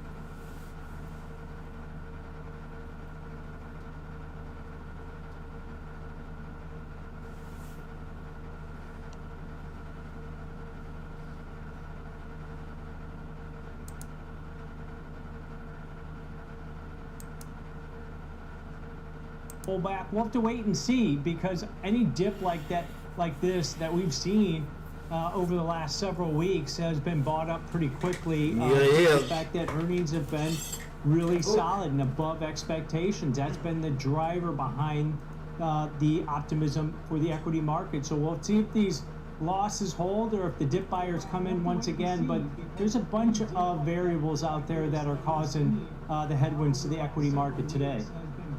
You mentioned the U.S. proposal of 10% tariffs on imports from 60 countries or so, and it's so different than what we saw last April on Liberation Day, where the markets sort of really got jarred by some of these, and now maybe becoming a little more immune to some of the stories from Iran and tariff talk. And we did have the OECD warn of global slowdown, in fact, thinking that the GDP will slip to 1.8% due to the Iran war, and revised its inflation forecast higher, in fact. Some of your thoughts here today, Kevin Hicks. You know, when I look at the market today and how it's trading, I think fatigue is the word that comes to mind. Now, that being said, the macroeconomic setup is not favorable to stocks, right? You've got the dollar higher, you've got yields higher, you've got crude oil higher. Tom mentioned the tariffs.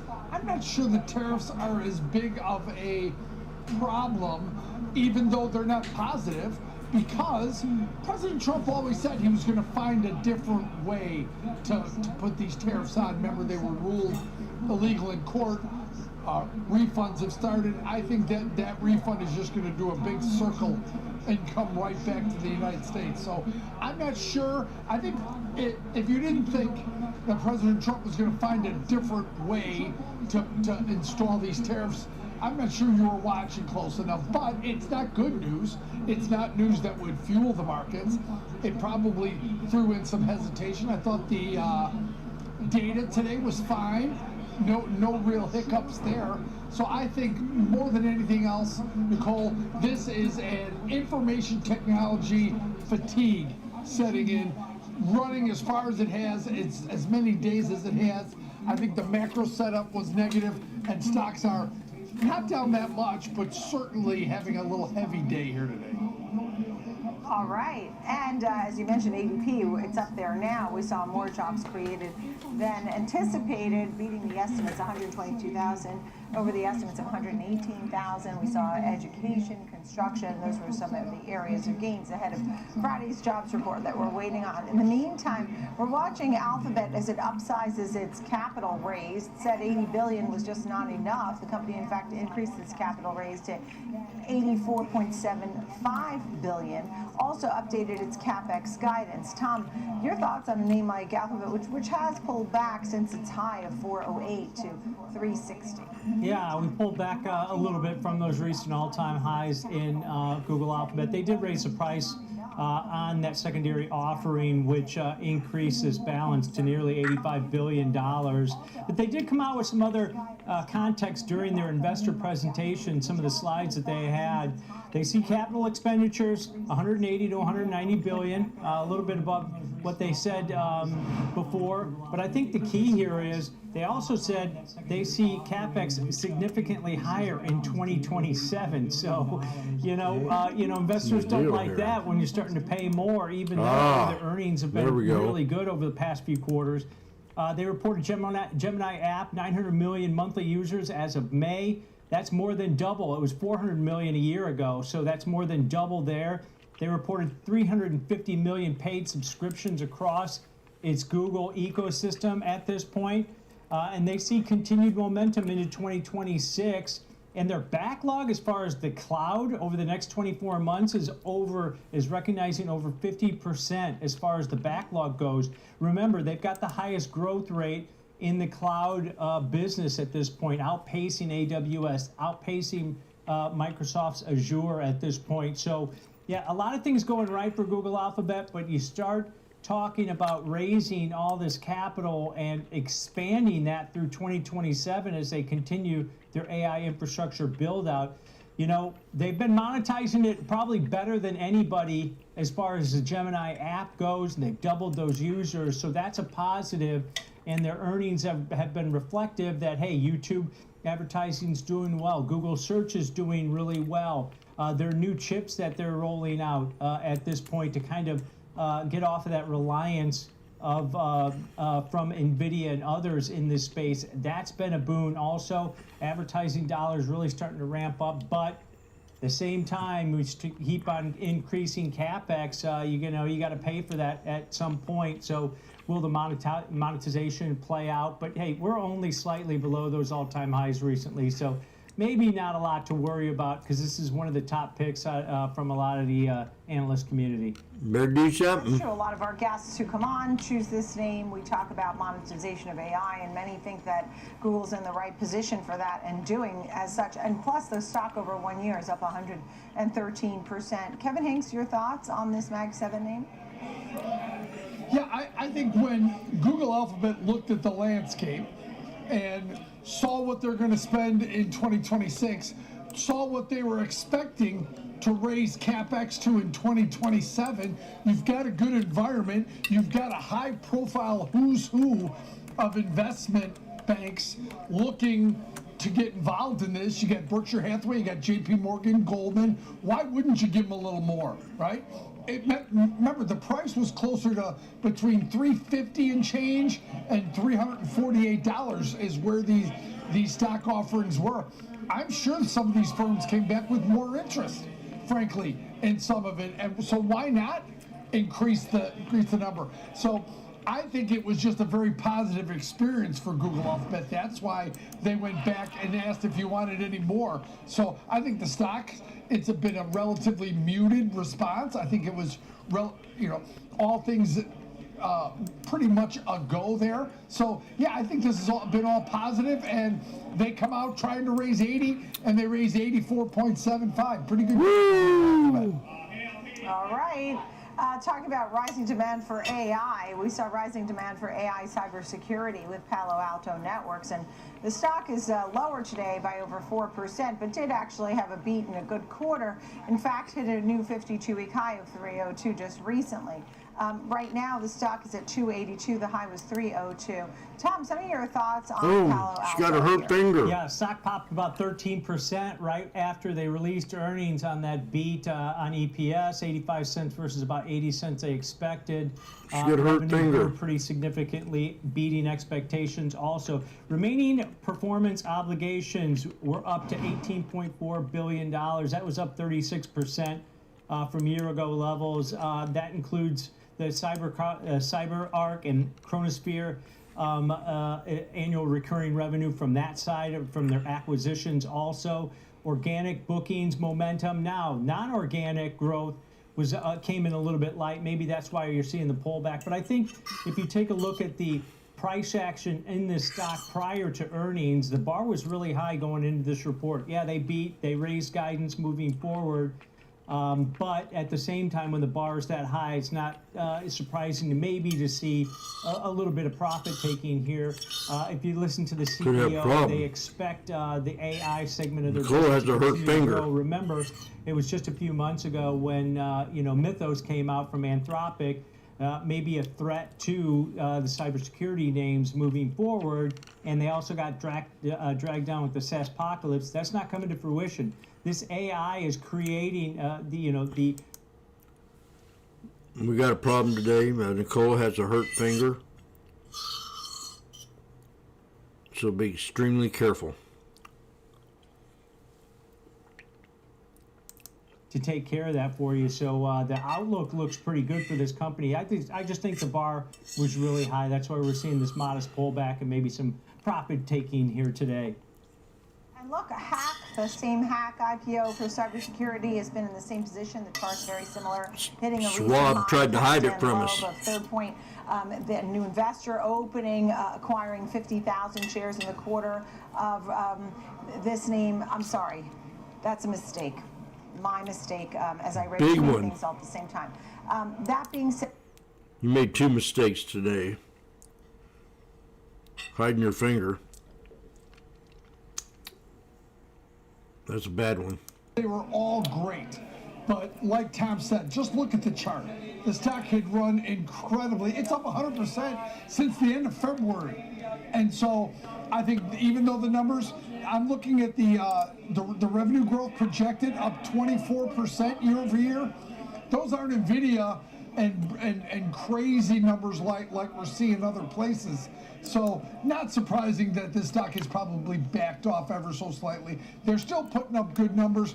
We all know that the demand for cybersecurity is going to be there, but maybe just a little bit too far, too fast on the actual price of the stock. Not surprising that you're seeing a lot of these companies. We need to come break out. with these We got to break to glowing 63. earnings reports, but the stock has run so far. It's hard to. I'm done eating. When the bar is this high, you've got to be perfect, and so maybe some of these numbers look a little muted based on what it needed to get the stock up. I think it's a cautionary tale for CrowdStrike that we're covering today that has run in a very similar fashion. So I think it's something to overall look at here, but so many of these charts, Tom and Nicole, are starting to look the same, just big, incredible, hyperbolic rallies to the upside. Something's got to give, and usually when a news event comes out like this, if it's not perfect and better than everyone thought, the stock is softening here just a little bit, not a lot, frankly. So pretty good overall earnings release for Palo Alto Networks stock, just slightly lower today. Yeah, look, it's a 283. I saw Evercore on the higher end of the range with a 375 target. You had Goldman Sachs and also RBC Capital with 330 targets, Piper Sandler 345, and so on. Many of the targets, as I said, are well above the $300 mark. Yeah, Last don't but get not least, smart look with at the her. retail earnings and really seeing folks shopping. I mean, Bloomingdale's, for example, did so well for Macy's. Let's talk about Macy's and Ulta Beauty. Ulta's down 4% while Macy's is gaining. And go through some of the numbers and thoughts. Tom? Yeah, the Macy's, their best quarter in nearly 4 years as far as Q1 goes. So that was a positive here. You look at comparable sales up 3%. Now, you start digging into the segments within Macy's. The flagship comparable sales were up 1.6%. But then, we talk about this K-shaped economy all the time. You look at the high end from Macy's, and that's Bloomingdale's up 10.6% on their comparable sale, or 10.2%. Blue Mercury comparable sales were up 6.4%, and they've started this Reimagine 200, redoing some of their stores and refocusing those, and those sales were up 2.4%. So the flagship Macy's brand lagging a little bit, but this is kind of goes into that narrative that, hey, dare to bet against the U.S. consumer, even with crude oil prices rising, inflationary pressures that are out there. At this point, we saw that in some of the inflation data where, hey, savings rates are going down, but the consumer's still finding a way to spend at this point. Now, the gains are actually muted here in Macy's. Maybe that was because margins decreased about 30 bips here, so maybe that's putting a little bit of pressure on the company. And then they said the tariff impact moving forward next quarter or two is going to be a bigger negative impact for the company, and inventories were up a little bit more than maybe the street anticipated. But overall, they raised guidance moving forward also, so this was a positive report out of Macy's. Yeah, and look, Blue Mercury did well for the company as well. Kevin Hanks? You know what, I'll cover Ulta and say that, this company also did extremely well. Net sales increased 11.1% to $3.16 billion, a 5.3% comp sales. Diluted price per share, earnings per share rose 15.5% to $7.74. The stock is lower, but it was the soft kind of guidance that really hurt them here. They're all trying to watch what the U.S. consumer's doing, the K-shaped economy, like Tom talked about. Ulta is not the highest end; it's more the middle to lower in terms of Ulta Beauty. It's you see it in the discount malls near my home. But this company put up solid numbers, very low float. So the stock is volatile coming out of these earnings event. But all things considered, this was a pretty solid earnings event for Ulta. But again, even when you look at Ulta Beauty, this stock's a little volatile coming out of the earnings event. We covered it on yesterday's show, but it is down here for at least till midday, Nicole. Also, I wanted to add, that you have shoppers really showing resiliency. They're using AI to shop. I mean, for example, Macy's said its AI assistant is turning more browsers into buyers. I mean, they noted that AI and technology is helping folks to improve their performance. And so that's another element here as the buyers are purchasing. Up next, it's our bull bear. Definitely new low. Okay, let's talk about Broadcom ahead of the earnings that are due out after the bell. We'll have a debate here. The gentleman will give us example trades and fast market. We'll be right back.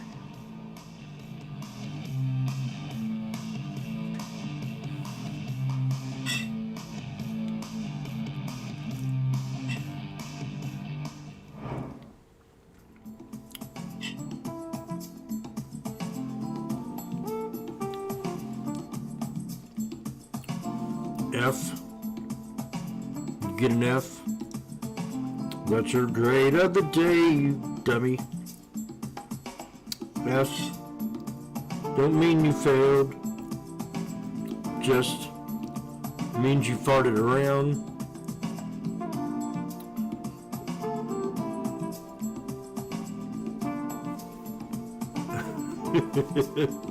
Woo!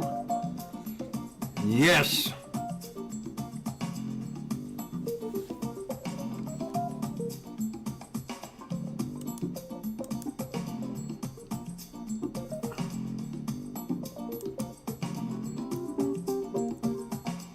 That was an ugly sell-off. It was unaccounted for. Inter is incredible. It's why you know your office supplies. Your golf balls, your fancy coffee, your giant TV. It's everything in one place. It's like Schwab. Everything investors need, all in one place. Come again? Yeah, at Schwab they can do everything. Invest, trade, get full service wealth management, and anything in between. Think I'm gonna be sick. We have to buy that now. Schwab. Invest your way with Schwab. Sometimes, you know, you could have done better. Same goes for where you invest. Level up and invest smarter with Schwab. I'm Jenny Horn. We go beyond the headlines, tracking the trends, sector moves, and fundamentals shaping the markets in real time. This is Schwab Network. Subscribe at schwabnetwork.com.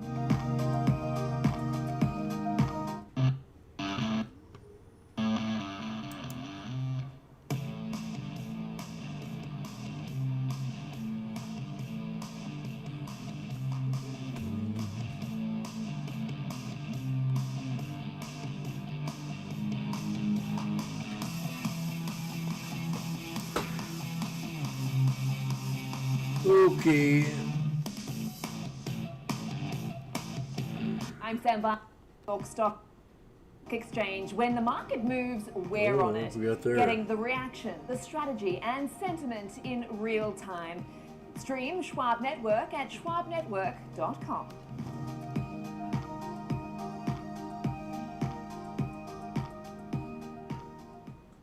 Trading at Schwab is powered by Ameritrade, giving you even more specialized trading support. Connect with the Schwab Trade Desk, our team of passionate traders ready to tackle your trading questions, no matter how complex. Plus, get 24/7 live help and access support by phone, email, and in-platform.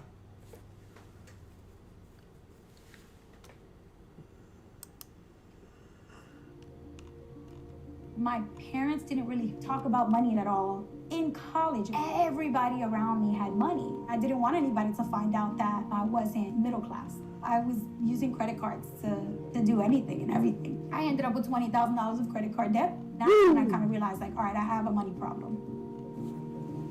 This is about how my finances got wrecked and how I fixed it. And if I could do that, you can do it too. I don't want to wreck mine. No politics, no spin. I can't do Just that. The market, from open to close and beyond. Streaming 24/7, any screen, I won't do anywhere it. at schwabnetwork.com.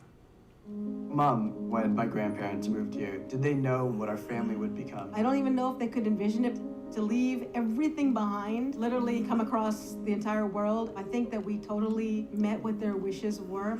Schwab has been with us for almost 25 years through purchasing of houses, opening up our business, having children. They've always been there for us. I want to invest with a company that can help me give my family a happy financial future. Happy financial future. Is powered by Ameritrade, giving you even more specialized trading support.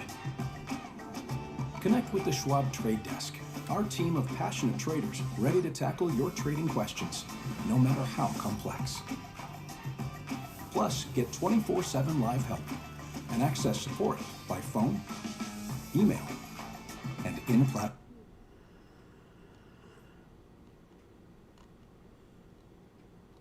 Hey, Pop. Hey, Andrew. Last year, my dad had a stroke. Big shock to see this person that I've always seen as a force in our family be vulnerable. Wait, had a stroke? Yes. Now we're in the car together almost daily. I started to realize, what can I pick up from my dad? He's been with Schwab for a long time. Jim, my financial consultant, I probably met 20 years ago. Jim's really been there to answer any questions I ever have. Makes a huge difference when you have someone that actually cares. Thank you very much. She looks like you, Dad. It's about time you figured that out. Carl. Yep. 20-some years. Broker's here to welcome your new little dependent. I've always cared. With Schwab now. They have everything we need, all in one place. I can set up her college fund. I've been learning about new trading strategies. Schwab helps me generate retirement income. All this Schwab is everything you need. Is always cared. Frankie. Does somebody need a nap? Schwab! Invest your way with Schwab. Trading at Schwab is powered by Ameritrade, giving traders even more ways to sharpen their skills with tailored education. Get an expanding library filled with new online videos, webcasts, articles, courses, and more. All crafted just for traders. And with guided learning paths, stacked with content curated to fit your unique goals, you can spend less time searching and more time.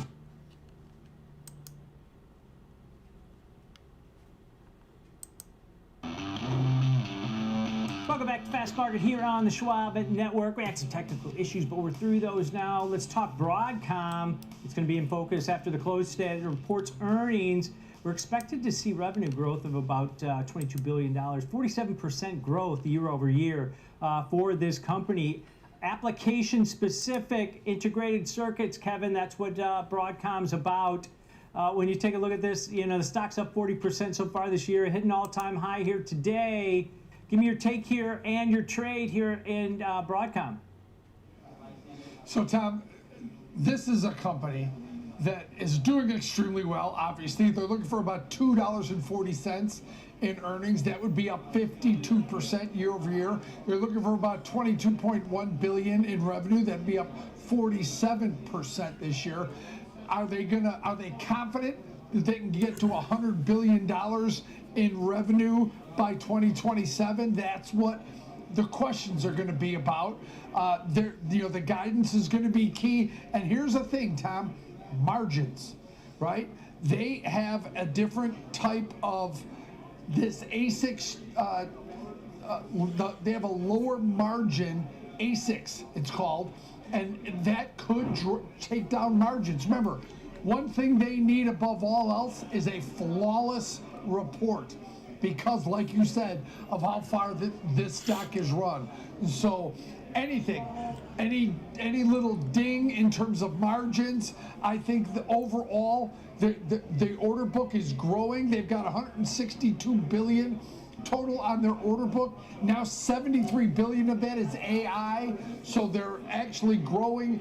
All things are going better, but they need a flawless report, Tom. I have to reiterate that because they have been talking about something. Remember, NVIDIA, right? Great report. 2 times in a row, stock's lower. Now it's higher since then because of other news, but Broadcom's going to have to put out a flawless report here, Tom. Yep, and they got their major clients here who they work with, and that's Anthropic, that's Meta Platforms, that's Google Alphabet, that they're creating these customized chips for And they've got different segments. They're in every aspect of the AI infrastructure build-out. So keep that in mind also, not just those specialty chips in this space. But Kevin, you take a look at the market here. The option market's pricing in about nearly a $42 move in either direction.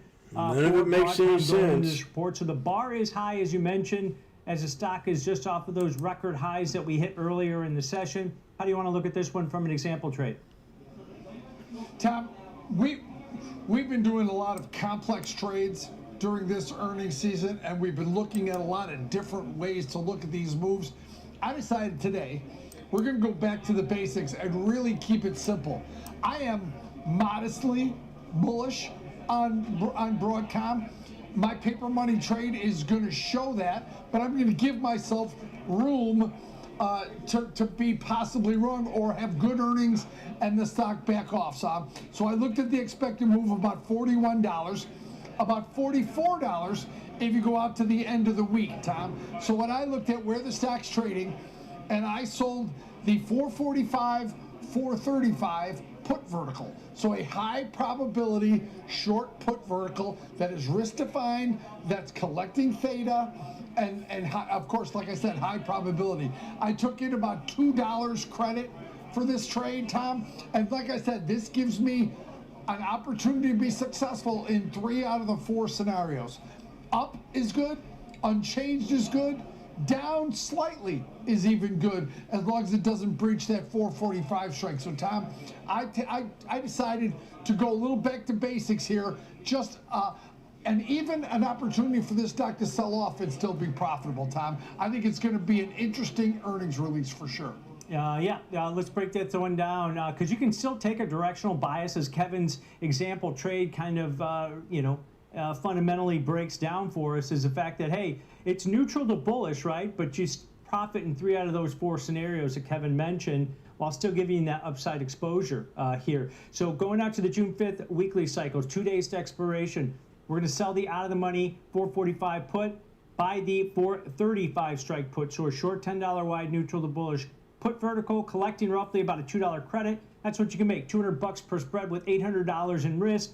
You can see here the break even goes all the way down to $443 to the downside. Now, the high probability trade that this is, where you're risking more to make less, well, that 445 put that you're selling in the strategy has a probability of finishing out of the money at expiration over the next 2 days of 77%. So those are those trade-offs we talk about, where, hey, I might take in less credit on this type of trade, but look at my probabilities, 77% chance that the stock's going to be above the 445 level at expiration, and you still have a couple bucks down to that break even also. So neutral to bullish stance. So even if you do get a pullback, as long as it's not massive, right? You got $800 in risk, that's all the way below 435. So keep that in mind. Staying risk defined on a $485 stock, may make sense here on this type of position. Kevin, I looked at something a little bit different. I was trying to come up with a trade to the downside that gives you exposure, but not outlaying a bunch of capital on this one. So I looked at a bearish put calendar to the downside. And this is just 1 week wide. So I went out to the June 12th weekly cycle that expires in 9 days, buying the 445 strike put. That's what the one you sold in the June 5th weekly options. So buying the 445 put in the June 12th weekly options, and then against it in the near-term options that have really high implied volatility, sell the June 5th weekly 445 put. So a 1 week wide bearish put calendar. You're paying roughly, I've got a 370 debit on it. It's probably trading closer to 320 right now, so you can get it for a little bit cheaper. But the debit you pay is going to be risk. So if you pay 370 bucks in risk. Now, you can see here from the risk profile, Kev, that the apex profitability at or near the strike that I'm doing the calendar at, the 445 strike, which aligns about with that 1 standard deviation move that the option market's pricing in. But this is definitely a bearish trade, but I've got a range, Kev, probably between about 410 on the downside and maybe 480, 490 on the upside, where I can still be profitable on this type of trade, Kevin. So while it's slightly bearish, you also may be a little bit neutral. Even if you get like maybe a 2% pullback, 3% pullback, you have a chance to be profitable on this put calendar. So, Tom, what our viewers should be watching about this trade is this. You picked out a short put or a long put calendar. I picked out a short put vertical. Two different types of I'm trades. back. But I'm here. What was their similarities? The same short strike. Both of us I'm gonna get my coffee. right-hand column on the Thinkorswim platform, using the expected move, both got us to the 445 put strike. So both of us are hoping it goes to 445 and no further than that. But it shows you, if you use the math on the Thinkorswim platform, it'll help you with your strike selection. Yep, definitely using what the option market's pricing in at this point. And you got some assignment risk on that short option on this put calendar also going into those results. So good look at the bull-bear debate there and ADGO going into highly anticipated earnings. All right, let's take a quick break. Coming up next, we got cash tags. Folio is going to join us. They're going to discuss latest sentiment data on Five Below ahead of their earnings report. Also, this stock's up 20% so far this year, just about 10% below those all-time highs that we hit just over a month ago. So this one's highly anticipated too. Fast Markets coming right back.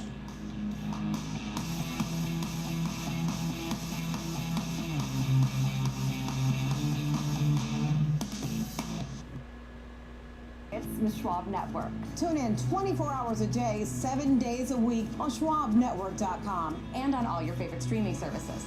Schwab Network. Available anytime, anywhere, on any device for free. Hey, Bob. Hey, Andrew. Last year, my dad had a stroke.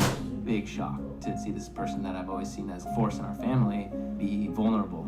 Wait, had a stroke?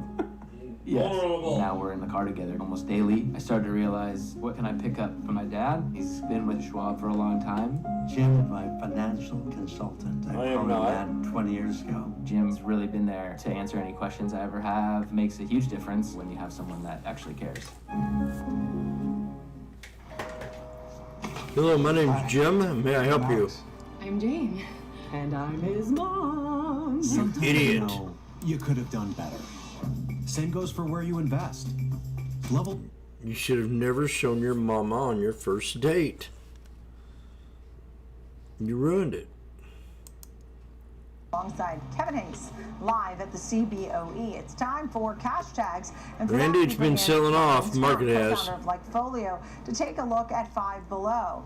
We are looking at your sentiment data. We're very interested ahead of the company's earnings, which are due to come out, and we do see that those Zach's estimates are definitely higher than a year earlier, with earnings per share. I'm afraid to call out double bottom again. Had been 86 cents a year prior, and revenue 1.2 billion, 970 we got million, another one. roughly a year prior. We're also seeing UBS very positive ahead of the quarterly report as well. Landon, what is your sentiment data telling us?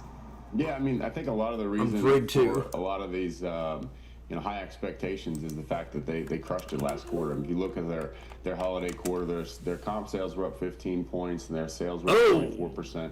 And overall, 2025, their sales were drastically up. That's not pretty. And EPS was up 32%. So they had a good ending quarter. A lot of it was holiday, and you'll see in our data just how seasonal the demand for this company is. And I really didn't know that. But when we look first at the competitors here, you can see that they're doing very well among their competition. And what's interesting is, these are not essentials. This is the definition of discretionary. And so we got a flag here on AMD. Funny looking one. Below. So, people that want to buy things that they don't need for gifts or fun or whatever it might be, this is the cheap way to do it. So that, we've got this K-shaped economy and people still want to spend even if they don't have a lot. And I think that Five Below is sort of filling that need, and so they're winning the trade down is what we're seeing right now. A lot of their competition are closing some of their weaker stores, while Five Below is opening more, so adding to the 1,800 or so that they've got right now.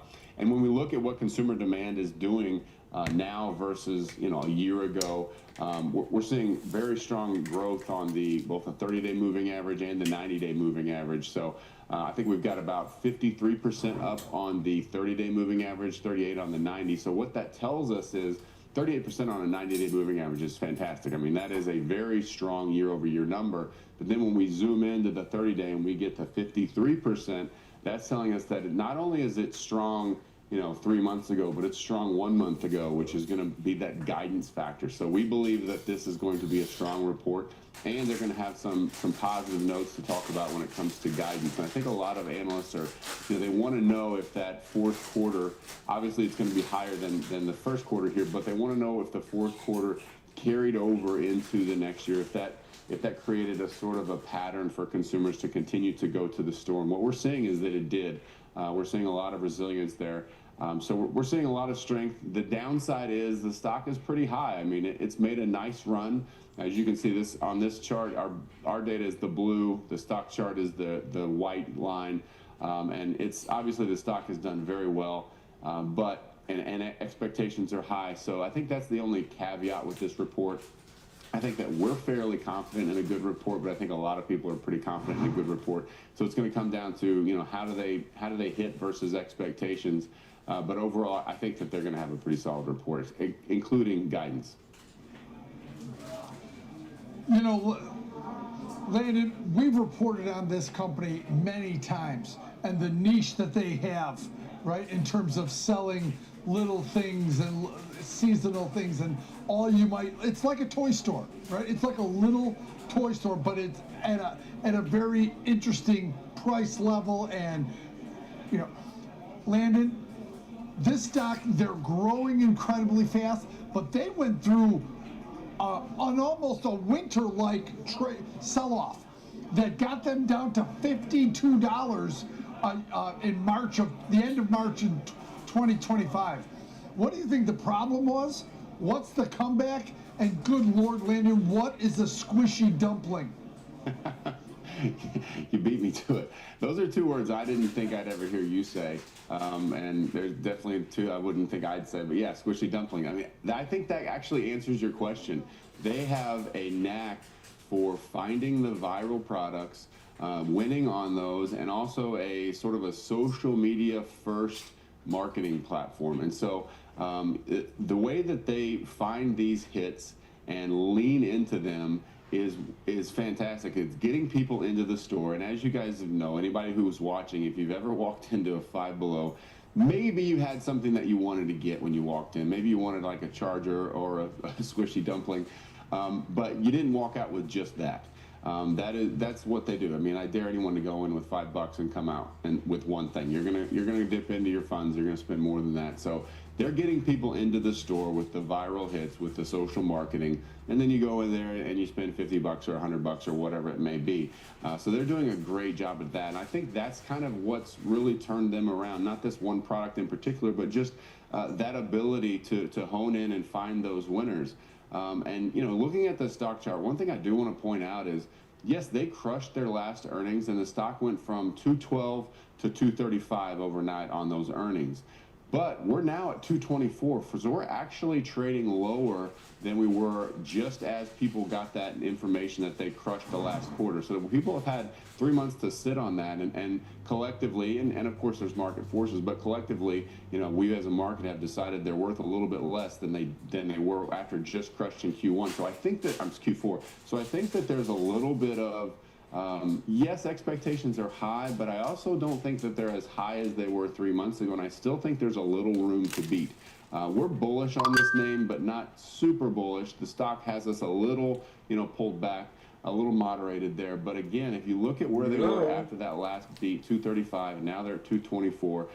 It's not like they just ran completely after that, and everyone's expecting this massive blowout Q1. I don't think that's the case, because otherwise we'd be trading 240, 250 right now, and we're not. So I do think there is some room to the upside.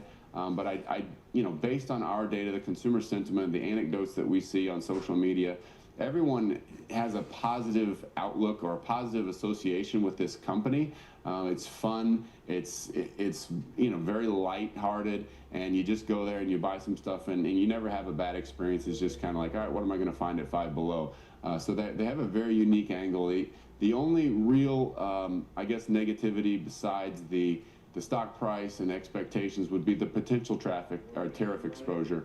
Obviously they are very highly dependent on China-sourced products, so any kind of news along that angle is gonna temper things down a little bit. But overall, I think what we're seeing is pretty positive going into this report. All right, Landon Swan, and thank you for that great chart too, showing the change in consumer demand year over year. Really, the highest for Arlie's Bargain Outlet, second highest for Five Below, followed by Ross Stores, Dollar General, and Dollar Tree, which actually had growth but not as much demand as the others. So I thought that was a very interesting point too. Landon Swan, co-founder of Likefolio, thank you. All right, let's bring Tom White back into our conversation. Tom, some of your thoughts here. We just got some of the Likefolio data and we're watching Five Below. Your thoughts? Yeah, bar's high in this one going into the report, as he mentioned. I mean, over the last year, the stock's up 83%. It's pulled back about 10%, so in correction territory from those all-time highs that we saw just last month or about a month and a half ago. So yeah, the bar is still high in, but this might go into that people are trading down to Five Below. Kevin, when you look at this name, it's had a great run. Option market pricing in about a $23 move in either direction on this one. So how do you want to set up an example trade here in Five Below?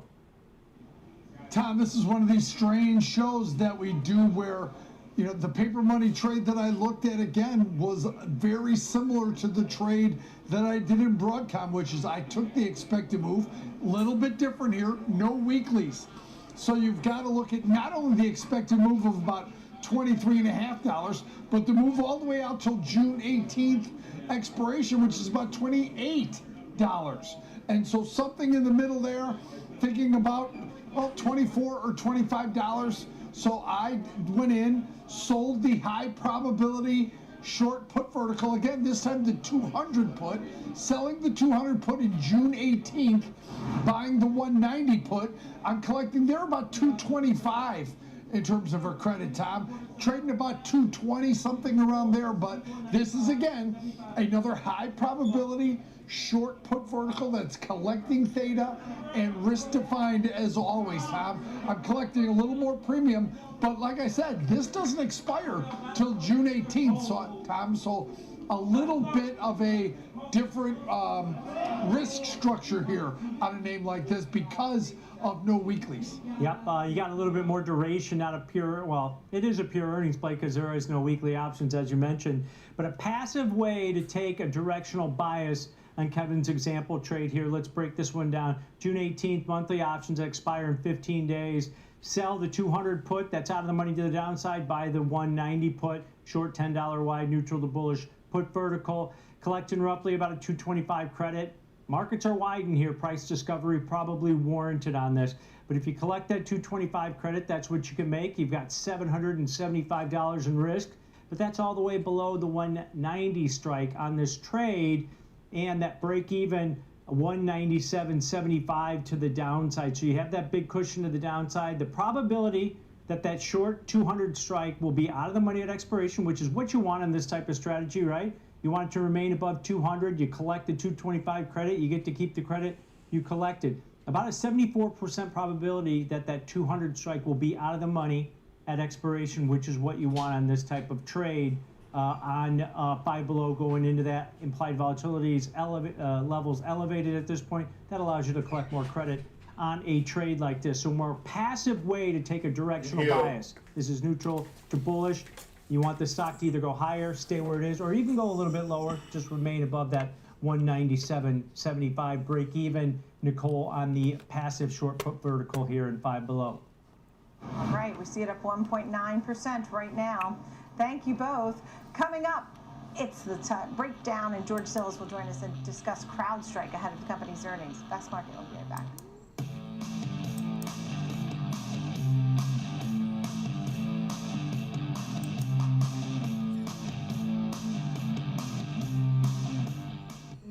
My grandparents moved here. Did they know what our family would become? I don't even know if they could envision it. To leave everything behind, literally come across the entire world. I think that we totally met what their wishes were. Schwab has been with us for almost 25 years through purchasing of houses, opening up our business, having children. They've always been there for us. I want to invest with a company that can help me give my family a happy financial future. Opportunities don't stop when the market day ends. So neither do we. Schwab gives you round-the-clock access to over 1,100 of the most big popular run Tesla stocks had and pulled ETFs, back plus hard. a wide variety of futures markets. All with 24-hour support from trading specialists who understand the ins and outs of 24-hour trading. No matter the hour. It says flag on AMD. It just says squeeze to me. Welcome back to Facts Market right here on Schwab Network. I'm Nicole Petalides, and we're live on the floor of the New York Stock Exchange. I missed you yesterday, Nicole. And you have a hurt finger? So is that why you took off yesterday?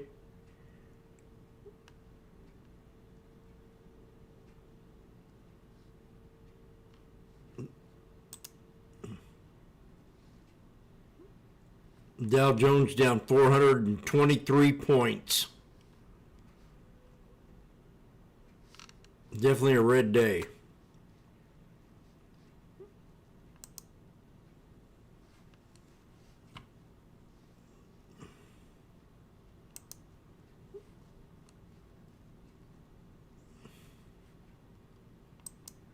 It's like a 1 minute day here.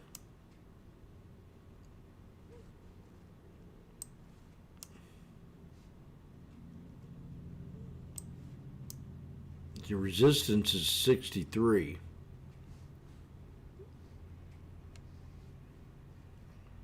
SPY, we're at the 63.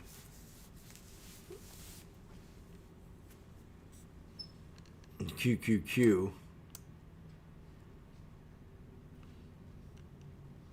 So we got two of them.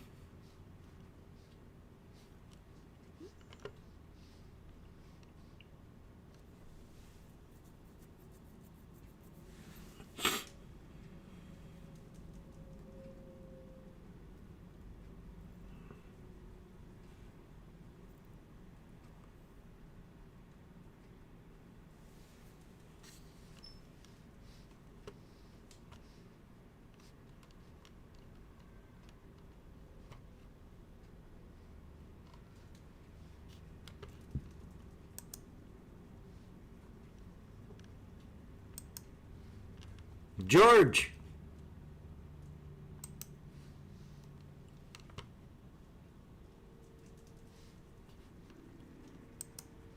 Cybersecurity is something that cannot be substituted by AI, and it's more of a complementary technology, considering, of course, these cloud-native SaaS cybersecurity names like CrowdStrike and Palo Alto are certainly needed because of things like cyber attacks and threat intelligence across the board for both the private and public sector. So maybe there was a little bit of an overblown, fear associated with cybersecurity names moving lower alongside the software names, but the market seems to, of course, picked up on the fact that these are names and companies that are part of AI build-out, not necessarily competed against by companies like Anthropic and, of course, ChatGPT or even Google Gemini for that matter. Maybe there was. All right. Well, thank you for that. George Silas down 2.5% ahead of the earnings that are due out after the close on CrowdStrike. Coming up, Tom and Kevin are back, and we'll take us through an example trade. And there they are. Okay. So, Tom, let's start with you. Some of your thoughts here. Yeah, CrowdStrike. I mean, you look at the gains that we've seen. Kevin mentioned this earlier on in the show. Some of these tech names, and CrowdStrike's right in there, along with Palo Alto yesterday into their earnings. Parabolic move over the last month on this stock. Now we're up 60% year to date, up about 53% from year ago levels. Now we have pulled back about 4% from those all-time highs, but the bar's really high on this one. You look at some of the RSIs, the technicals on this. RSI, even with this pullback that we're seeing today on the back of that Palo Alto report of 2% pullback that we're seeing here, the RSI is still 77 level at this point, so still elevated at this point. So I looked at a strategy in this one that takes advantage of higher implied volatility, because if you look at the IV percentile rank on CrowdStrike going into their report, the IV percentile ranks 95%. So we're in the top, basically, 5% of implied volatility levels that we've seen over the last 52 weeks. So implied volatility level, option premium, extrinsic option values, really elevated at this point. So I looked at a strategy that if you see a relatively muted move after earnings, you can take advantage of that high implied volatility. I went out to the June 5th weekly cycle, so just 2 days to expiration, really short-term positioning on this example trade, where I'm going to sell an out-of-the-money call vertical. The option market is pricing in about a plus or minus $65 move in the stock on this post-earnings because it's a $750 stock. But out of the money to the downside or to the upside, sell it the 840 call, and then buy the 845 strike call. And then on the downside, we're going to sell an out of the money put. You'll be kidding me. We're going to sell the 690 put and buy the 685 strike put. So a short $5 wide iron condor that you're going to collect roughly about a $2 credit on it. That's where it's currently trading right now. Some price discovery may be warranted on this also. It's a high price stock. But if you collect that $2 credit, that's what you can make on this neutral position. And it takes your break even on the downside down to 688 and then on the upside to 842. So that's the range you need the stock to trade in to remain profitable on this trade. Post earnings, we'll most likely see, or historically we've seen that vol crush, and that'll contract the price of this short iron condor. But it's a range bound type strategy, taking advantage of that higher implied volatility. Kev, you got a pretty wide range on this one to remain profitable going into earnings. You just want a muted response, right? Yeah, you got a 64, let's call it a $65 expected move, Tom. But if you look at your strikes, they're $150 wide, right? You've got the 690 put and the 840 call. So you've got a $150 range where this can land. You're collecting $2. That's a nice premium for a $5 wide iron condor. So you're actually outside the expected move, Tom. You're collecting what most traders would consider a healthy amount of premium for the risk reward. You're risking 3 to make 2. And so all you're hoping is the stock can move. You're not saying it can't move. Just stay within those short strikes. And your short strikes are the 840 call and the 690 put, Tom. And so anything in the middle of there, and you've only got, tomorrow's Thursday. So you've got 2 days of trading once this news comes out, Tom. So this is a big boy iron condor. It's wide, where your short strikes are $150 wide, but it's one that, remember, there's been some muted responses to earnings here. So that's what your hope is. Yeah, and we mentioned the option market pricing at about plus or minus $65 move. Well, that 690 strike on the downside, that's about $60 below the current share price.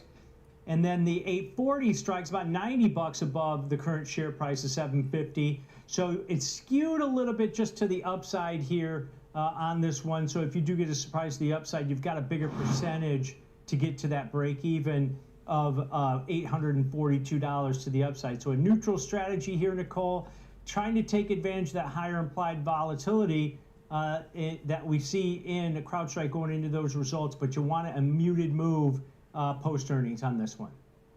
All right. Well, Tom White, Kevin Hanks, great to see you both. And I'm keeping a keen eye on oil, which right now is at $95.92 the barrel. That often can drive this market one way or another.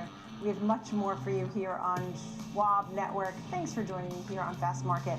I'll see you later at 2 o'clock for the watch list. And Next Gen Investing is coming up.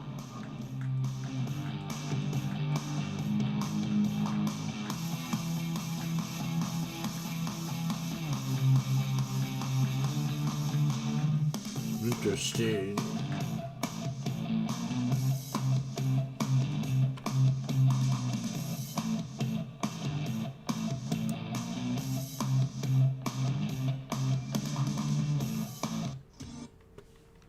So what is unique about Schwab Coaching is the community. There's a lot.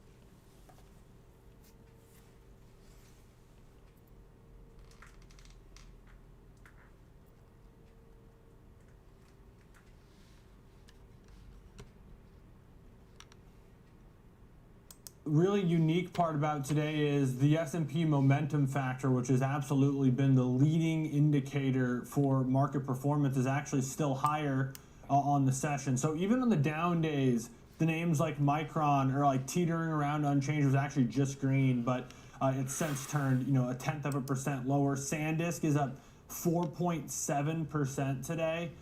So many of these names that have largely determined the direction of the market over recent weeks, they're still, like, you know, hanging in there. So it's an interesting day. Meta's bouncing back, but there are parts of the market that have been strong lately. ServiceNow is one, Nvidia is one. Both of them are under pretty sizable pressures.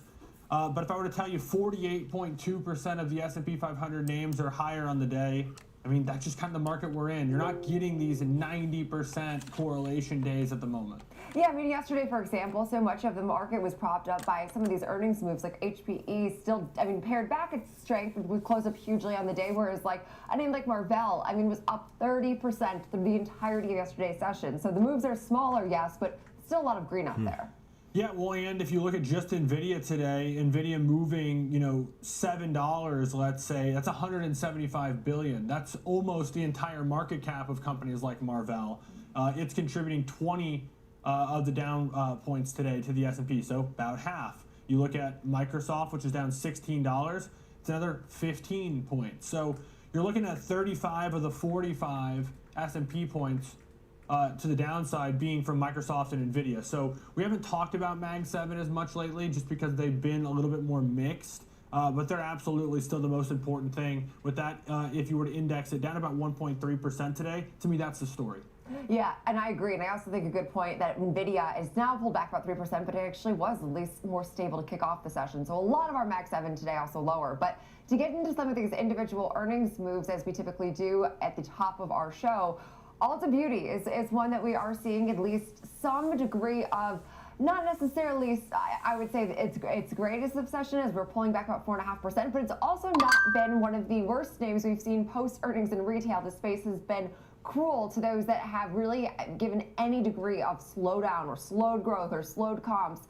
So we're down about 4.5% today. So this does add to its near 22% decline now on a year-to-date basis. But they reported revenue that rose roughly 3% from last year, with growth driven by strength in the prestige beauty as well as skincare. And so comparable sales did increase. We saw average ticket prices rising in the mid-single-digit percentages, partially then offset by a low single-digit % decline in transactions. So loyalty expanded to roughly 43 million active members, up mid-single-digit percentages. We also saw e-commerce remaining in the mid-teens % of their overall revenue, which was maintaining steady growth and also supporting omni-channel sales.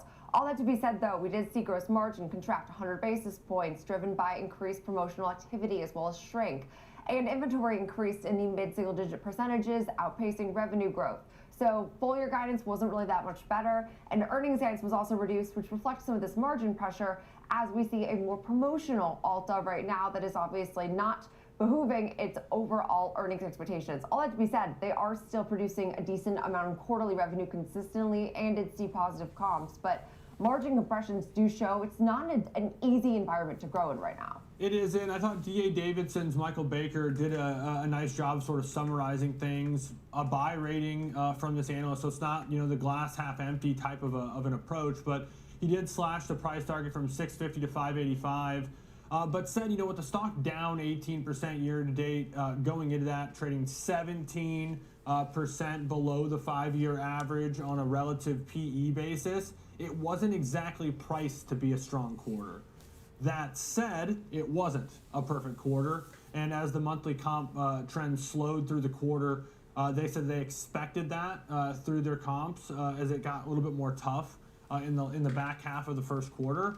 But what really stuck out to them was that their full year guide wasn't the same amount that they beat the first quarter by. So it implies the rest of the year is actually a little bit below expectations. And so weak guidance, but not a company that was necessarily priced for sky-high numbers, and it certainly didn't deliver those. Yeah, that's a good point. I think that also, again, 4.5% move almost seems like this was understood. It's not a huge swing. It's not what the Bulls would have wanted, obviously. Yeah, by today's standards, it's unchanged, right? I mean, pretty much so. I mean, we talked about some blistering moves that we have seen in broader retail, and so it's been an interesting environment when report and obviously you give honest thoughts on the consumer. It's been read as very different directions, it seems like, by this market, particularly in discretionary names, which is actually our next name today, GameStop, which is up 6.2%, which again, these moves today are very interesting to me. GameStop in itself is obviously one that we used to discuss when it was flying high with all of that meme stock status.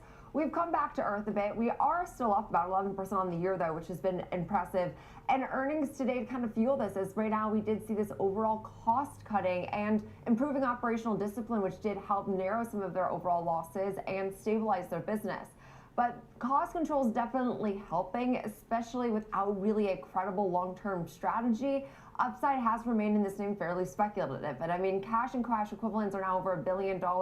Doesn't help that they are launching this $2 billion share repurchase program. And I mean, they still did post net income of roughly $60 million. We saw losses just a year ago. Revenues did drop about 20% year over year, and their hardware and software sales both fell double digits. So there's things to like, there's things to not like, and I think that the story with GameStop is, hey, maybe better than feared. Yeah, this is one of the lone meme, era stocks that actually, is still trading way above where it was pre-meme. So I know it's nowhere near its highs. It was like 120 a share at its highs. So yeah, sure, it's way off that. But this is a stock that was trading less than $1 for like a while before the meme explosion. So all in all, for the company itself, it's been kind of a win. That said, from an investment or trading standpoint, it's just so different than other names we talk about. You throw in like the memes of the half cash, half stock thing around eBay. Like, there's just a lot going on with this name that, yeah, for a trade, whatever, it's liquid. People, they look at this name, but there's a lot of other stuff in the marketplace. Unless you're really convicted on it, it's GameStop. It still has the same uphill battle that it's had this entire time. It sure does. And yeah, GameStop, it's interesting to also see, like, in a world where we talk so much about like AI technology advancement, I mean, like the pull forward effect. GameStop is also still in some ways like a technology seller, and that you don't really see that true benefit of that from like software or hardware. Well, considering what used to be something that required hardware to access, now skips that part. So you don't need to go to GameStop to buy the game, you just download it. And so it kind of and it's been out of it kicks it out of the process. I was saying it's been like that for a while. This isn't like a new, so it's done a good job of maintaining itself and utilizing sort of the financial windfalls from the meme stock era to give it this runway. But it's still got to figure out what its long-term plan is for it to be a discussion where analysts are weighing in and like interested in this name. Otherwise, it's just a company that was able to take advantage of the fact that its stock price kind of went up with no rhyme or reason. It's true, and I think that's obviously the nature of being one of these like heavily sold short names, which is short interest has come down to its credit, but I mean it's still elevated, and also one of these names where it was so heavily tied to Ryan Cohen and some of the commentary and like speculative promises to the future, which we will not get into that, but I do still have to see an earnings move to the upside of course, 6.4%. Now, our next name today here is GitLab. Now, GitLab is right now this various control system, meaning that it basically works with software developers for platforms to help teams plan, build, test, secure, and deploy code into one place. So this is really interesting because this name has been all over the place today. We are still lower today, right now modestly, but it wasn't seem like we knew what to entirely make of this report. So lower this year, this has been one of those business models that has been seen as perhaps threatened with the entry and now the ease of AI, especially when you can very much duplicate some of the things that has given them obviously that competitive moat now for years. But there were still things to like revenue growth was above 30%. We saw improving margins, which was also strong, but still seeing some decelerating expansion and softer guidance. And so right now we've seen this really durable recurring revenue and strong enterprise demand, as well as adjusted operating margins that continue to improve, even though they are improving from basically being negative last year. And so that matters because margin is obviously a key driver of multiple expansion, especially for broader software. But net retention rate fell into the low 120% range from 130% previously, signaling the slowdown potentially obvious with existing customers, as well as forward guidance that also implies revenue growth is slowing. And so I think this is being critical, but hey, we've seen companies be punished for that pace of growth starting to ease. Yeah, well, the thing is, the numbers were actually pretty strong for their first quarter, but they didn't really imply that same level of performance into the back half of the year. So it's kind of like, yeah, naturally in those numbers, similar to Ulta, you're implying a tougher second half of the year. They also said they're cutting 14% of their workforce and they're exiting 22 countries. So this doesn't sound like a company that's making a lot of offensive moves, rather defensive. And in hindsight, look, it's so much more obvious now to say, okay, the people who are working on this AI technology are coders largely. They would work to solve problems that they have first. And this is a company that is positioned itself to help with coders and solve those problems. Well, if the AI stuff is attacking these issues, this is a company that's very much under threat. Yeah, and I think that you're seeing even that move today, although initially was looking a bit more solid, but it seems like this has been still read as like a major concern of a business model as it stands right now. And obviously, even their forward-looking guidance was giving some implication of that.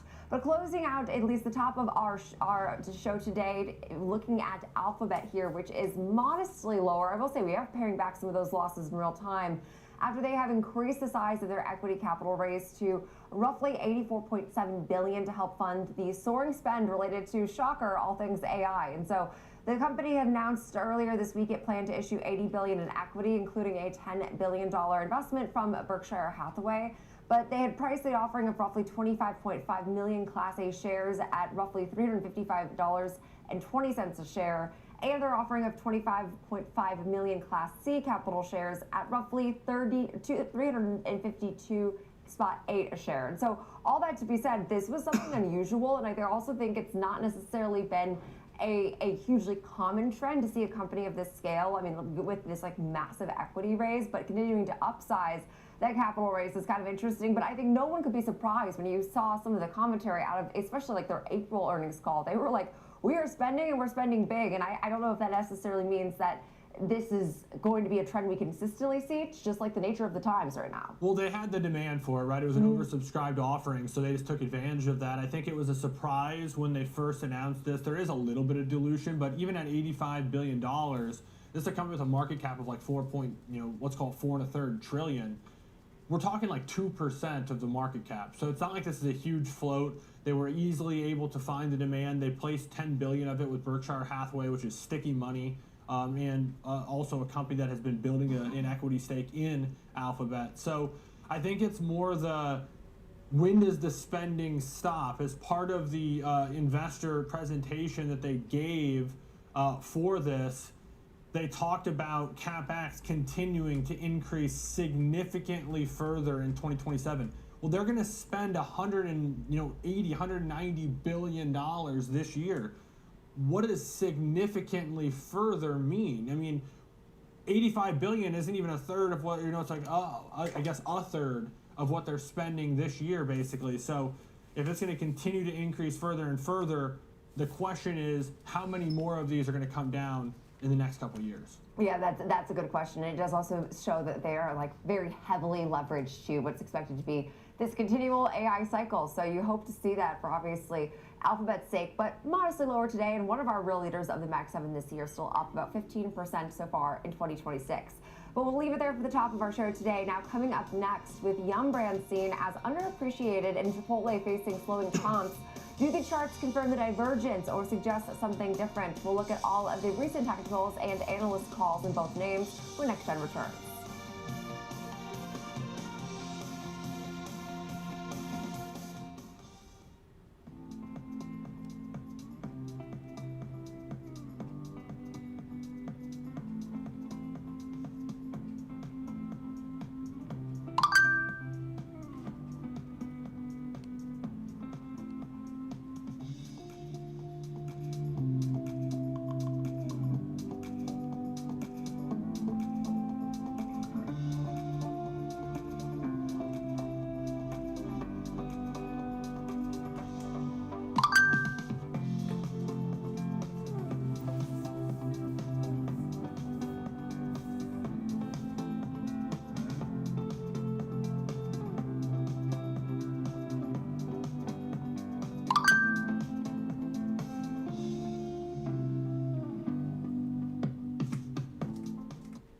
To what moves markets. Download the Schwab Network app and stream live coverage wherever you are. Intern, this place is incredible. It's where I get all your office supplies. Your golf balls, your fancy coffee, your giant TV. It's everything in one place. It's like Schwab. Everything investors need, all in one place. Come again? Yeah, at Schwab they can do everything. Invest, trade, get full service wealth management, and anything in between. Think I'm gonna be sick. We have to buy that now. Schwab. Invest your way with Schwab.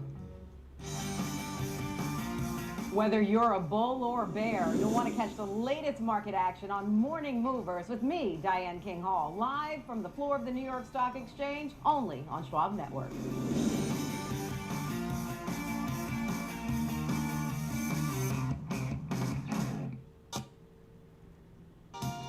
Welcome back to Next Gen Investing. It's now time for the Chart Master. And joining us today to break down two food-focused names is Rick Ducat, of course.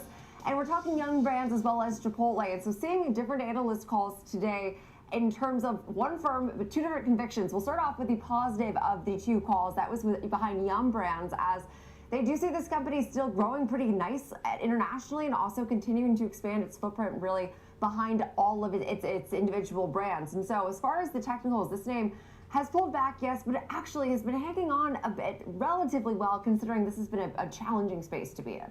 Yeah, and perhaps not quite as volatile as it may look from this chart. We're down about 11.6% from those highs, 169.39, which came in right here. So a downward channel type shape from there connecting these highs. If you were to duplicate it, put it across the lows, it gives you this a relatively decent set of boundaries to consider. We saw a bounce off of those lows recently. If you were to think about some of our horizontal price levels, First, around 148 was a notable low point, and then 146 to about 144.50 was a gap here. That's around where we solidified a couple sessions ago here. To the upside, 155.50, 156 was a high point here, and then 159 as well to the upside. So those could be some resistance areas to monitor going forward. When we think about our moving averages in this case, today's price activity brought us above our short-term 5-day weekly EMA in dark blue here. So that comes in right around 149. Now that becomes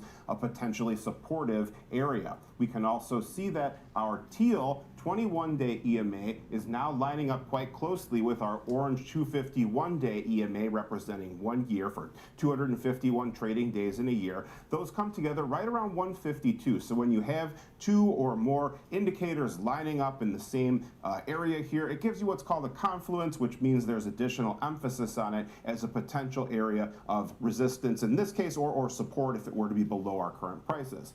RSI exhibiting a rather long downward slide here. We are below our 50 midline, but we are making a little bit of upside progress today. Look for a crossover, not only above our trend line, but also above our 50 midline. That would likely happen concurrently because they're so close together right now if we were to keep extending this move to the upside. Finally, our volume profile study shows that today's price activity, in addition to breaking above our moving average, shows that we are starting to cross above our point of control, the heavy trading area here near 149, demarcated with our thick red line. That's the heaviest trading area of all during the past year based on a volume perspective. The node in general, the wider area of heavy trading, comes in at around 145 to 150 or so. So if we were to start pushing above that 150 level, there's another smaller pocket of activity between about 153 to 155. Then things start to thin out pretty severely above that 155, 156 area. So keep an eye on that for potential breakout activity if we do start to push above those relative highs we saw recently.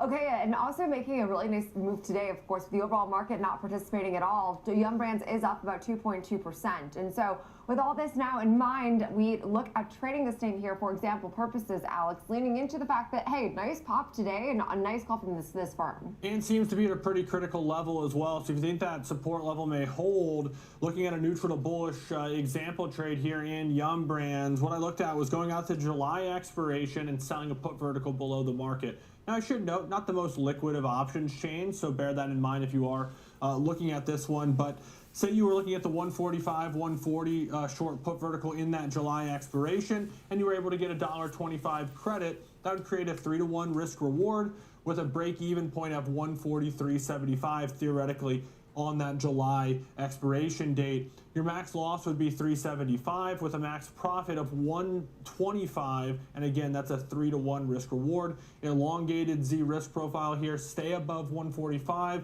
These options could expire worthless through expiration. That's how you make max profit. If it sells off, goes below 140, you can see the max loss is capped off. So risk defined, profit defined, neutral to bullish. Yeah, and obviously does play into the fact that we are, again, risk defined, but betting on some further upside here and some more continuation of at least today's nice move. But now to shift into what was the lesser favorite of the two, of course, that firm being Morgan Stanley, as Chipotle was downgraded and also did get a price target reduction of $37 a share. So that does still imply upside. We're trading at just below $30 here, right at $29 a share and some change. So walk us through what you see from this chart. This has been a story of long-term pain. Yes, a gradual decline that seems to have increased in its severity recently here. You know, really not a pretty chart any way you slice it here. A long-term downward sloping trend line with our blue trend lines here beginning with the high that we saw after this gap down from earnings, connecting these subsequent highs here and here. You could also draw a very, very slightly upward sloping corresponding line going across the lows. But really, to me, it looks like more of a descending triangular shape where we had kind of a consistent low point here, roughly around the 30 level or so. We did make some more extreme lows that came in around 28 eventually, but for the most part, that was around where we would typically solidify, around that 30, 29, 28 region.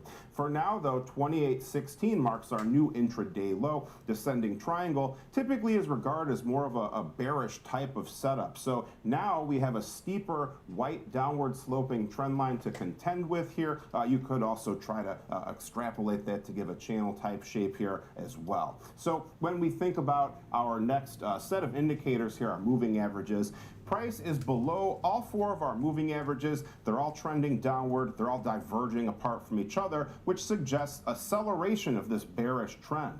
RSI had more of a triangular shape here. We have broken through our green upward sloping trend line. We now find ourselves below the 30 line that signifies our oversold area. So kind of contrary to the name, in a trending market, a move into the oversold area on the RSI typically is regarded as a sign of further weakness to come. So if we were more in a range-bound type of market and we were approaching the lows and the RSI got oversold, then it would be more of how the term suggests that we perhaps will be due for a bounce then. That's kind of typically how RSI is interpreted. So this would be more of a bearish signal here, this move below that 30 threshold. So in this case as well, we can see that we had a heavy amount of volume activity here at these lows. Our node in question kind of lines up with a lot of the time where price spent bouncing around between 3150 to 3450. Our point of control came in at 3224.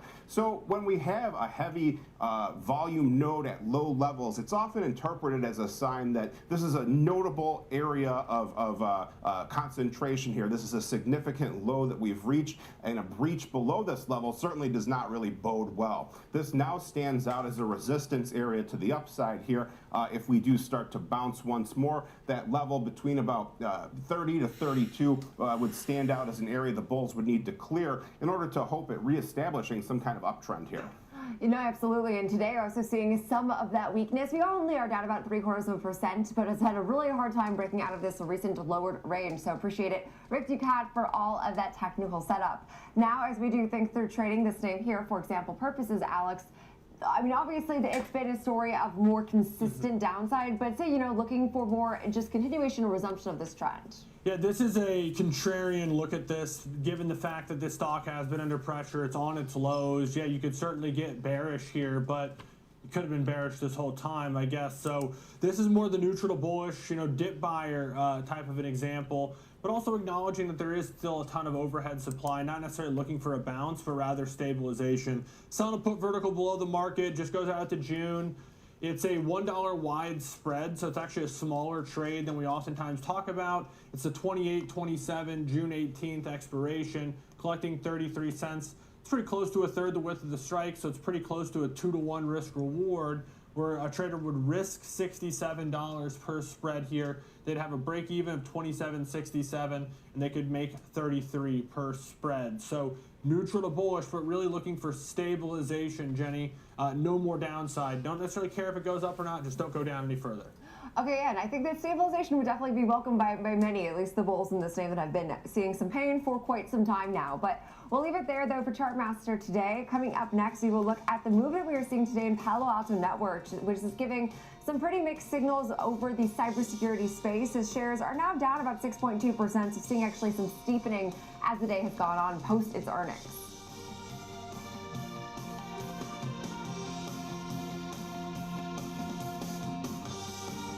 For instant reactions, earnings breakdowns, and hot takes that teach you about stocks and markets, follow me on X at @NPetalides and connect with me, Nicole Petalides, on LinkedIn, Facebook, and Instagram.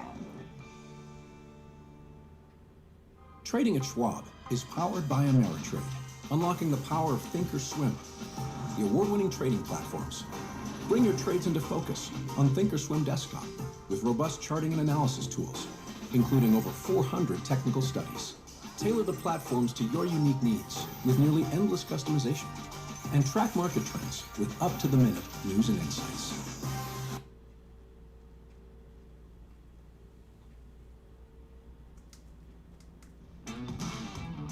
Live from Chicago, this is Trading 360. I'm Marley Caden. We track macro forces, market trends, and company news that shape investor decisions, all with expert analysis and actionable context. From inflation data to sector rotations, earnings to policy, it's a comprehensive view of the market every trading day. Trading 360, in-depth market coverage straight from Chicago. Weekdays at 11 a.m. Eastern on Schwab Network. Stay connected to what moves markets. Download the Schwab Network app and get live coverage wherever you are. Hey, Bob. Hey, Andrew. Last year, my dad had a stroke. Big shock to see this person that I've always seen as a force in our family be vulnerable. Wait, had a stroke? Yes. Now we're in the car together almost daily. I started to realize, what can I pick up from my dad? He's been with Schwab for a long time. Jim, my financial consultant. I probably met 20 years ago. Jim's really been there to answer any questions I ever have. Makes a huge difference when you have someone that actually cares.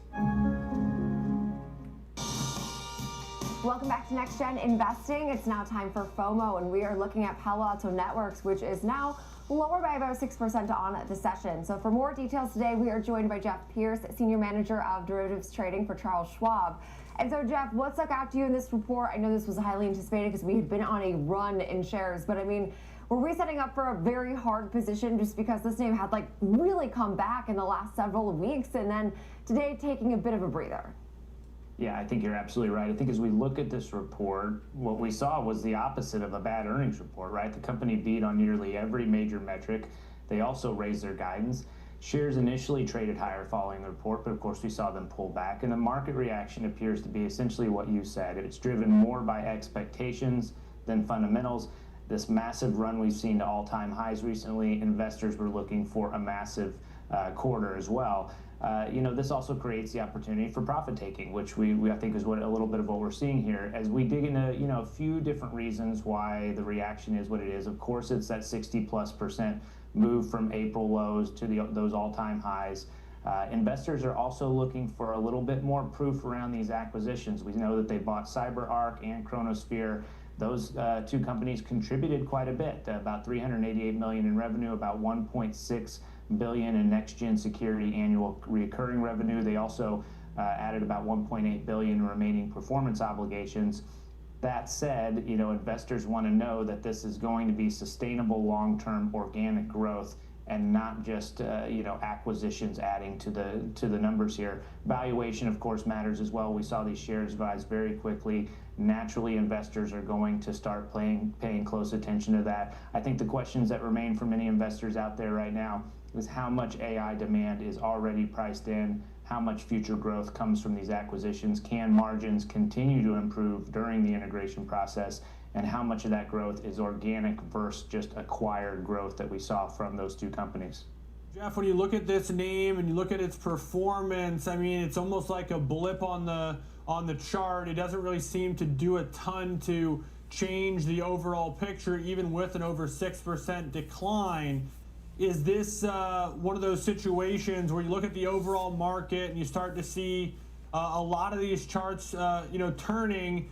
Is this, something we're due for? Or is this a situation where, it's a buy the rumor, sell the news, and then, things can kind of continue to the upside?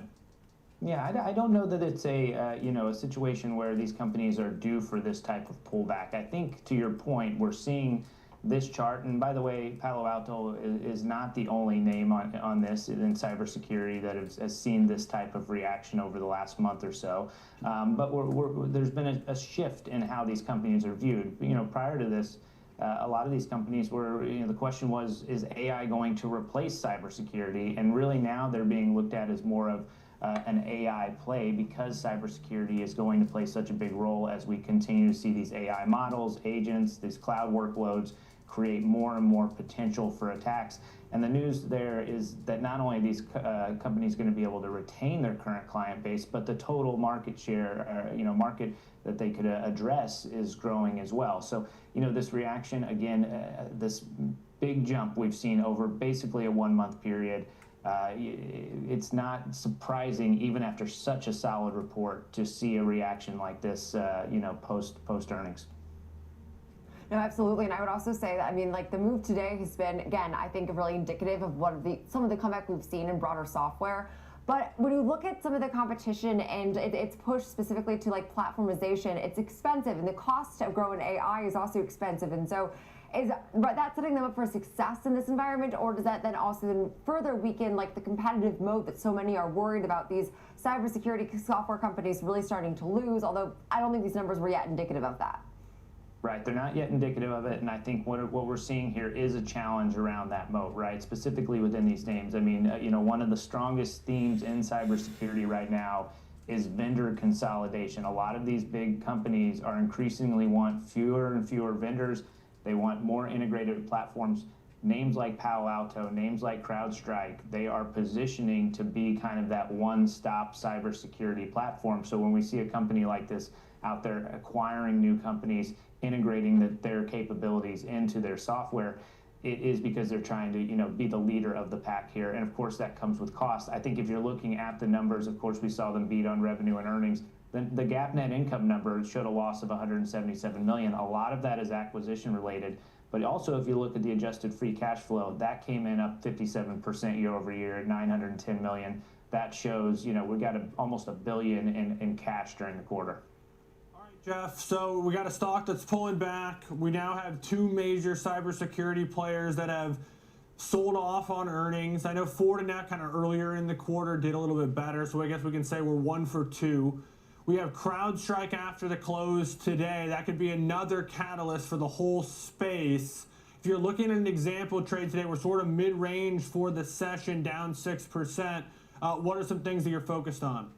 Yeah, I think, for this example, I was coming from the view that the earnings report was fundamentally strong. The company beat on revenue, they beat on earnings, they raised guidance. The sell-off appears to be, of course, more related to the valuation and expectation part of things rather than just the underlying business suffering.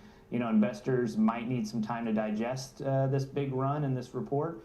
And if that's the case, a moderate pullback or a consolidation could actually be a healthy thing. So for my example trade, I set up a bull put spread here, looking out at the July 2nd expiration, so about 29 days out, selling the July 2nd 270 put, buying the July 2nd 260 put, credit of about $3.70 at the time of the trade. Your max gain is that 370, your max loss is $6.30, the width of that spread. And of course, you break even around $266.30. This gives you some room to the downside there for that short strike, and it allows investors to get paid while positioning for the stock to stabilize or potentially move a little bit higher. Yeah, and hopefully some stabilization is in their future, although I will say this name has still been beaten down from those highs, but now about 8% fall for those recent highs, at least for the year. Still up about 51% though on a year-to-date basis, which is definitely encouraging. So appreciate it, Jeff, for all of that breakdown and of course all the insight into what is driving Palo Alto Networks a bit lower today after a really phenomenal run for overall shares in the broader software space. But we'll leave it there for FOMO today. Coming up next, though, our next guest is going to discuss what is moving markets and how investors can best position themselves. We'll dive into all of it coming up next.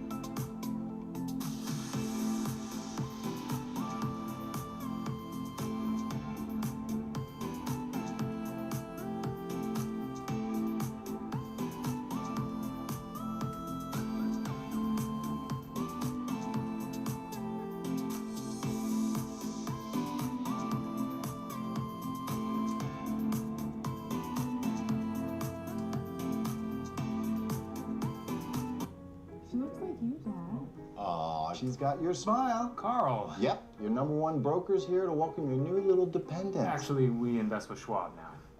They have everything we need, all in one place.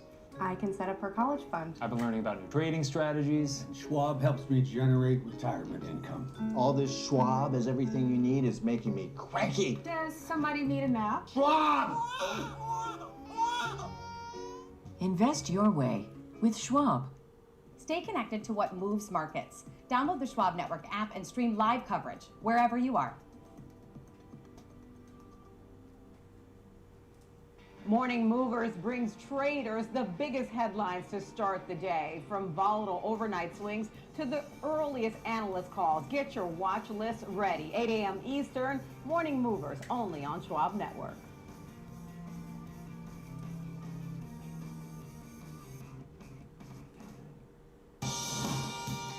Welcome back to Next Gen Investing. Now we are taking a closer look at the forces shaping this overall market, from the AI-driven surge in semiconductors to the growing influence of global policy and currency moves.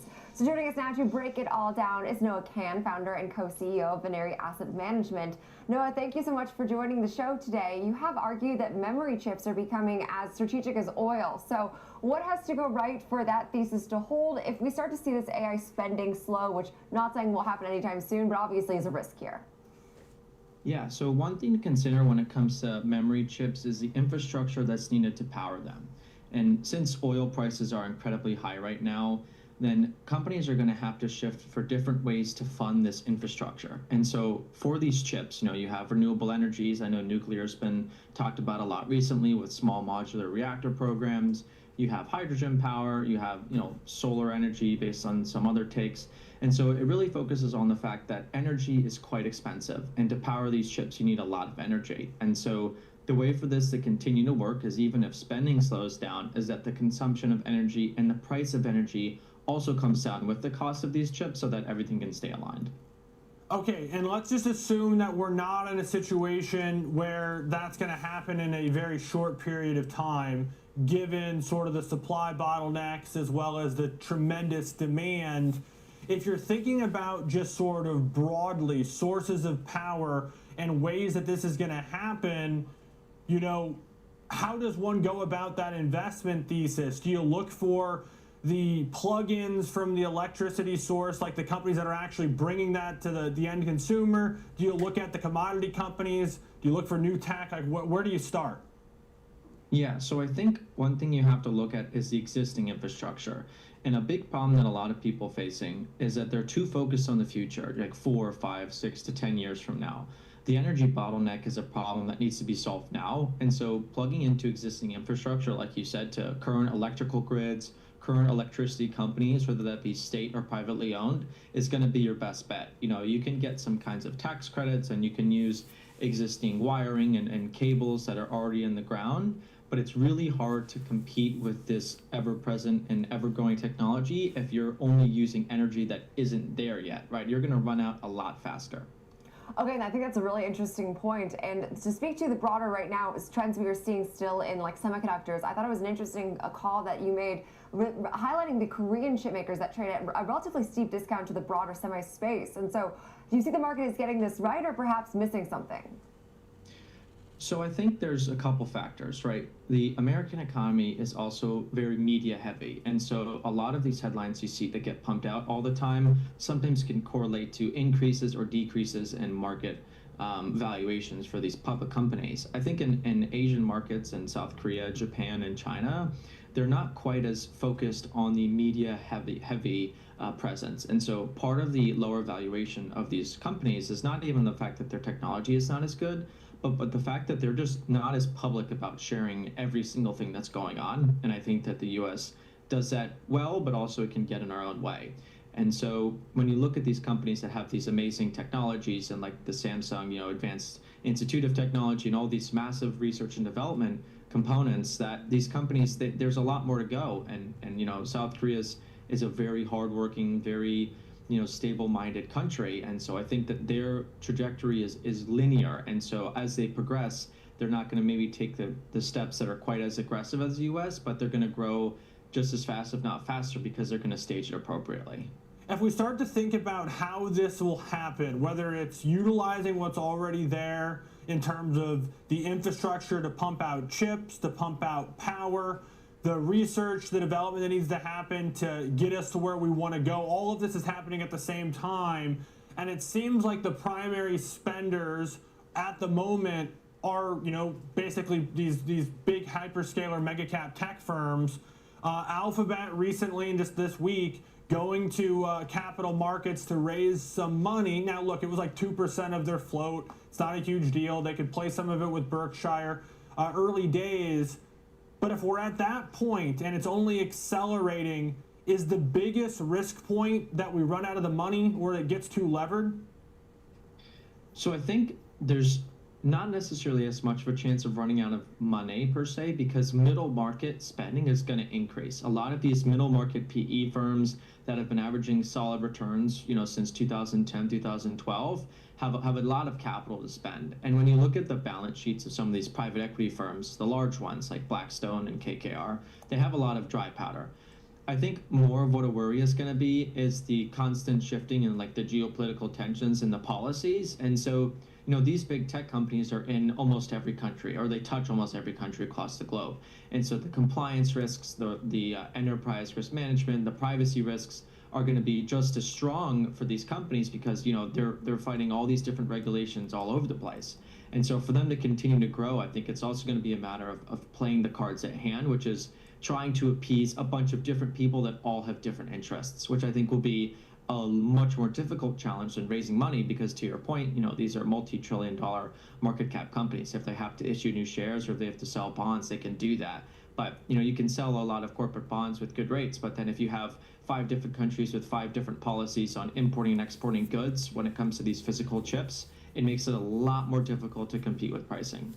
No, absolutely. And speaking a bit more on that policy, what is you see right now, at least, as one of the single most underappreciated policy risks that investors should be perhaps pricing in or paying a bit more attention to right now? Yeah, so I think one thing about this administration versus the Biden administration that's just a reality is the constant evolution of policy. The Biden's policies were more like in large scale at once. So, you had these large infrastructure spending bills. And once they were passed, they kind of let them play out. I think one thing about the current administration and the reality is it changes quite a lot. One day you can see there's tariffs on this, and then the next day there's no tariffs on it. And so I think the best thing to be aware of is that policies change, and that you cannot rely on consistency in these markets, and you have to be prepared for anything. So I think the best policy for these companies right now to have is flexibility and adaptability. If you are prepared for something to change, but you continue on your path, when it hits and when that supply chain hits, so when that shock comes, you're at least ready for it and you're not caught off-handed. Along those lines then, and kind of tying this all together where policy maybe meets the geopolitics, meets the demand for power, one of the things that seems to be a cause of the bottlenecks is policy slows down bringing more capacity online in the U.S. As this technological race, I guess you could frame it as, of R&D for AI becomes a geopolitical race, is there a world where you can see some of that red tape that slows down the expansion of capacity is maybe cut a little bit here in the U.S.? Yeah, I think that some people are referring to it kind of like what happened in the 1970s to 1990s with some of the Cold War fronts. And I think with the red tape that the European Union currently faces the strongest based on that they're the most regulated government body in the world. I think for the United States that unity and American dynamism will be really important things that play out for the rest of this AI cycle, at least in this current standing. And so I think as we see as other countries, if they happen to pull ahead, I think American businesses will try to band together more. And so to your point, I do think we can see some removal of this tape and the fact that we need to compete and we need to be the first country, or at least the best country, to do the AI infrastructure race. And so I think, yeah, like psychologically and geopolitically, some of these forces that are kind of pushing us against each other can tie us together in a way that could be quite interesting. Okay, and I really like that. Good place to leave it. And so appreciate your time today, Noah Kan, founder and co-CEO of Veneri Asset Management. Appreciate your time so much today. But coming up next, it's time for Under 30, and we will be looking at the move today actually to the upside of 5% in NextNav, which did get at least some upside from Oppenheimer as the firm did double its price target, now to $50 a share.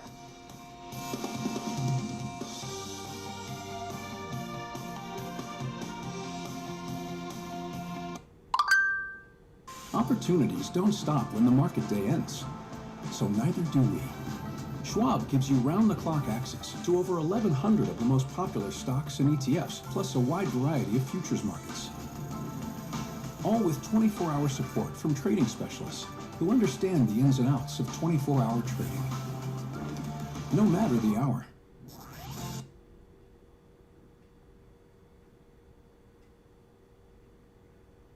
Schwab Network delivers real-time market insights, live from the NYSE, NASDAQ, the SIBO, and beyond. From earnings to economic data, we cover what matters as it happens. Streaming 24/7, anytime, anywhere, free on schwabnetwork.com.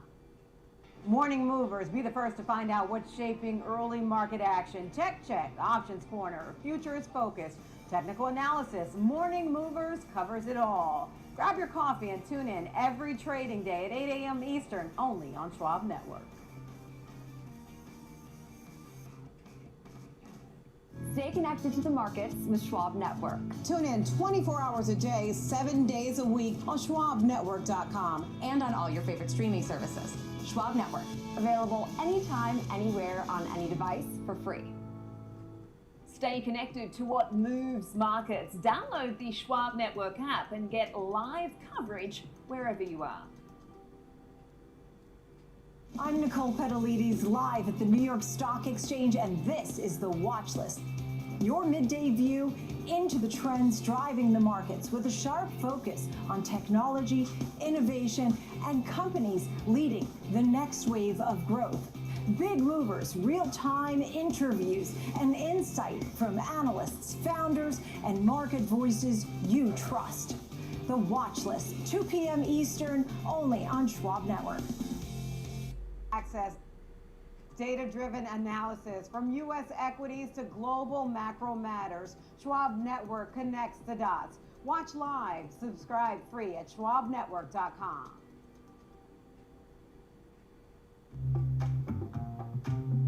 Sometimes, you know,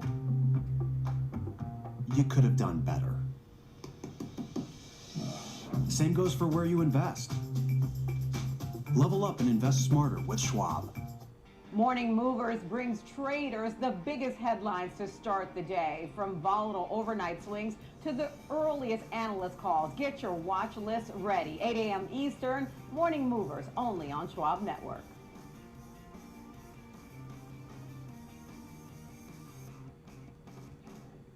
Stay connected to what moves markets.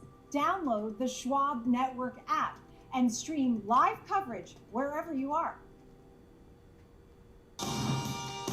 Welcome back to Next Gen Investing. It's now time for Under 30, and we are looking at the move today to the upside in NextSnap, which is up now almost 6%. So continuing to gain here in real time after we did see a bullish call from Oppenheimer. Also did raise its price target by more than double to $50 a share. And hey, would imply some nice upside from where we are currently trading. So now to tell us more details on this company, and of course, as analysts know, is George Tillis, senior markets correspondent for the network. And so, George, walk us through this bullish call and really what this company does and their role in the broader tech world, of course. Yeah, this is a really interesting company. I mean, I think it fits in quite nicely in the context of what's going on with SpaceX. And it's effectively SpaceX, if you look at all their businesses, the primary one that's really creating, an ongoing and potential future value proposition is Starlink. And so if you think about that, they need, of course, spectrum, and that's why essentially, if you look at EchoStar, Starlink actually bought a portion of their wireless spectrum. And if you look at NextNav, this company is a supplier of advanced positioning and navigation technology. It's an application software company. They provide things like 3D co-location services. They provide accurate transmission for things like public service announcements. Telecom, public safety, essentially is utilizing their technologies, both in the private and public sector. And, there's elements behind their business, including what Oppenheimer is looking at as a couple of catalysts. First is, if you look at NextNav, they've been increasing the prices for their spectrum services. And this includes major companies like Verizon and AT&T, for example, as well as T-Mobile. And then, of course, at the same time, they're looking at potentially Starlink purchasing or bidding for some of their spectrum licenses, which again is high value elements to their business. This is essentially, if you look at SAT, symbol SATS or EchoStar, that stock was up 600% based on the value of the spectrum on the balance sheet. I'm not saying that's going to be the case here for NextNav, but this is a company that's been growing its business overall, increasing prices of its spectrum technology services. And Oppenheimer basically double upgraded the stock to 50 from 25, and now maintains an outperform rating on the name.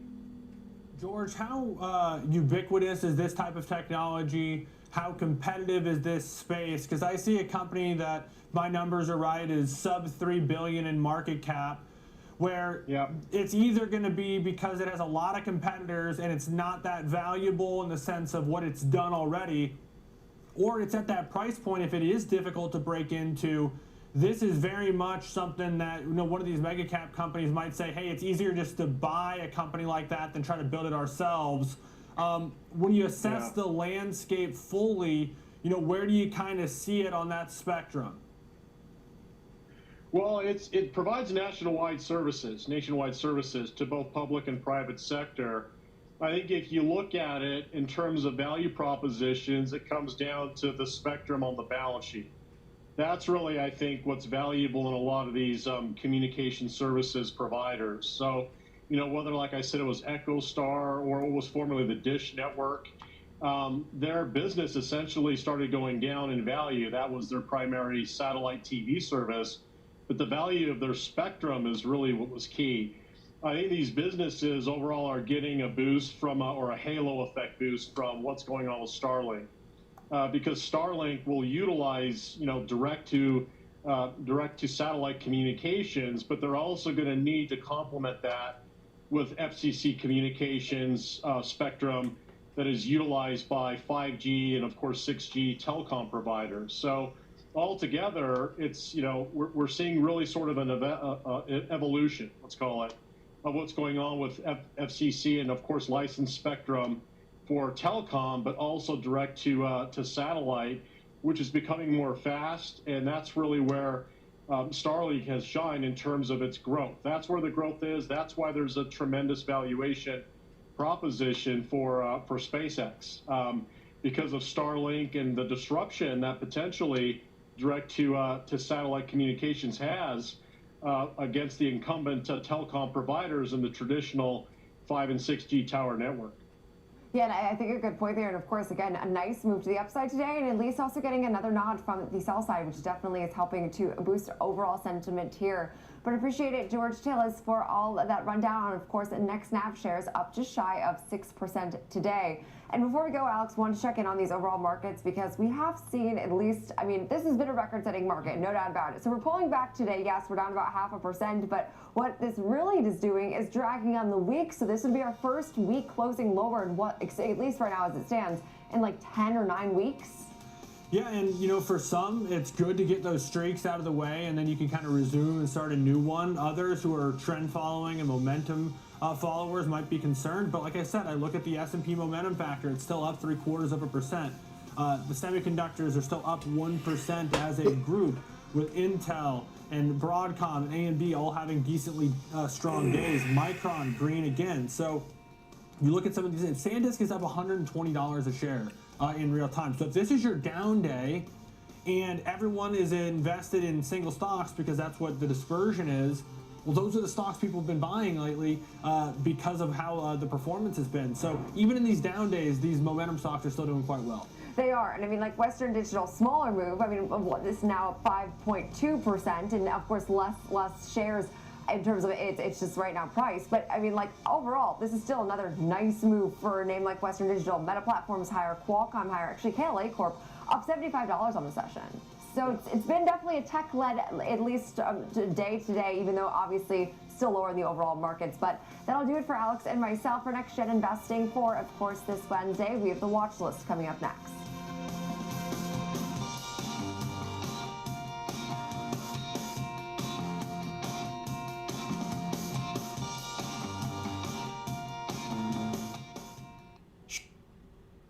Checking, the checking account built for investors, named highest in client satisfaction by J.D. Power for 7 years in a row. With Investor Checking, you get the award-winning features of our checking account, plus cash management solutions, all designed for investors like you, with unlimited ATM fee rebates for cash withdrawals worldwide, no overdraft fees, and enhanced security features to keep your money safe. Also, because your investor checking account is linked to your Schwab One brokerage account, you can manage your checking and investing in one convenient location. Moving funds between your accounts is easy. Cash moved to your brokerage account is available in seconds. That means you can stop waiting and start investing in stocks, bonds, money market funds, and more. Get more with Schwab Bank Investor Checking, the checking account built for investors.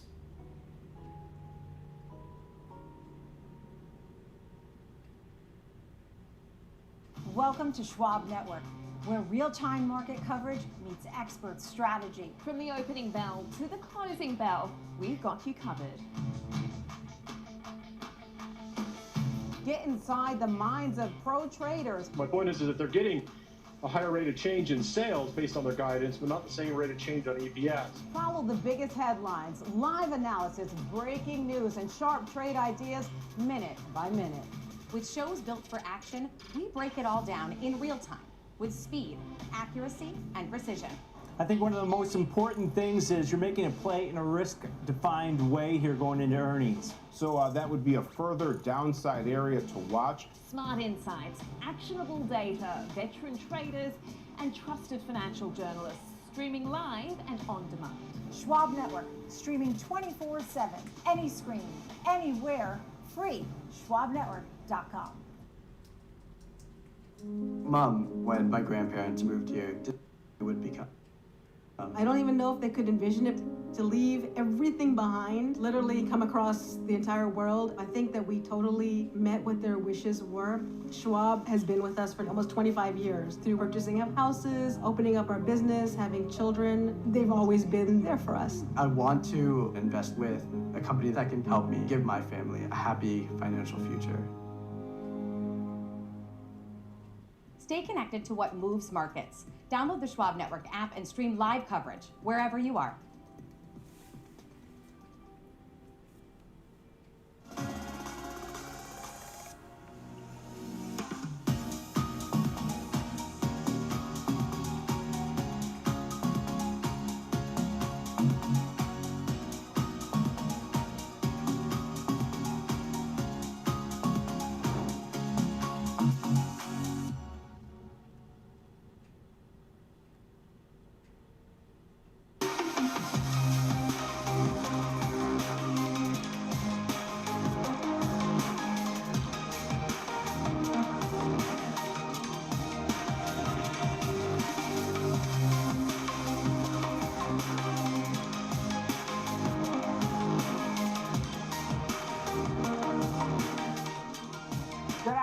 Welcome to the Watch List. I'm Nicole Petalides. It's 2 p.m. Eastern Time. We're coming to you live from the floor of the New York Stock Exchange.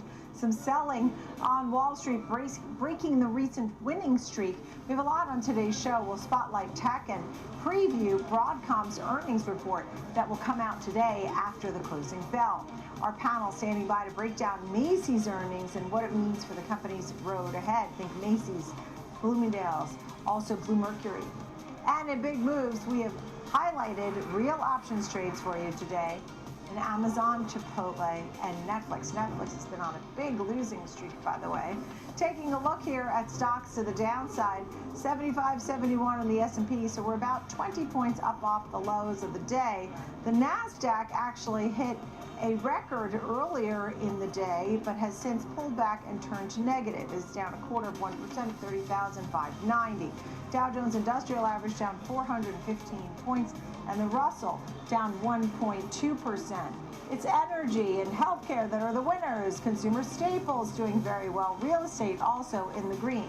Also taking a look here on the downside is tech and also consumer discretionary coming under pressure. Some of the names that are under pressure today include names like Lumentum, Datadog, Supermicro, Fair Isaac, Charter, ServiceNow. You see also NVIDIA, which has gotten a little in the green, but is back in the red. For the week, NVIDIA, though, is still higher by about 2%. And we'll continue to watch some of those names that are reporting after the bell, like we mentioned. In the meantime, you still have what's going on in the Strait of Hormuz, the tensions that have now escalated once again with Israel, Iran, U.S., and Iranian drone and missiles attacking Kuwait and Bahrain. It is a constant story, and stocks are reacting because oil has moved higher. Oil's now at 96.10 the barrel, up 2.5%. That puts some pressure on stocks. Right now, gold is down $53. The 10-year bond yield at $4.51, dollar at $99.50, and Bitcoin, which is down 1.9%, hovering around 2-month lows, particularly also after Strategy selling some Bitcoin there, and that also may have spooked the markets according to some of the reports. In the meantime, 2 hours left in the trading day. We take a closer look at the big picture. Thinking about this market action and maybe breaking this recent winning streak. We've had 9 weeks of gains, 9 days of gains for the S&P 500, but now it looks like for now we may have some red on the screen. Joining me for this conversation, Sam Vadas is with me. After the all-time highs that we saw yesterday for the S&P, NASDAQ, and the Dow, NASDAQ clocked in a quick early morning high, but have since pulled back across the board.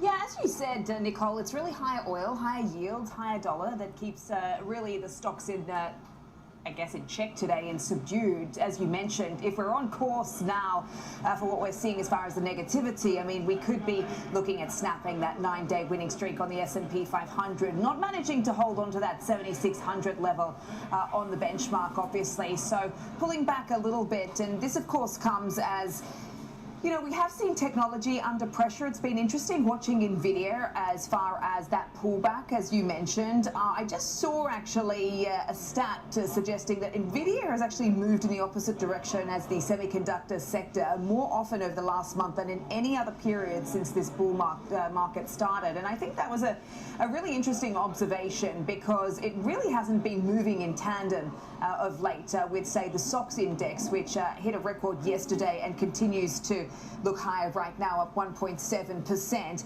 It does look like a degree of rotation here under the surface, broadly weak as far as tech is concerned, being dragged down with the NVIDIA of the day and Microsoft move of the day as well, down 3.5%. Software's under some pressure. That's an extension of the losses we saw yesterday as well, down 4%, as you mentioned. But the chips are holding in there. I mean, you've obviously got Broadcom, which is going to be reporting tonight, that has set another high this morning going into this print. You've got AMD, which is up 4, Intel, which is up 4.5. So, I mean, things are looking pretty good. SanDisk up 6.6. You've had Morgan Stanley obviously out with more price target hikes for some of those memory names as well. So there is a feeling that this is okay as far as the breather that stocks seemingly are taking today at the index levels. We do see some degree of rotation. You mentioned more of a defensive type of play right now in the market with those utilities, with energy, healthcare, consumer staples performing quite well. And that is, of course, because you mentioned we've got a 9-week rally for the S&P 500. We're still trading around these all-time highs. As you mentioned, we did actually see the NDX popping its head into the sunshine for a brief moment there. And in fact, if you take a look at that, I was looking at the RSI, the 14-day RSI at the close yesterday. I mean, you're knocking on the door of 80. So things are looking pretty extreme. It was a similar story with the SOX at the moment, but see, people don't seem to mind. But that seems to be the conversation in the market today, that this is really the momentum trade, and the earnings has been very supportive of that. We've had this positive earnings shock in the market, Nicole, where we've seen these extreme moves off the back of some of these reports, like a Snowflake, like a Dell, like an HPE. Let's see what some of those sort of cybersecurity chip names say this afternoon with your Broadcoms and the CrowdStrikes of the world. Right, so we're watching for CrowdStrike and also Broadcom. I was mentioning earlier that Dan Loeb of Third Point had now taken his position in Broadcom, 50,000 shares there, while slashing and pulling back some of the position in NVIDIA and Taiwan Semi, so reallocating there. We've had other things that I've been watching, for example, the Eurozone's PMI at an 18-month low, the tariffs. I know the new U.S. tariffs on copper, steel, and aluminum will begin on June 8th. We also have some exemptions that have happened, but we woke up this morning to the U.S. proposal of 10% tariffs on imports from 60 countries, possibly. So we'll see if there's also a fallout from that. And it's interesting because I talked about the PMI in Europe, the Eurozone being an 18-month low. The sentiment has been low, but other things have been bright spots, such as the JOLTS, more openings for jobs. The ADP print was looking good.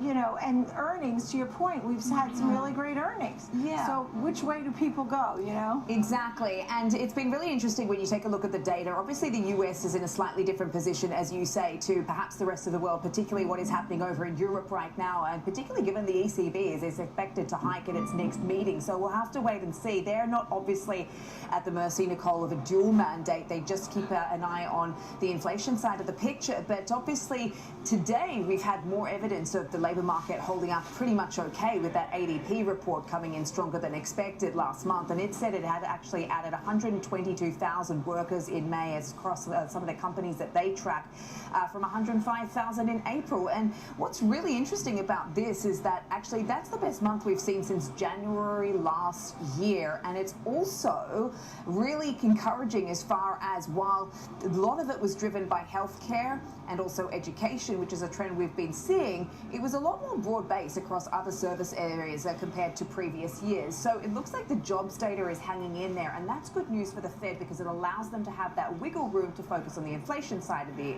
picture. You mentioned the PMIs as well. Obviously, these are sentiment-based indicators. It does give us a forward-looking indication of what is to come throughout the course of the month, but even services sector business demand expanded last month as well. I mean, the latest ISM survey showed a 54.5 reading. That is comfortably above the boom or bust line of 50. And what's interesting is the price index continued to rise. That was the highest reading in nearly 4 years. Diesel, gas, oil, other commodities most frequently mentioned. Inventories were up over 9% from April to the highest reading on record. And what economists have told me that signaled, because I was speaking to the guys over at EY this morning, is that higher prices are keeping some of that demand in check. So while the consumer appears resilient on the surface, Nicole, you do have to peel back the layers of the onion and look under the hood as to what some of this data is saying. It's a lot more nuanced because we do see that income is under pressure, and that is causing the consumer to pull back ever so slightly. They are having to spend because of the higher prices. It feels like they're being forced to rather than they want to. I was also keeping an eye here on the S&P 500 as Fed's Beige Book has now come out. Some breaking news that we can go through together, Sam, but it doesn't seem to be much of a surprise, but the surprise may be just to the upside in that the Fed's Beige Book showed little to no change across the 11 districts when it came to employment.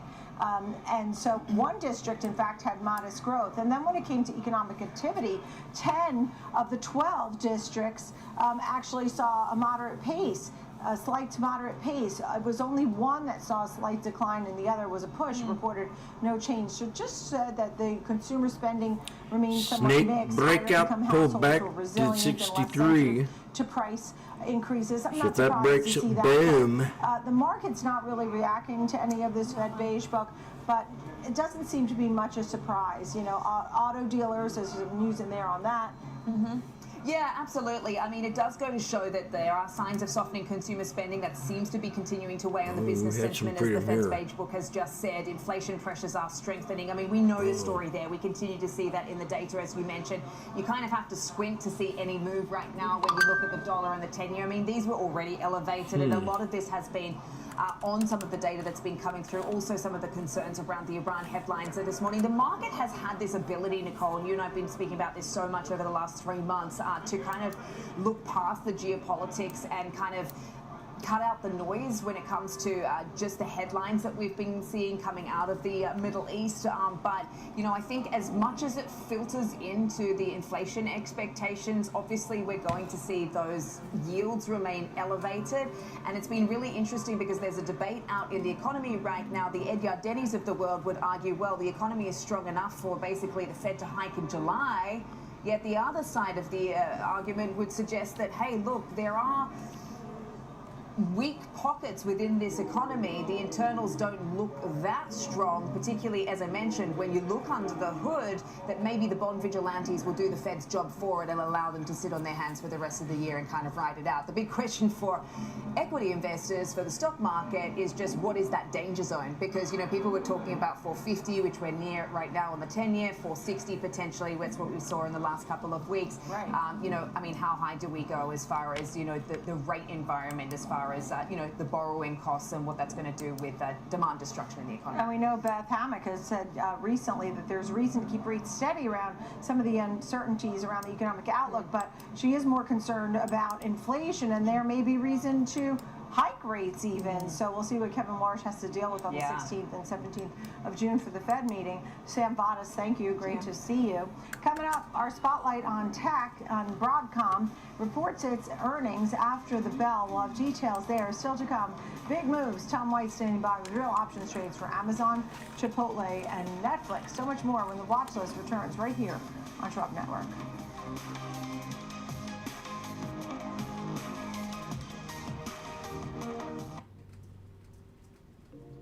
My parents didn't really talk about money at all. In college, everybody around me had money. I didn't want anybody to find out that I wasn't middle class. I was using credit cards to do anything and everything. I ended up with $20,000 of credit card debt. That's when I kind of realized, like, all right, I have a money problem. This is about how my finances got wrecked and how I fixed it. And if I could do that, you can do it too. They don't want to wreck mine either. They don't want to do it. Access, data-driven analysis from U.S. equities to global macro matters. Schwab Network connects the dots. Watch live, subscribe free at schwabnetwork.com. Praise ye in the name of the Lord. I'm Jane. And I'm his mom. Sometimes, you could have done now.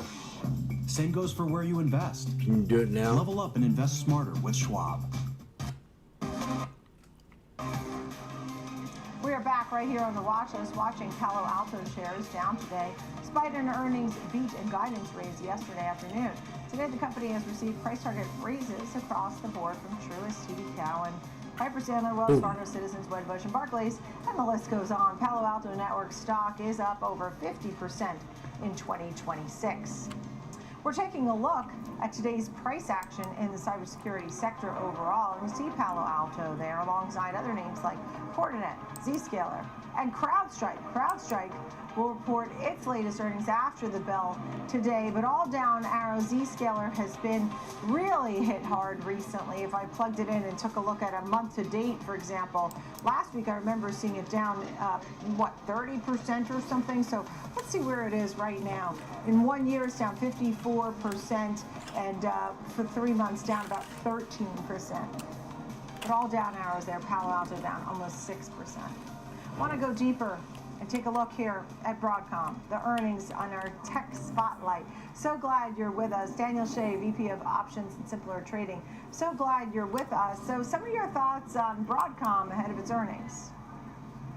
I love Broadcom here. This is one of my favorite stocks to trade going into earnings because it typically has bullish momentum during the pre-earnings time frame, and I also love it as a long-term buy and hold. It's one of my top tickers in my long-term stock portfolio. However, I will caution investors, similar to Palo Alto, whenever you go into an earnings report on a new all-time high like this, don't be surprised if it pulls back just slightly. However, I still remain bullish on the stock. Yeah, you said it's one of your favorite trades. So when it pulls back, you're buying? Oh, definitely. So, when you're looking at Broadcom here, you have about a $40, $45 expected move. And, in a perfect world, I would love to see that to the upside. I have a $525, $550 upside price target. However, even a move $40 lower, even if it moved around $60 lower, about 1.5 times the expected move, that would still be a buy point for me, because if you look at the way that this stock has traded, it's just had a phenomenal run going into this earnings report. So a pullback on the daily chart, really down into the 34 EMA or the 50 simple on the daily chart, those are still buy zones for this name. You said Broadcom is in fact one of your top 5 long-term portfolio holdings, has been for quite some time.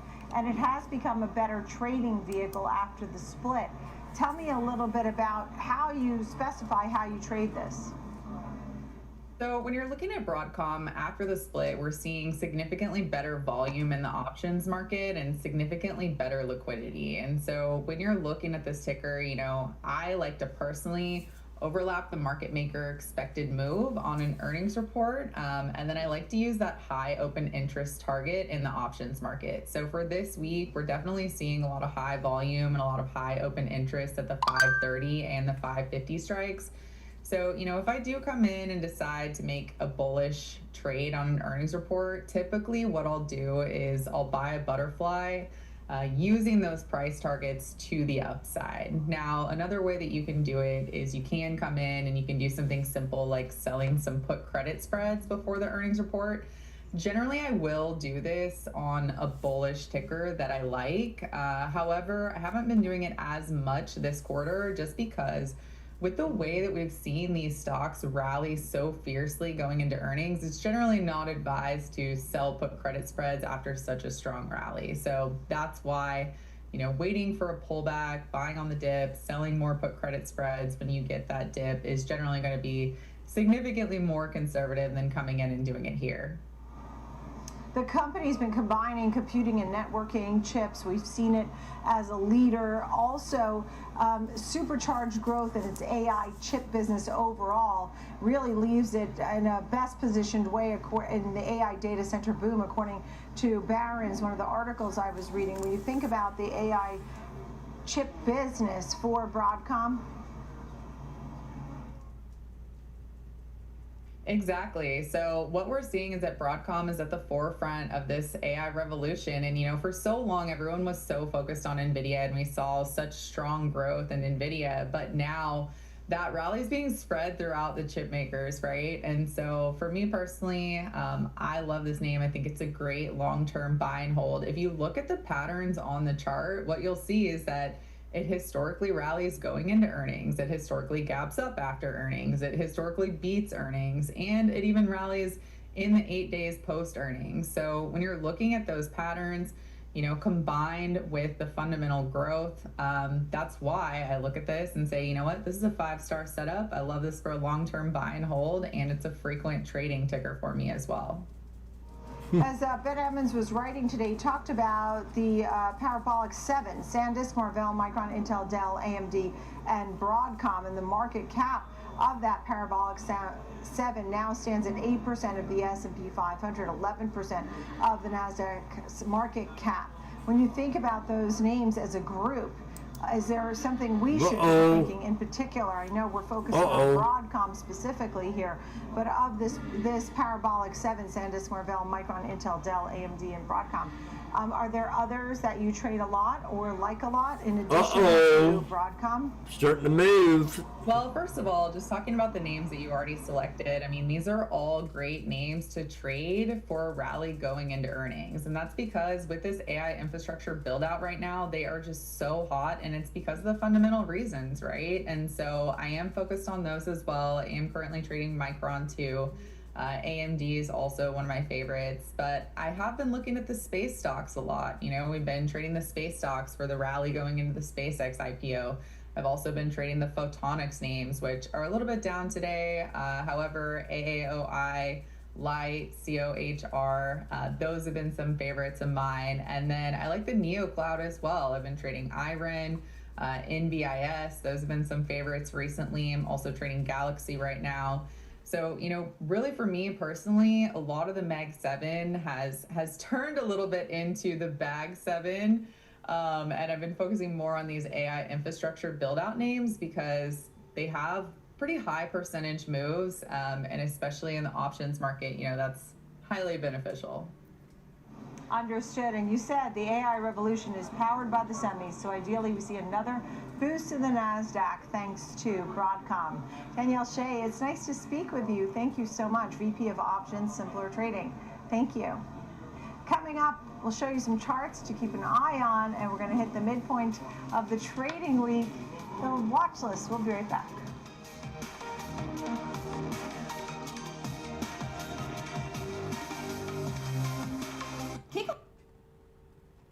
And the decisions moving markets. Morning Trade Live breaks down the macro moves driving the price action, from Fed policy to global growth to inflation prints and geopolitical risk. smart, fast and always live from Wall Street to your screen. Morning Trade Live, where the markets meet the macro, weekdays at 10 a.m. Eastern on Schwab Network. My man. Sometimes, you know, you could have done better. Same goes for where you invest. Level up and invest smarter with Schwab. I'm Kevin Green, and I track options flow daily, identifying who's buying, who's selling, and how it's going to impact the markets. Watch live on Schwab Network at schwabnetwork.com.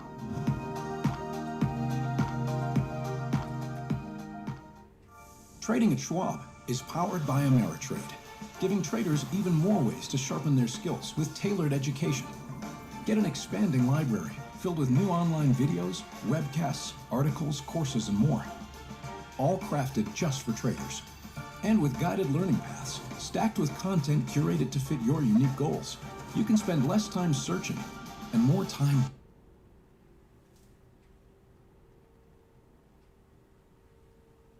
This is Fast Market, built for traders who want more than just headlines. We walk you through trade ideas with structure, risk management, and a focus on execution. From options to earnings to volatility plays, we bring decades of trading experience to every segment. With real-time insight across products and sectors, we deliver what active traders need to stay ahead. Fast Market weekdays at noon Eastern, live on Schwab Network at schwabnetwork.com. We are back here on the watch list, and we're watching some of the packaged food companies that have been downgraded by Bernstein. Campbell's, Conagra Brands, General Mills, Kraft Heinz to underperform from market perform.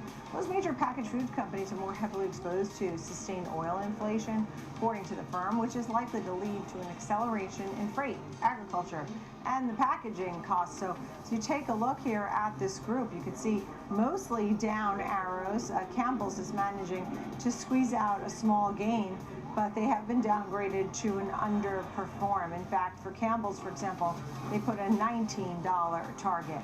Conagra, they put a $12 target. So either at or under where they are right now. It's time now for Charts to Watch. Joining me right now, Kevin Horner, Senior Manager of Trading Services at Charles Schwab. Thank you so much for being with us. The S&P 500, 9 straight days, and might be pulling back from that all-time high that we had. Some of your thoughts on the index, the charts, what is it telling you? Well, you know, today, Nicole, good afternoon, of course. We're watching really the 10-day moving average, I think, right now. You know, today's weakness largely attributable to rising rates, a little bit higher oil pushed into that 95, 96 zone. If it continues to push, we could see a little further drawdown here. But I think short term, that 75.30 becomes a pretty important area for us, coincident with the 10-day. We've only been below it in this rally from April 1 on one single close. So if we closed below that, then I think you might see some traders react to that. Other traders, of course, may find a little more comfort with a slower moving average, but albeit not terribly slow. That's the 20-day moving average in orange on this chart, around 74.70. So you've got some wiggle room here. We can sustain a basic drawdown. And when I say basic, I'm just talking about to the 20-day. It would only be about a 2% pullback if we visited the 20-day from highs. So really, Nicole, I'm trying not to use today's weakness as anything more than standard, and look at this as simply trend continuation. We will get breathers in the midst of these rallies, no matter what we've seen over the last 10 weeks or so. And one of the fear indexes There you go. remains in the greed zone, so people are still interested in buying. They're not running for the hills just yet, even though there may be some overbought signals. And 9 weeks of gains, people are still showing resiliency and maybe some FOMO. Uh-huh. Uh-oh.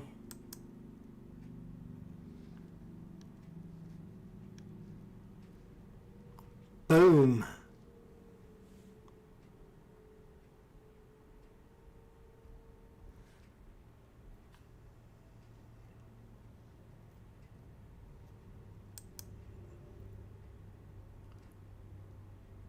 SPY looks like it just broke the VWAP.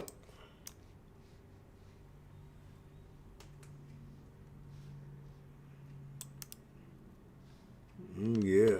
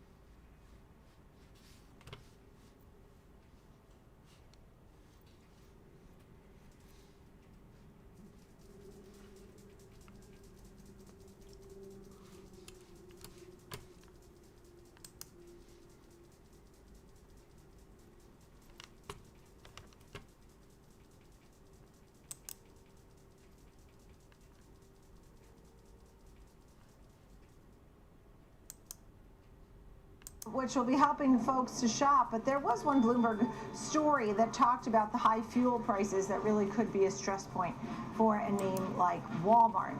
In the meantime, how about we turn our attention over to Costco, also up today after falling over 10% from the 52-week highs on May 19th. And what stands out to you today when we take a look at Costco? If I'm being perfectly honest, Nicole, it's a lot of the same stuff. Again, a pullback of speedy time frame. What are we looking at? 8 to 10 sessions, so 2 weeks total, approximately, and the stock has fallen 15%. But again, at an area of support. Now, what you can't see on this 6-month daily chart is the lengthy downtrend that we broke. And that's that white line you see joining our chart here from the left side. That line is defining that downtrend. And what happened here was we broke that downtrend in January. We rallied, made a short-term high, got thrown back below the 200-day moving average to this 940 zone, and that's provided us a new support test. That's exactly what we hit with the lows yesterday and Monday. And so what we're now presented with, again, is the proper risk versus reward if we think it can hold up here. Now, we don't know, as usual, but when you're looking at the fact that this was a support test previously following the breakout, there's a lot of things lining this level up for support.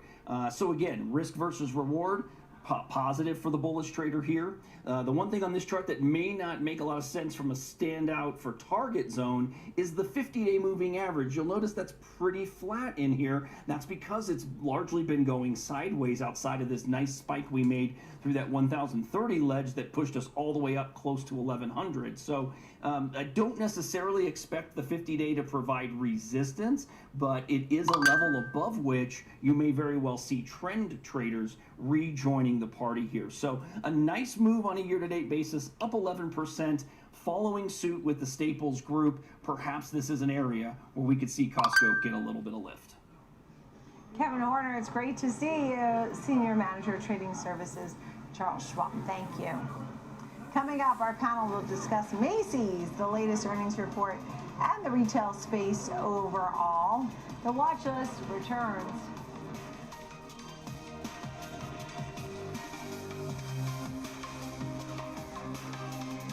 I'm Marley Caden, live from Chicago.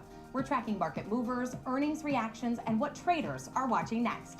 Stream Schwab Network live at schwabnetwork.com.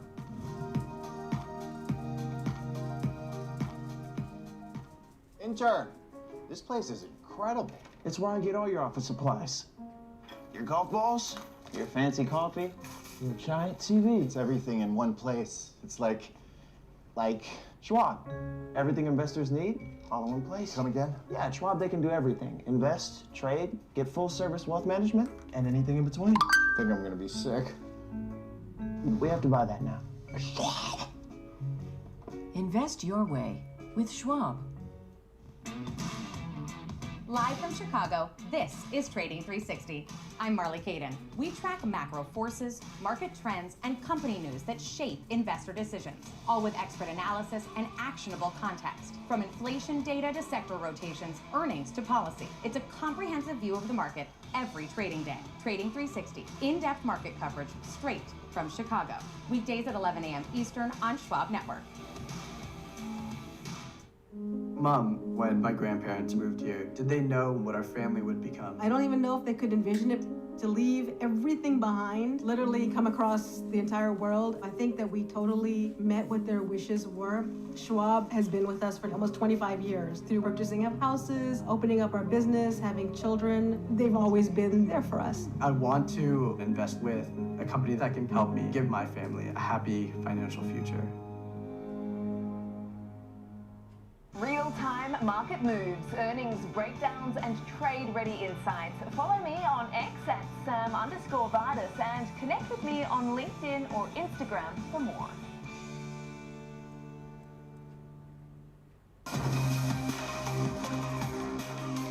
Time now for our watch list panel, talking all about the action that we are seeing. David Schwartz, Senior Equity Analyst, Consumer Research at Morningstar, and Ram Reddy, CTO, Head of Retail, Life Sciences, Enterprise Solutions of Nagarro, talking about Macy's and the earnings and the numbers that we saw.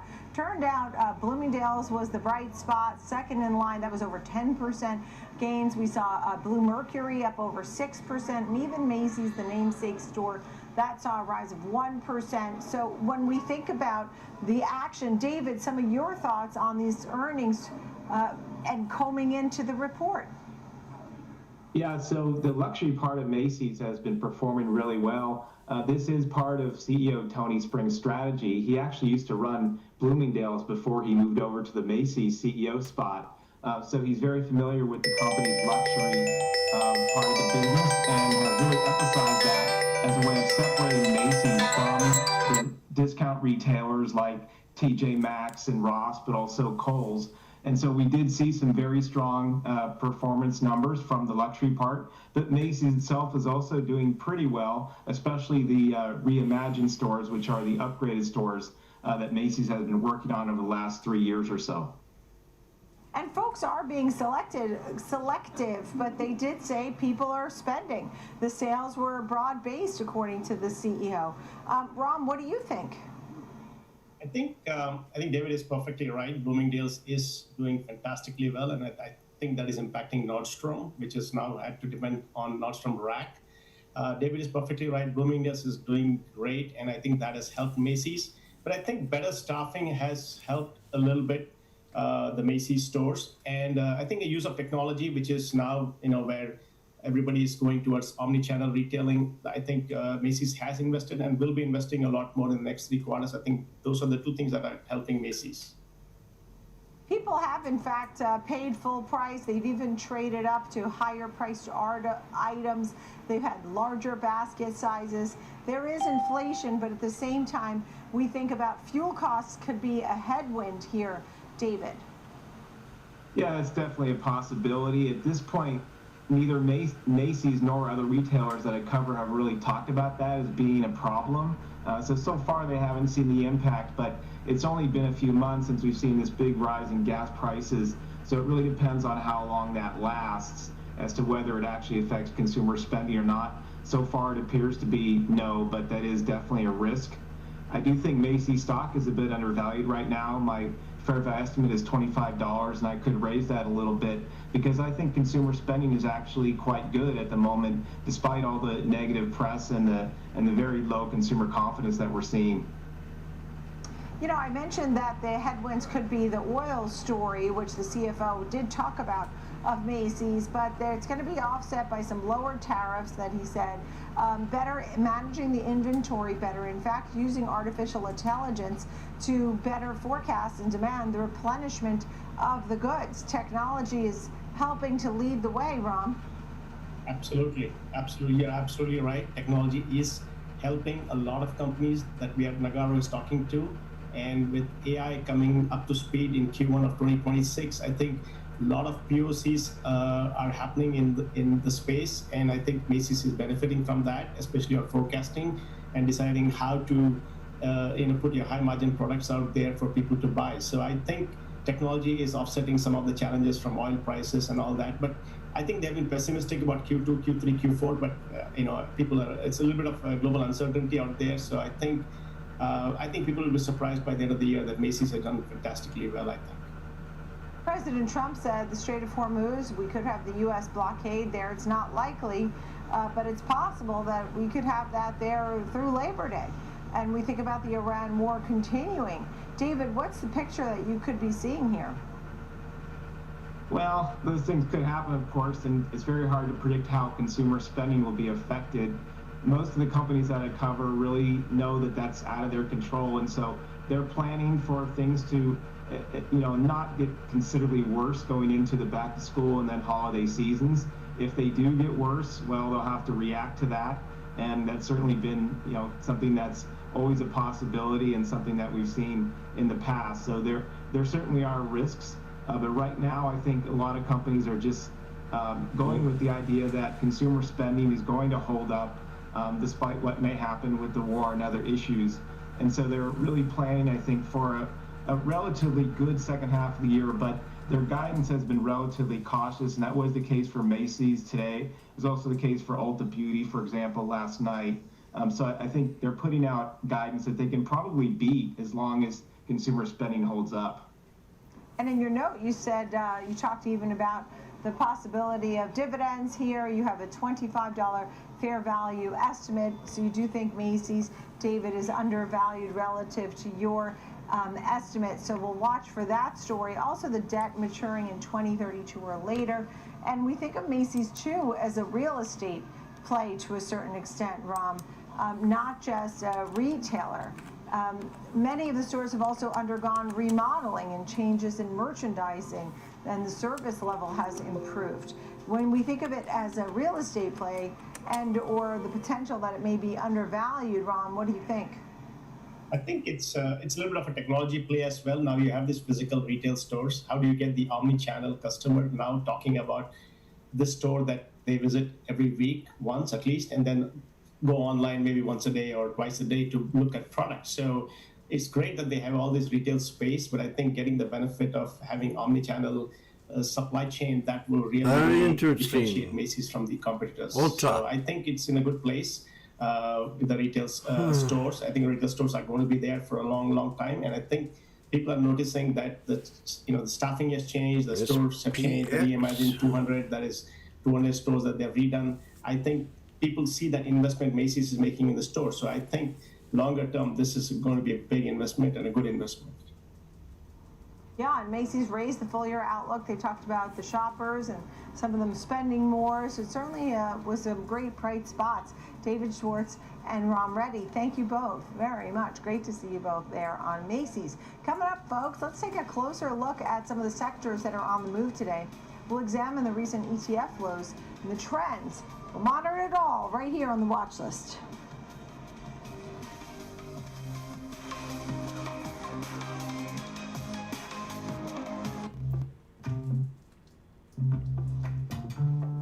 Sometimes, you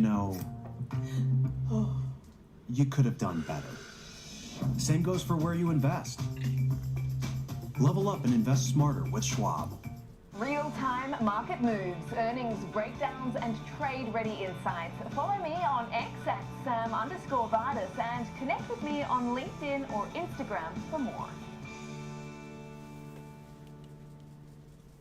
Trading at Schwab is powered by Ameritrade, unlocking the power of thinkorswim, the award-winning trading platforms. Bring your trades into focus on thinkorswim desktop with robust charting and analysis tools, including over 400 technical studies. Tailor the platforms to your unique needs with nearly endless customization. And track market trends with up-to-the-minute news and insights.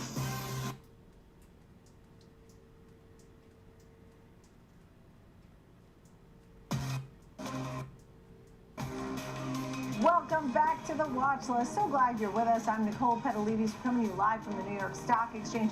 We saw a record for the NASDAQ earlier this morning, but stocks have since pulled back. Here are some of the sectors, too, that we want to talk about. The markets are on the move, and we have down arrows now. In the early going, we did see a little bright spot in tech, and that's where we got our 52-week high, all-time high on NASDAQ 100. Yesterday, the NASDAQ, the S&P, and the Dow all had records. Kevin Hanks, live at the CBOE, is joining me now. Some of your thoughts on the sectors and the market action. Cole, yeah, about an hour and a half to go in the trading day, and it's interesting. The S&P 500 is down about 0.5%. The equal weight down less than 0.2%. Why is that? Well, it's the heavyweights driving the S&P 500 lower. It's information technology that's down pretty substantial. You've got Nvidia lower, but you've got consumer discretionary lower as well. And so Amazon is down again. Communication services, it's a little closer to unchanged because you've got Google Alphabet a little down, but Meta Platforms is up pretty big today. And so looking at those big three, it's still information technology that's on the downside, so the overall S&P is on the downside. In terms of the macroeconomic indicators, the dollar's higher, 10-year yields are higher, crude oil now up 2.8%. That's weighing on the market as well. So a bit of exhaustion in the information technology sector. It's lower on the day, and software within that technology sector is getting hit again today, Nicole. Yeah, tech, such a big footprint in the market, and some of those indices. We'll talk to Todd Sohn about that. Kevin Hanks, thank you. Great to see you there live at the CBOE. It's time for our ETF watch list segment, and joining me now, Todd Sohn, Chief ETF Strategist at Strategas Asset Management. I'm so glad you're with us because we were just talking about tech as an impact. You was looking at the S&P versus the equal weighted, which really doesn't factor in the big tech moves. I mean, tech is such a big part of the S&P 500 at this point. Some of your thoughts on tech nearing 40% of S&Ps in semis, more than defensives. Tell me a little bit about some of the exposure and what you're looking at. Yeah, Nicole, great to speak with you as always. And this is all tech, and more tech. Tech. SPX, 75/75s. Blake to 63, please.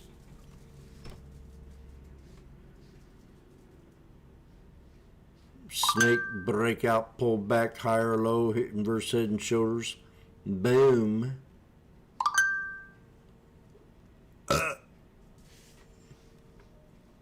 You can do it.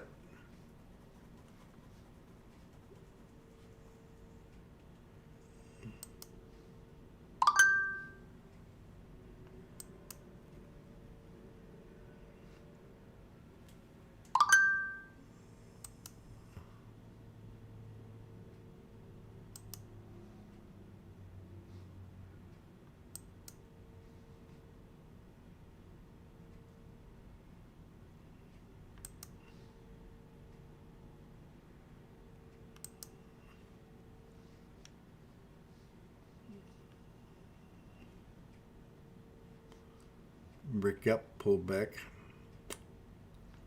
Kind of like stair stepping.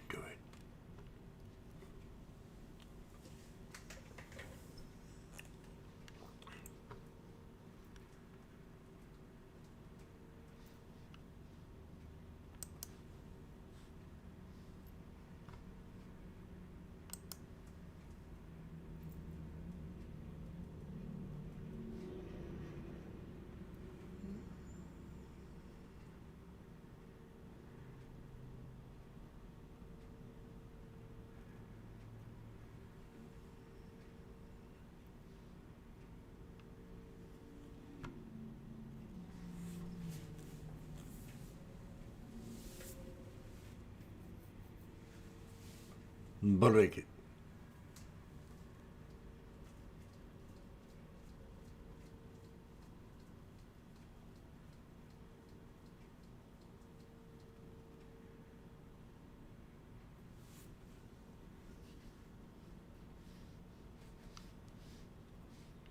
Just hit 340.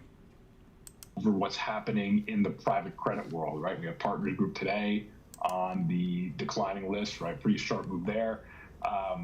You don't want to necessarily lose financials here because that's going to tell you that maybe something in terms of the credit backdrop of the markets might be signaling something. So I would just keep an eye on how the financials act here. You're scaring me, sir. Look at healthcare for if you needed something contrarian, just be very patient because that's been the case for quite some time. And you think about the annual S&P 500 contribution of the large weights during the positive performance years, and ours goes into the top 10 this year of many years following with the heavyweights of tech. That being said now, at this point, when we think about some of the trends to monitor or where you think there's more attractive opportunities? Outside of healthcare, take a look at energy too, right? And the top 10 weights, they're always going to contribute a lot, right? That's the biggest players scoring the most points, your NVIDIA, Apple, Alphabet type names. Energy we haven't really talked about, but its beta to the S&P is actually negative now.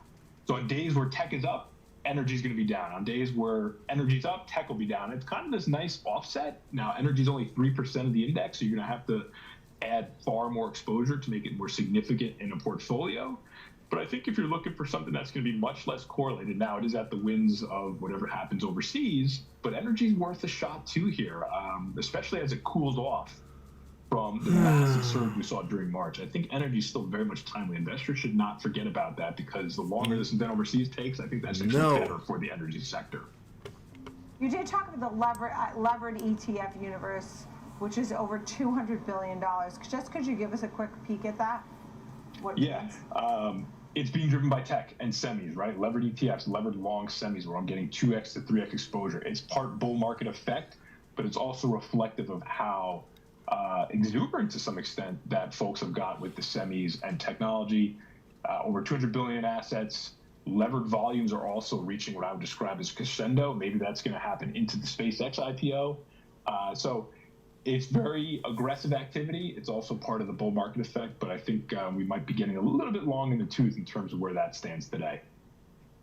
Todd Stone, Chief ETF Strategist at Strategas Asset Management. Todd, great to see you. Thank you so much.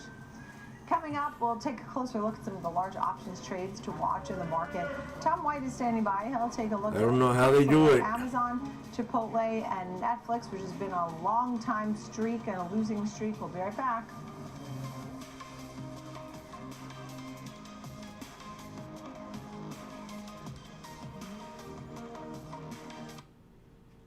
Of the trading day, that's Got a hold right here. headlines and traders make decisions. From earnings shocks to sector rotations, we're tracking the catalysts that move markets right into the close. Here on the floor, I bring you real-time sentiment from traders driving the action. And in Chicago, we break down the data, technicals, and trades you need to see before the bell rings. Live coverage of the close every single day.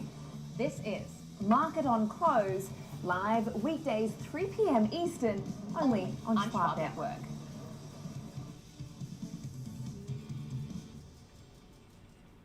I'm Sam Vardis, live from the New York Stock Exchange. When the market moves, we're on it, getting the reaction, the strategy, and sentiment in real time.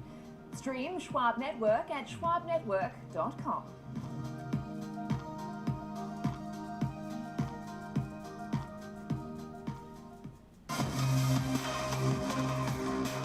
Welcome back to the watch list. It's time for Big Moves, where we highlight outsized options trades taking place in the market. Tom White is back with us, and we want to take a look at some key names to watch, including Amazon, which is down about 8% this week. You found a trader using this as a bullish opportunity for Amazon. Let's hear a little bit about this. Yeah, we talked about this one yesterday, Nicole, where we had some put sellers, trying to pick a bottom here. Now the stock's getting hit today again, down another 3%. Now in correction territory, down more than 10% from those recent all-time highs that we saw just last month. So we've seen that pretty big pullback here. You take a look at what's on tap for Amazon moving forward. They got a bunch of big CapEx spend. You've got the Prime Days that are coming up at the end of June, the 23rd through the 26th. That might be a catalyst to the upside. And then the price targets continue to move higher. Recently, price target to 320 from 310. And said their reacceleration in AWS cloud growth should continue to move higher and get above that 30% growth rate on a quarter or year-over-year basis. So that's going to be a positive for them. Also, as advertising continues to pick up, that's at a $70 billion run rate over a 12-month period. And then also Prime memberships continue to do well. But we did see some bullish activity, and this was a complex trade. It was a three-legged spread where a trader went out to the August monthly options and sold the 220 puts 12,000 times. That's a neutral to bullish position. And then against that, to help finance the purchase of a call vertical in there, they bought 12,000 of the August 285 calls and sold 12,000 of the August 335 calls. So basically, buying a $50 white call vertical that's helped finance by that out-of-the-money 220 strike put. As a package, they paid a $2.07 debit for this trade. So that takes the break even for this trader where they start to profit is above 287.07 over the next 79 days. That's about 15% above the current share price in there, Nicole. And this would be a new all-time high in Amazon if it gets above it, but they did give themselves some duration. You got over 2.5 months in this position for this bullish trade. All right, and we turn the arrow around as far as where it's been sitting, because Chipotle got a downgrade to equal weight at Morgan Stanley, and the stock is down, hit a new 52-week low, and in fact has been hovering around the lowest levels since January of 2023. What's going on with Chipotle, and what trade did you find? Yeah, hit 3.5-year lows earlier in the session. It has made up some ground from those losses, but still in negative territory, and this was based on that downgrade from Morgan Stanley. They also downgraded Shake Shack also. The last earnings report basically came in line. Comparable restaurant sales were up 0.5%. And they expect sales to be relatively flat for the year, so not positive, and that's why you've seen the stock under pressure. But we did see some bearish activity in here, and this was out in the July monthly options that expire in 44 days. A trader bought 41,000 of the 25 strike puts, paid an average debit of only 34 cents. These are cheap out-of-the-money options to the downside. So the break-even where this trader starts to profits below $24.66 over the next month and a half. That's 15% below the current share price. Put volume about 4 times normal daily average volume that we've seen in Chipotle. So the bears are still out in Chipotle in the option market here. And last but not least, we've seen Netflix down 8 consecutive days. And what stood out in that options market trade that stood out to you? Yeah, everybody forgets how well their last earnings report was on this name. We're now off 39% from those all-time highs that we saw last July. It continues to be under pressure. They're going to broadcast more NFL games in 2026. And then at their recent upfront presentation to investors, they said that they purchased $25 billion worth of stock. That's their buyback program. And then also they said that ad-supported subscription plan reached over 250 million global active viewers. But we did see some neutral to bullish activity in here. So somebody thinking maybe we're going to see a washout here and that Netflix is going to rebound. Traders sold 5,000 July 10th weekly options. These expire in 37 days. They sold the 82 strike puts in that option series, collected an average credit of $3.30. So the break-even where this trader starts to lose money is below 78.70 over the next basically 5 weeks or so. That's about 3.5% below the current share price in there. And they also did buy in their June 18th, the monthly options on the 82 puts. They covered that short, but they put on another short with the expectations the stock will consolidate or move higher from these levels. Yeah, and look, we talked about the 8-day losing streak, the longest losing streak for this name, Netflix, since 2022. So let's see what happens after that. Right now, down 2.25%. It's great to see you, Tom. Thank you so much. And folks, I'm glad you're with me every single day here on Schwab Network at 9 a.m. for the opening bell, 2 o'clock for the watch list. So thanks for being with me. In the meantime, I just got a headline that the likelihood of a rate hike is increasing on Market Watch. It said 50 basis points by the end of the year. There ain't gonna be no rate hike. I'm Nicole Petalides. Thanks for being with me. Market and Close next.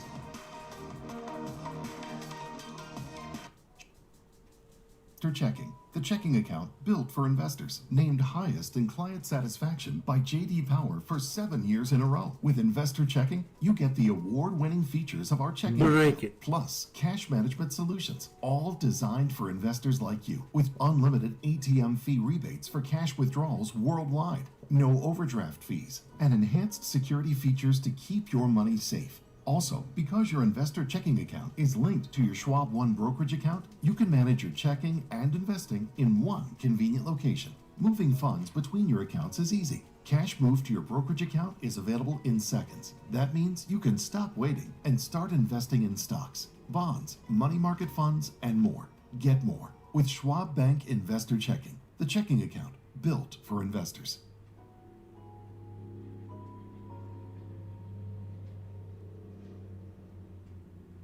Welcome to Schwab Network, where real-time market coverage meets expert strategy. From the opening bell to the closing bell, we've got you covered.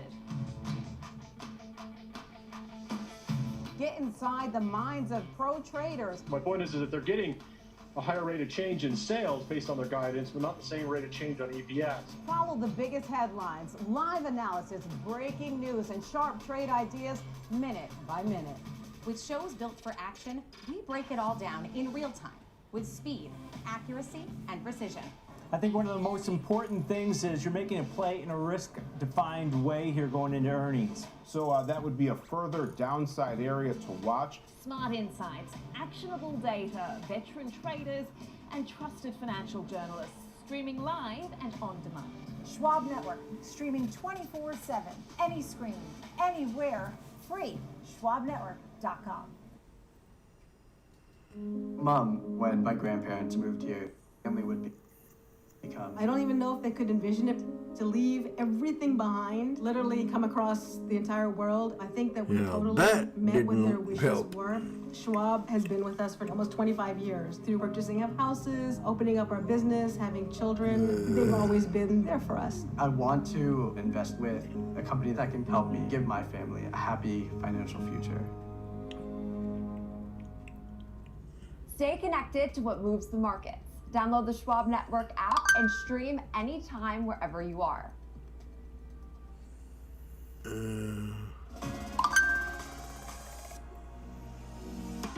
Starting to get scared.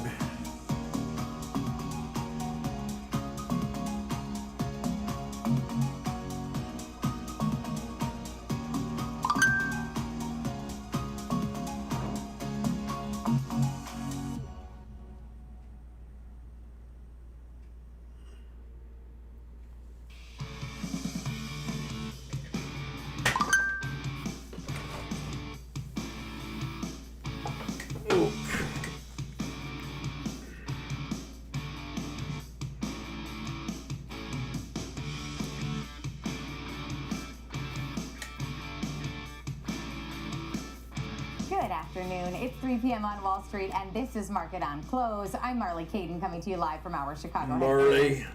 And I'm Sam Bartis, coming to you live from the floor of the New York Stock Exchange. Let's take a look at what is coming up on the show today.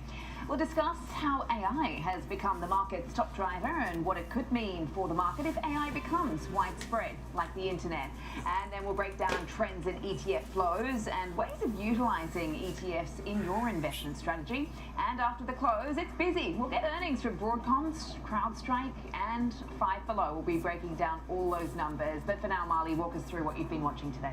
Got a bit of an earnings theme today, Sam, and sadly all lower. Palo Alto Networks trading lower despite a beat and raise quarter.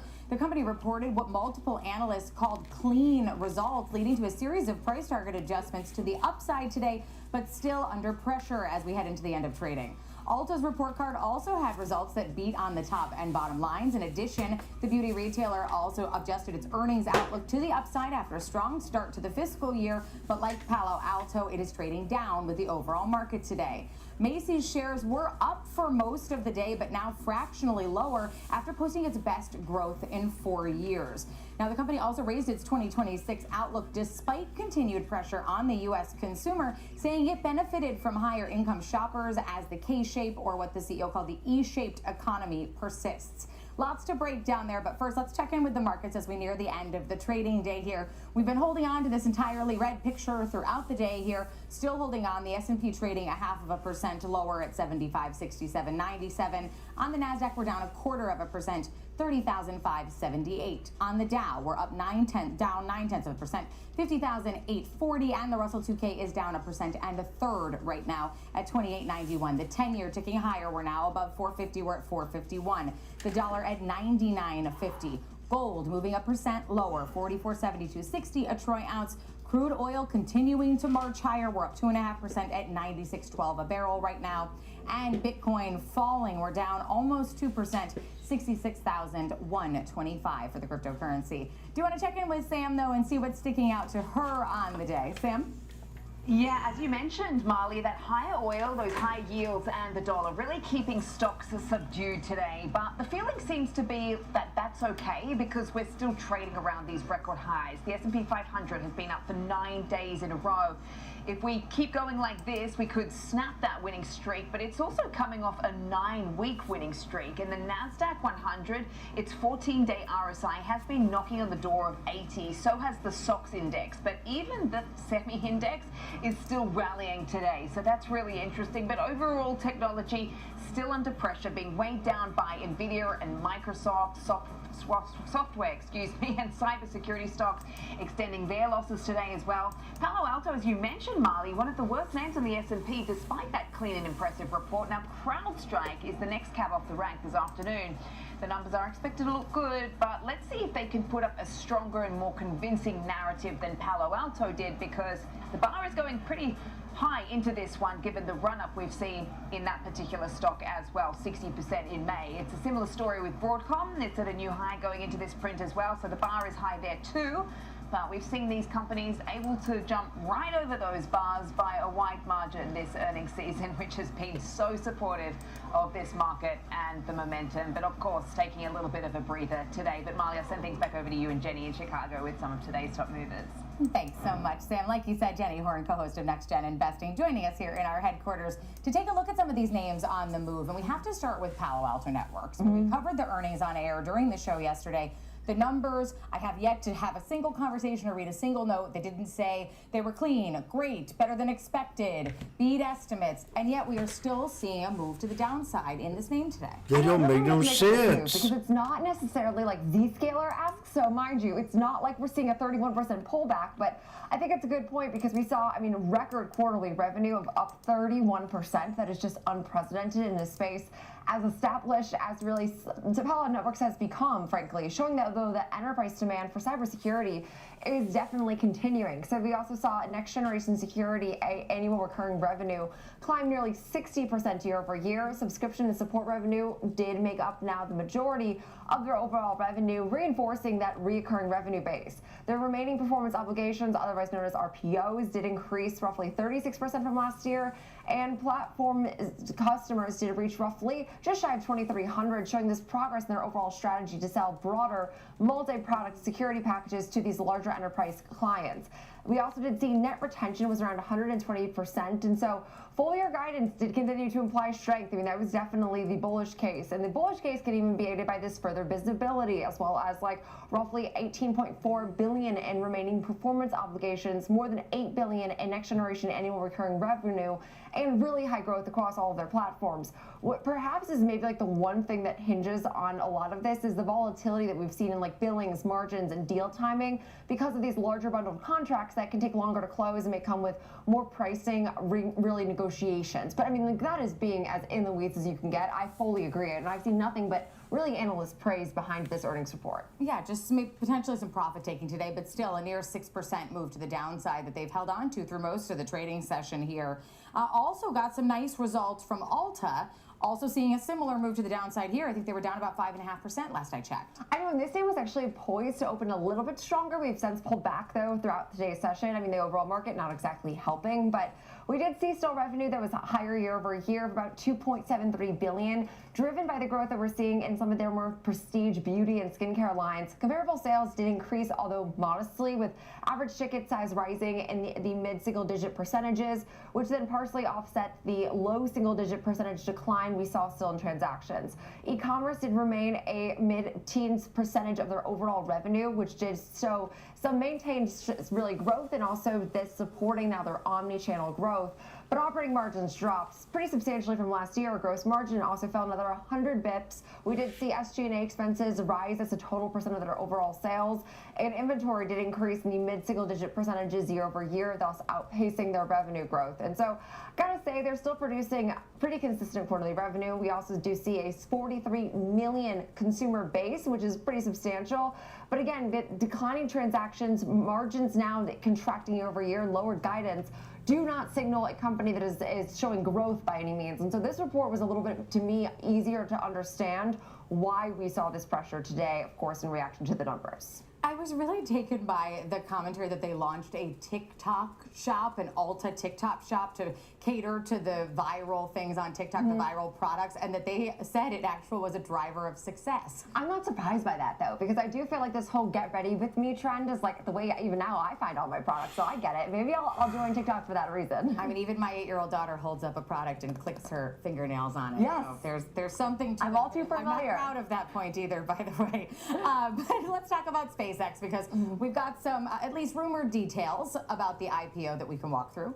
We do, and so exciting to get more and more clarity on what's expected to be, of course, one of the largest IPOs in history. SpaceX is now planning its IPO priced at around $135 a share, and they're looking to sell roughly 555.6 million shares. So that would raise roughly $75 billion. That would be the largest IPO ever if completed at that size. The implied valuation is, of course, just north of 1.7 trillion, which would make them one of the most valuable companies in the world since day one. Yay. They are reportedly targeting that NASDAQ listing date as soon as June 12th, with the ticker expected to be SPCX. So the structure is so unusual because SpaceX is reportedly setting a fixed $135 price before their formal investor roadshow. Normally, companies would set a price range first and then adjust based on demand. And so the roadshow is expected to begin this week, which means that final terms could still change, of course, depending on the demand from institutional and retail investors. But the offering is expected to be for mostly or entirely primary shares, meaning that proceeds would go to SpaceX rather than these existing shareholders that would be selling the stock. So again, this will just be interesting, and it does then also create at least environment for some further volatility, but that also means its valuation could, surge even higher, could obviously pull back. It just means that it's going to be very price sensitive, is what I've read, that we're expecting from at least its potential debut. Yeah, I mean, and as you look at the projected valuation of $1.75 trillion, right now that puts it over the market cap of Tesla. They're at $1.6 trillion. Which is ridiculous, because then you look at, comparatively, its revenue for the year, and it's not really comparable. I mean, I know that their prospectus did highlight things like Starlink, but I think that it's going to be a wait and see and prove it to me story for a lot of us. It's a very interesting timing of all of this, too, because I had Don Kaufman on the Big Three earlier on Trading 360, and he said that he views, from his point, Alphabet doing this, what ended up being close to $85 billion stock sale near all-time highs, was to get extra liquidity to get in on SpaceX, that he feels that that's a part of the component here, that they needed extra cash. I had another guest on the show say that he thinks the drop-off in Bitcoin is people liquidating their positions to be more liquid to try to get in on these IPOs that are coming up. Okay, and I would have more skepticism about that if I didn't read the same thing for Alphabet raising capital, that I read the same idea, that it was to also help fund the investment of SpaceX. So a lot of expectations. There's no doubt about it. I do love a good volatility event, but I think that right now the biggest risk, frankly, is its strength and its valuation. Well, we're less than 10 days out if that date holds, that June 12th debut day. But let's talk about memory names here. Micron and SanDisk obviously have just been on a tear this year, but we got a new note out of Morgan Stanley. So take us through this and the action we're seeing today. We did, and so at first it reads almost like a bit more of a cautious note, but it's not. It's fairly bullish. So Morgan Stanley raised its price target on Micron to just over $1,000 a share from $520, which is a substantial jump, obviously more than almost nearly doubling $520. But they did actually keep an overweight rating, saying that there is no quick fix to the memory shortage, which is going to drive some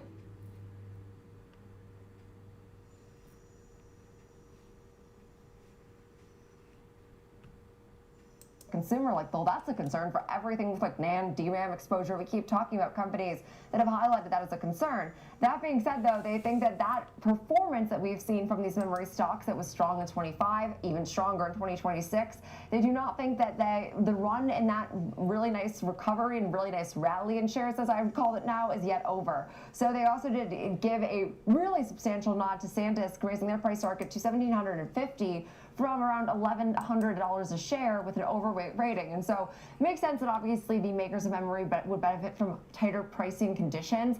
But it does, though, go to show there's usually a cyclicality to overall memory that many are saying, hey, we could see this momentum continue for another 2 to 3 years, which if you look at the run in both of these stocks, frankly, both have been so impressive. It really makes this story quite incredible. I mean, if you look too at the raised price target, both of the price targets, the new ones, are under the current trading prices for both of these names, even though they're bullish. So, which is ridiculous in itself. Yeah, the new price target's at $17.50. We're at $18.24 today. SanDisk having a much larger move, though. They're up more than 6%. Micron's up marginally less than 1%, and just about $20 over that new price target. But Jenny, really appreciate you breaking all of this down for us. That's Jenny Horn, co-host of Next Gen Investing here on the network. I do want to check back in with Sam, though, for a look at what we have coming up next in the show. Well, Marley, we're going to be talking about how AI has become the top driver of the market and what it could mean for the market if AI becomes widespread, as the internet did. That's coming up next on Market on Close.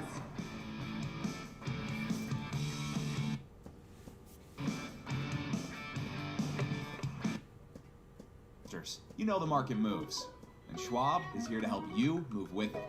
So, whether you're buying, selling, holding, or planning, whether you're ETFing or 401k'ing, saving, spending, or even retiring, you can count on Schwab for market insights, live support, powerful trading platforms, and 400 branches. All at your service, all so you can invest your way. Sounds nice, right? I'm Nicole Petalides, live at the New York Stock Exchange, and this is the Watch List. Your midday view into the trends driving the markets with a sharp focus on technology, innovation, and companies leading the next wave of growth. Big movers, real-time interviews, and insight from analysts, founders, and market voices you trust. The Watch List, 2 p.m. Eastern, only on Schwab Network.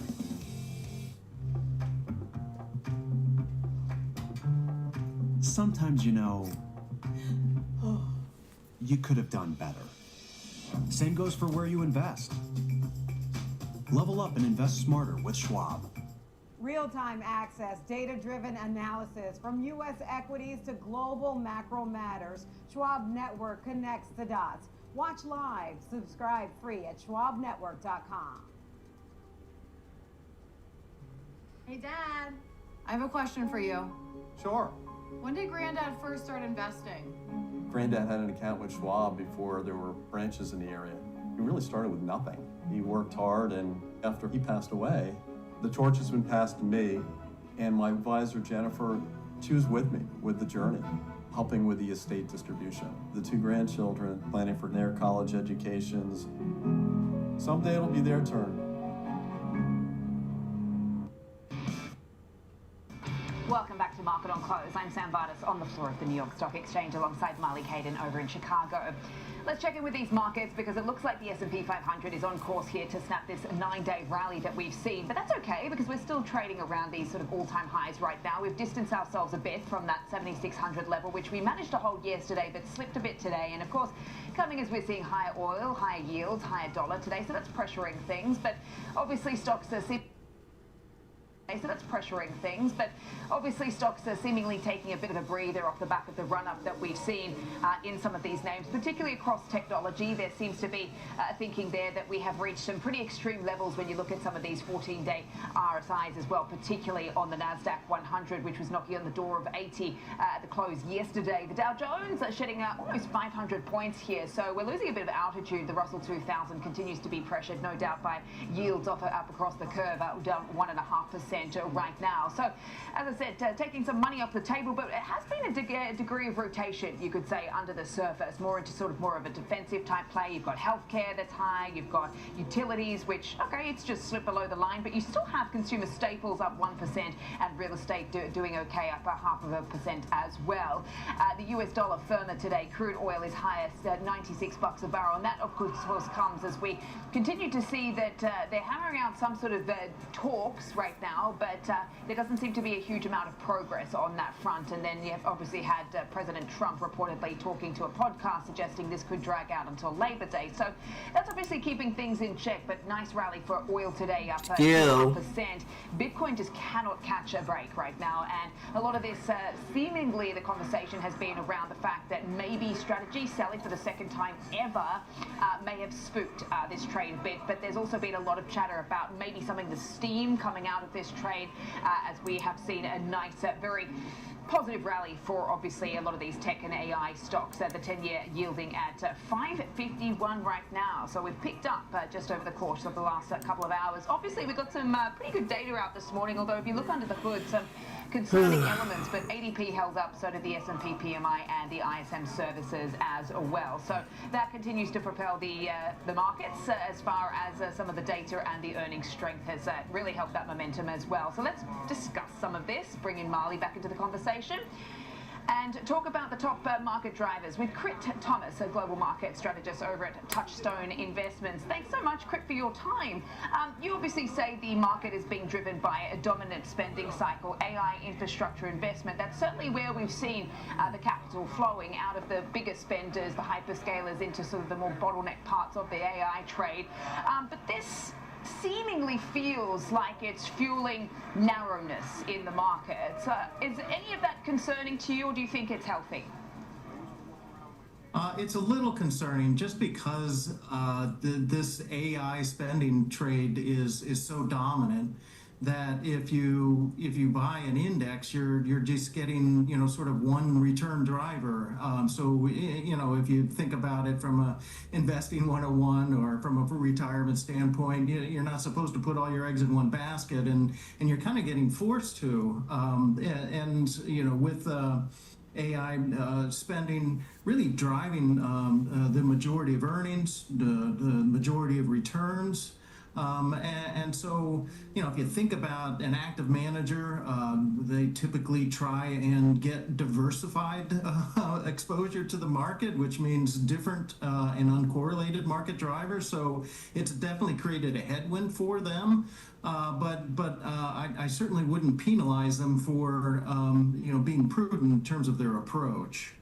And Crit, you made a really interesting argument about that traditional diversification has actually hurt performance because so many of the market winners are all driven by that same underlying AI driver. So as you look at the setup that we have now, how should we be thinking about diversification in this environment? Should we be rethinking what we think of when we think diversification? Yeah, I think it's tricky. I mean, if you look at returns year to date, you could say, well, let's see, Russell Value's outperforming, small and mid's outperforming, emerging markets is the top performer, and you could say that looks like diversification to me. But you know, just to use the extreme example of the emerging markets, if you just take away the top three names, TSMC, Samsung, and HK Hynix, all of that outperformance goes away. So you have to dig into the numbers to really get an idea of how narrow the returns really are. And a number of people have been sort of putting together with the S&P 500 list of companies or stocks that have the greatest exposure to this AI spending. And it's like, maybe 40, 45 names that represent maybe 50% of the index, but much, much more in terms of the performance and as well as earnings drivers. So they're really punching above their weight. And I don't want to suggest that this is unjustified because the spending is there. There's visibility, and if you look at some of these companies that kind of feed into the supply chain of that data center, they have a backlog that looks out a good couple years. But if I use the internet as sort of a parallel, it's not the best parallel, but it's what we've got. There was a sort of a handoff from the market exploding in those companies that sort of were building out the internet, the ones putting in dark fiber and optical companies and those. Eventually, the market started to shift from that capacity play to the actual beneficiaries from the Time's internet. flying. So right now, it's the AI capacity build that's working, but eventually you're going to see the market shift over to the users of the internet as being the more attractive play and the one with even longer legs. It sort of reminds me, Crit, of an hourglass type of diagram, because if you think about how we rewarded as the market all the hyperscalers in the beginning, now it seems to be filtering through, as I mentioned, that rotation into more of the bottleneck type of companies, the AI infrastructure plays. I mean, look at the performance, those extreme moves we've seen off the back of some of these earnings in the last fortnight. You take the memory, for instance, we continue to see these crazy price target boosts from some of these analysts who are trying to play catch-ups with this trade as well. If you're talking about the narrow part of that hourglass right now, trying to address some of these bottlenecks with all that capital, when does it start to come out again and touch those other parts of the economy? We see that broadening out. Yeah, it's a great question, and I don't have a great answer other than to say it's going to be within the next year or two, and so that's the difficult part. But if you're a long-term investor, that's a pretty short time period. So again, that's why we've been talking about being sure that you have some diversified exposure within your portfolio, and you have a better understanding of just how much of your portfolio is exposed to this, as you say, narrow part of the hourglass. And great, we've heard this comparison to the build out of the internet for AI infrastructure, but I've also had guests pose a comparison to the build out of fiber in the late 90s, and that did not play out in the way it was expected. Overall, I think it ended up being a win, but it didn't turn out to be what was priced in here. I mean, we are spending hundreds of billions of dollars on AI infrastructure without clear visibility into the returns here. What evidence are you seeing this is going to pay off? Do you have any feelings that this is the internet versus fiber? So at this point, evidence is limited. There is a big difference between the internet and AI. The internet is open source. I mean, nobody owns the internet. But with AI, it's a closed system. So all of these model builders, they own the model, and so that changes sort of the dynamics. In terms of the fiber build out, you're correct. I mean, you reached a point where you had enough fiber. In fact, they ended up overbuilding dramatically. If you look today at demand versus supply, we're not there. We're not even close. Maybe 2 years from now we could be there, but also there might be some constraints just from in terms of getting access to power and those types of things that could slow some of the capacity build. But also there's the idea that the proliferation of AI use, and as it continues to get more and more intelligent, the capacity demand can continue to outweigh the supply for maybe on a period that was more extended than what we saw with the fiber build out. Completely run out of time. We have to wrap things up there, but thank you so much for joining us today. Your really useful analysis and insight there. Crit Thomas there, global market strategist over at Touchstone Investments. Coming up next, we'll discuss trends in ETF flows and ways to utilize ETFs in your investment strategy. That's coming up next on Market on Close.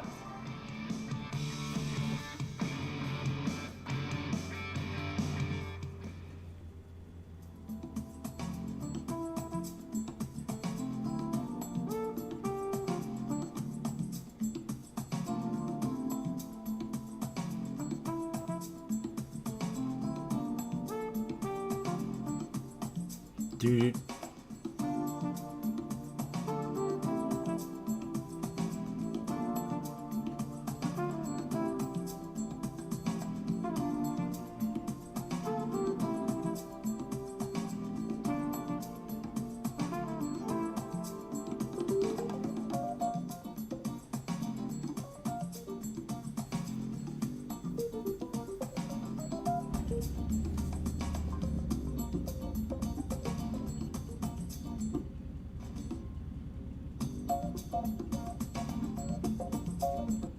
Opportunities don't stop when the market day ends. So neither do we. Schwab gives you round-the-clock access to over 1,100 of the most popular stocks and ETFs, plus a wide variety of futures markets. All with 24-hour support from trading specialists who understand the ins and outs of 24-hour trading. No matter the hour.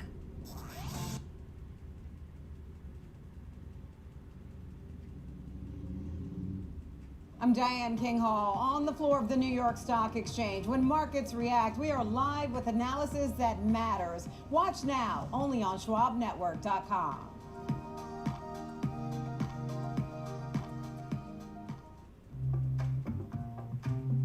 Sometimes, you know, you could have done better. Same goes for where you invest. Level up and invest smarter with Schwab. Welcome back to Market on Close. I'm Marley Caden alongside Sam Bottis in New York. Macy's slightly lower today despite beating on the top and bottom line for the first quarter as its turnaround plan begins to bear fruit. 75.65. Its fourth consecutive quarter of comp sales growth and its strongest first quarter in 4 years. Macy's also raised its full year guidance for both earnings and revenue. But let's check in with some of these other department store stocks here. Macy's was up for a lot of the day. Now we are trading about 0.6% lower. Kohl's down almost 3.5%, but Dillard's having a nice day in positive territory, up about 1.8%. I do want to bring Sam back into the conversation and turn our attention to the world of ETFs. Joining us, Cynthia Murphy, the Director of Research over at VettaFi. Cynthia, great to have you back on this show. I want to quote you here because you said something I think is really interesting. You said the bull market keeps marching on, defiant, but the call for sharper risk management grows louder as correlations become unreliable. So with that said, how are you looking at what you called the low blow? Hi, Marley. It's been definitely interesting, as you know. It's been kind of fascinating to see not only the equity market keeps riding higher, breaking new records, and you know we just saw the latest round of GDP. GDP is strong. Yeah. Earnings have been phenomenal. Most companies have beat estimates, and yet you have consumer sentiment at record lows. So there's this interesting. Oh.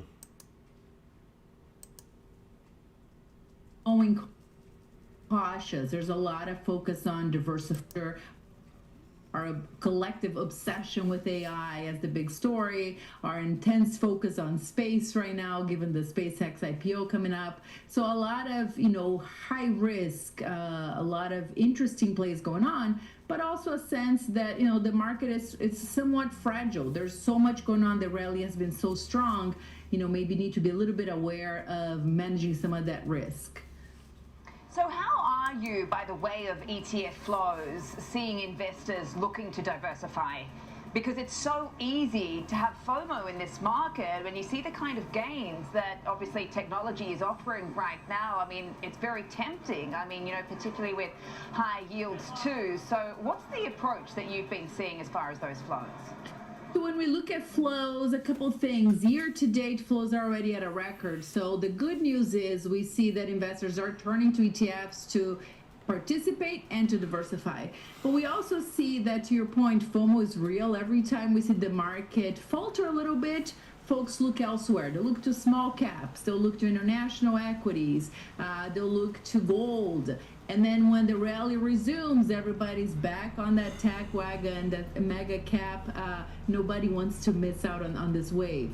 But the good news is flows have been, you know, positive across asset classes. So fixed income are taking a ton of assets this year. About over 30% of all flows have gone into bond ETFs, which is way bigger than the actual footprint of bond ETFs in the total ETF market. So a lot of demand for that safety of income. We also see folks look at dividend value, tilts towards profitability in the mid to smaller cap space, so that market capitalization diversification, there's some action going there too as well. We see folks looking to real assets, you know, things like commodities. There's a lot of demand going into that space for the safety and the hedge against the tech rally. So we're seeing the diversification broaden out a little bit in the first few months of this year. And as you see that broaden out, I'm glad you highlighted this surprising trend of this strength into fixed income ETFs, because that stuck out to me as well when I was reading through the report. And as I'm looking at it, why do you think investors are so aggressively moving into bonds, even as the stock market remains near all-time highs?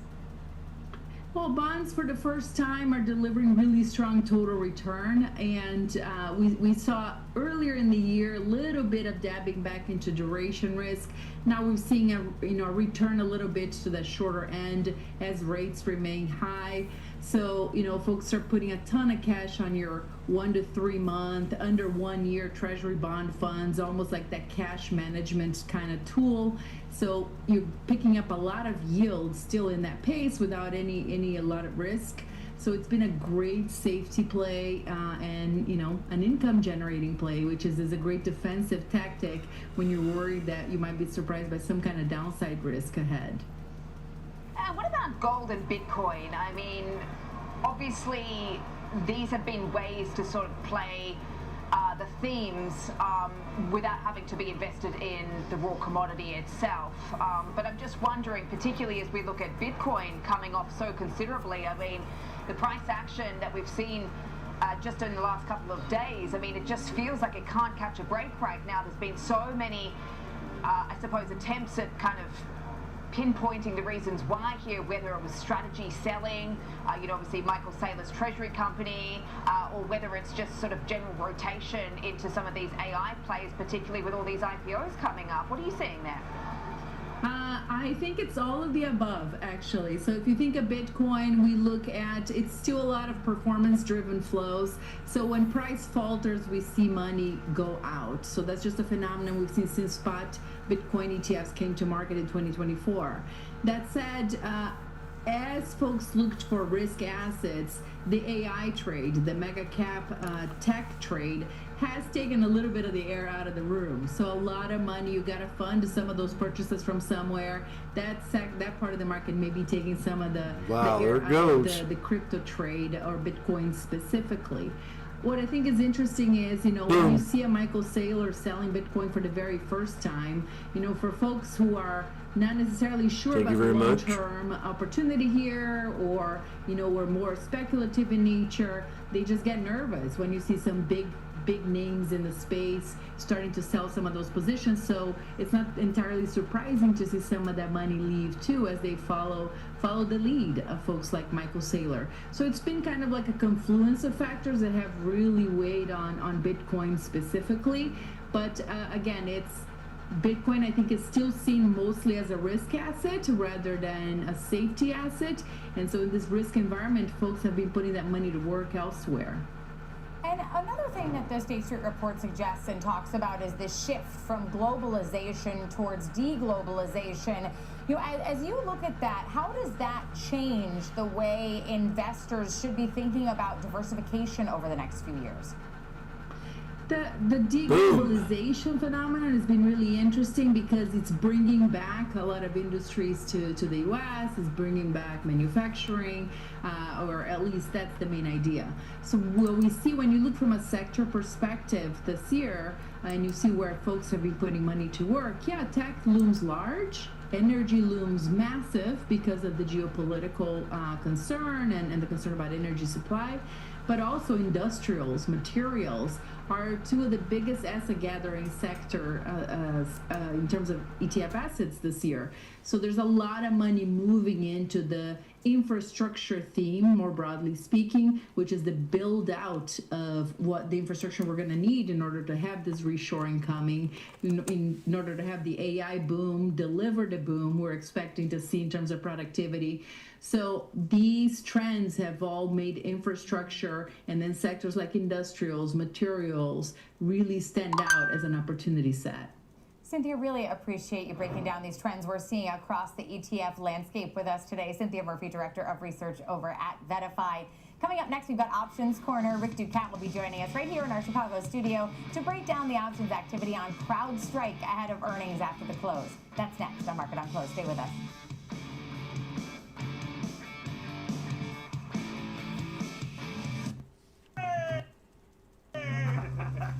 Sometimes, you know, you could have done better.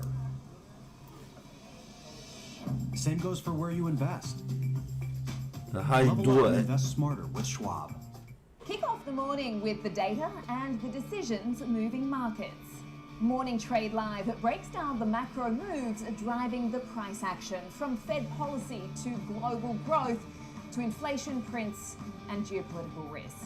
Smart, fast, and always live from Wall Street to your screen. Morning Trade Live, where the markets meet the macro, weekdays at 10 a.m. Eastern on Schwab Network.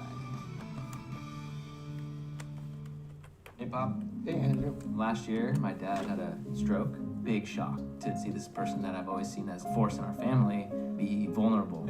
Wait, had a stroke?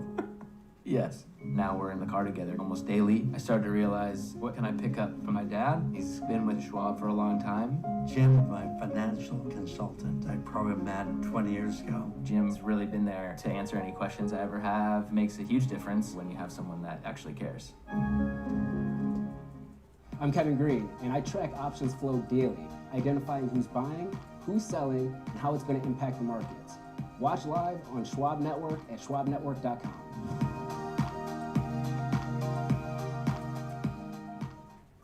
Trading at Schwab is powered by Ameritrade, giving traders even more ways to sharpen their skills with tailored education. Get an expanding library filled with new online videos, webcasts, articles, courses, and more. All crafted just for traders. $5.90. Paths, stacked with content curated to fit your unique goals. You can spend less time searching and more time.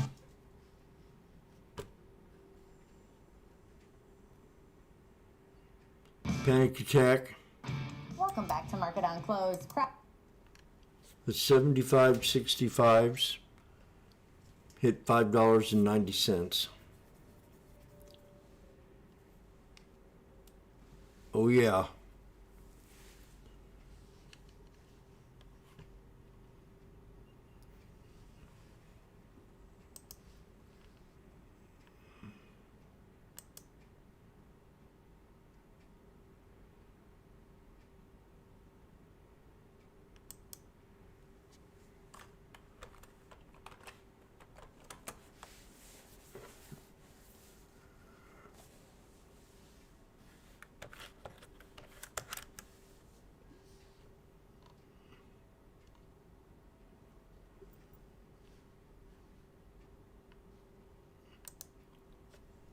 We're at $6 right now, folks. And take a little profit.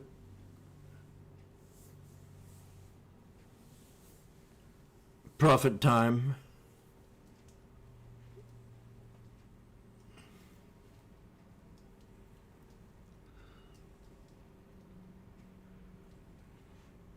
They said it couldn't be done. I said it could be. Just like that.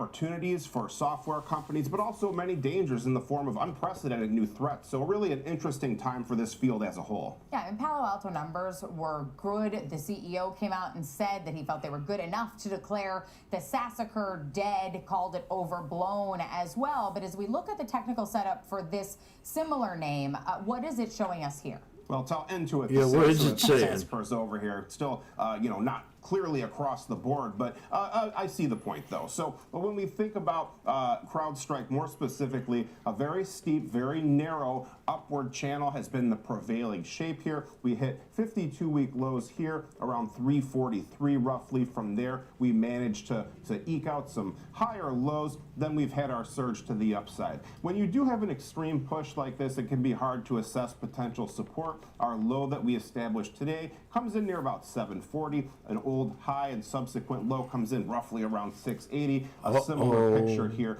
near about 630. We're going to go to 1,000? One way to assess where you might find a foothold for the bulls if we do start to see some declines. So when we think about our moving averages, our 5-day weekly EMA in dark blue comes in near about 739.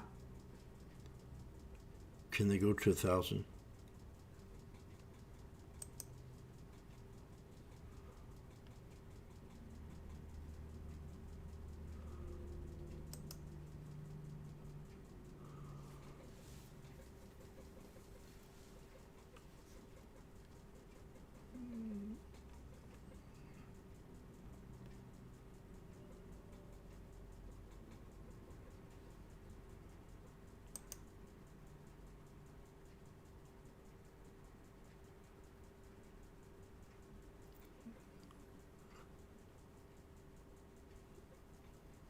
Not bad.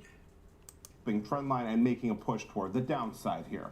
Our volume profile study zoomed in on the past 3 months here, as I've had to do with so many of these other high-flying names recently to give a more accurate picture of the recent activity. Shows some nodes here between about 612 to 664, kind of a bigger range here. Mainly probably 650 would be the most relevant price from that little range here. But up here some takers as well. 750 to 780 roughly is where the more recent trading activity comes in here. So some buyers indeed at these elevated levels evenly. Yeah, I mean, and so many of these charts we've had to zoom in on. I mean, 65% higher in the last month as we look at the last month of trading here. I mean, just huge moves to the upside for some of these names or to the downside, depending on which name you're looking at. But as we look at the options activity specifically as we're coming into the earnings event, what are you seeing here, Rick? Today, the sizzle came in at 1.34, so 1.34 times the 5-day moving average of options volume. That translates to about 57,500 options here. More puts than calls, kind of unusual, 58% puts. Just kind of anecdotally, usually more calls than puts, so I think it's worth at least mentioning when I do see this. The options projected expected move potentially for expiration, plus or minus 70 points, 9.4%. The next monthly expiration, which is our most active in terms of our open interest, would be this yellow box here, plus or minus about 13.6%. One big trade I saw. Still on CrowdStrike? December 18th, 840 strike puts at a 179.88 debit, $1.34 million debit for a bearish opening trade here. So looking for some downside in a name that's seen such a strength recently. Yeah, certainly seen strength lately. We are moving down about 2.5% though for this name in advance of the earnings, trading just over 750 right now. Some of that could be in sympathy with Palo Alto moving south today as well. But Rick, really appreciate the breakdown for us. Rick Ducat, our lead market technician. We'll have those CrowdStrike earnings for you as soon as they come across after the bell. But I do want to send it over to Sam in New York to find out who she and George will be talking about for overlooked stocks. Marley, we're going to be talking about sterling infrastructure heading into the close today. So George Sillis will break down all the news you need to know, what you need to be watching with this particular stock at a new high today. Coming up next on Market on Close.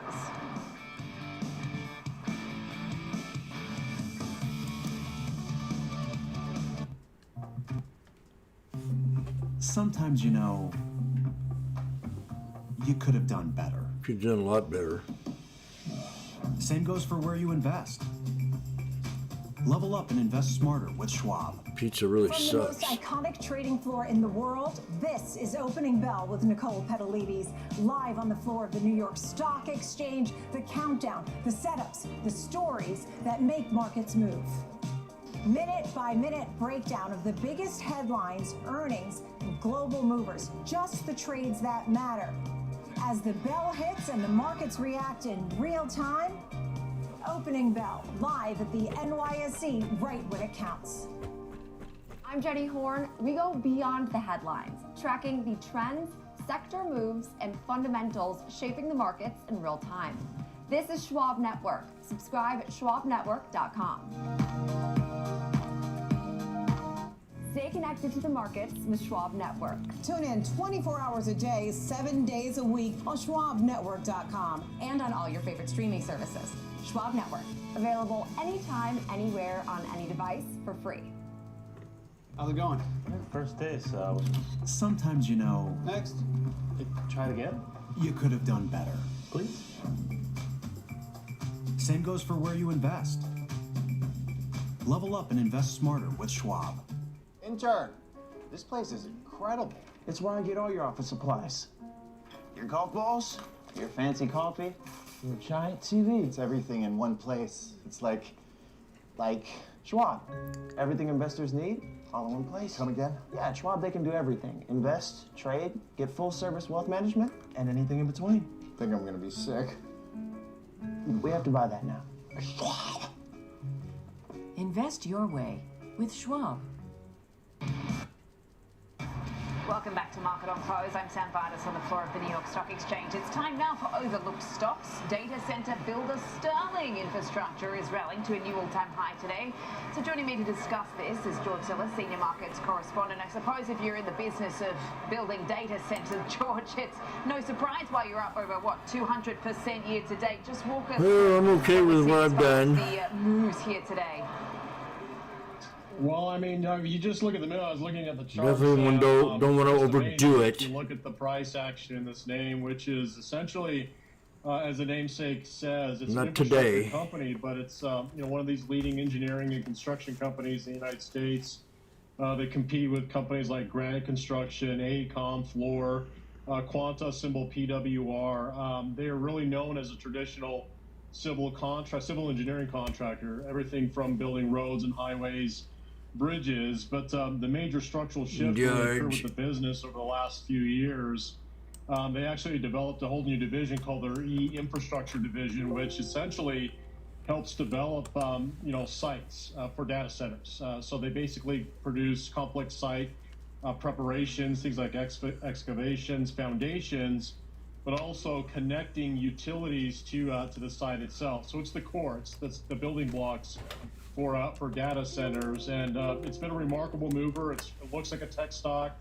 It's typically a low margin business, historically speaking, but that's not been the case, certainly as of late. I mean, if you look back at the chart, you'll notice a huge gap on the 4th of May, and that came about from a 92% increase in sales and a revision of EPS guidance, quite a bit to the upside to over $19 a share, where prior to the announcement of earnings on the 4th of May, they were estimated to earn around $13.83. So they've increased their EPS by more than 50% on that day, as well as guided higher for the full fiscal year on sales. And with that said, some of the analysts are now, playing catch up with this name. If you look at today's news, KeyBank increased their price target to $9.22 from $8.89.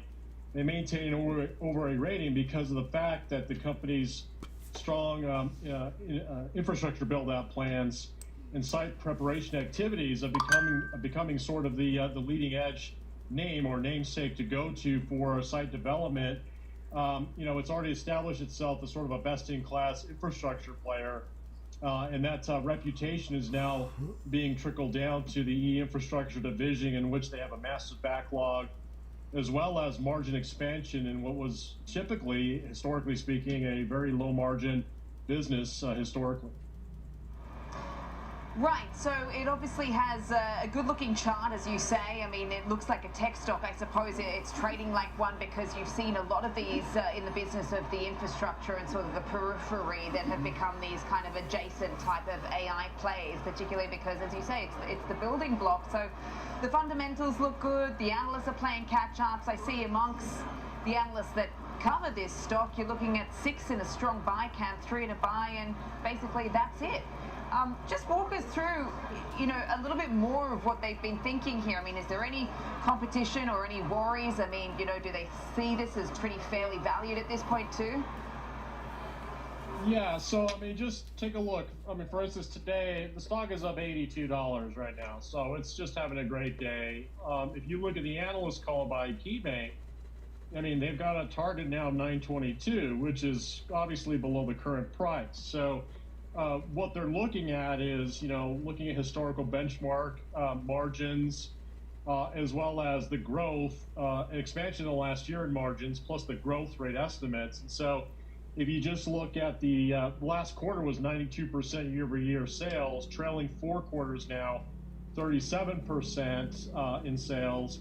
They're estimated to continue to grow over 30% next year at the very least in sales, with margin growth last year at 64% and estimated to continue to grow in the 30% range. So they're still seeing way above historical average growth rates, you know, on a forward basis for this name. And with that said, too, if you look at the earnings multiple at 46 times this year's earnings and 38 times next, you know, those 7 more minutes. Really double 5-year averages. So what they're doing here is they're trying to be conservative in the sense that they're adjusting the earnings multiple higher based on the earnings that are growing faster than historical averages. But I suggest perhaps they're being a little conservative here, considering the build-out demands for Sterling, as well as other names in the group. And that includes Mastech, AECOM is another one, like I said, in Floor, as well as at Granite Construction. But you got to keep in mind that these are typically, you know, lower margin businesses. But if you look at the margins for Sterling last year, at least on a net income basis, it was over 600 basis points higher than 5-year averages, while sales also were significantly higher, like 20% higher than 5-year averages. So these are abnormal numbers that they're generating because we're in an abnormal secular build-out. But again, you know, as long as the trend is intact, one could say it will continue. And if you look at the price action using, for instance, a 20-day moving average, you'll notice there was a gap to the upside on the earnings day on the 4th of May, and there was a pullback towards that 20-day moving average, and it's now in a trend continuation, you know, pattern with hitting new highs again today.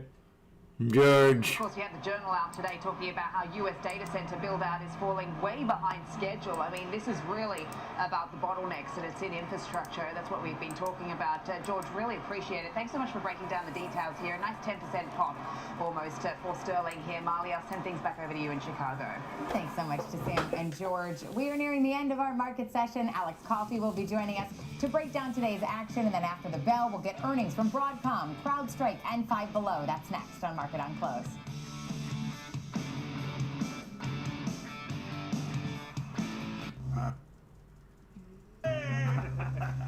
Sometimes, you know, you could have done better. Same goes for where you invest. Level up and invest smarter with Schwab. Kick off the morning with the data and the decisions moving markets. Morning Trade Live breaks down the macro moves driving the price action, from Fed policy to global growth to inflation prints and geopolitical risk. Smart, fast, and always live from Wall Street to your screen. Morning Trade Live, where the markets meet the macro, weekdays at 10 a.m. Eastern on Schwab Network. Hey, Bob. Hey, Andrew. Last year, my dad had a stroke. Big shock to see this person that I've always seen as a force in our family be vulnerable. Wait, had a stroke? Yes. Now we're in the car together almost daily. I started to realize, what can I pick up from my dad? He's been with Schwab for a long time. Jim, my financial consultant. I probably met 20 years ago. Jim's really been there to answer any questions I ever have. It makes a huge difference when you have someone that actually cares. I'm Kevin Green, and I track options flow daily. identifying who's buying, who's selling, and how it's going to impact the markets. Watch live on Schwab Network at schwabnetwork.com.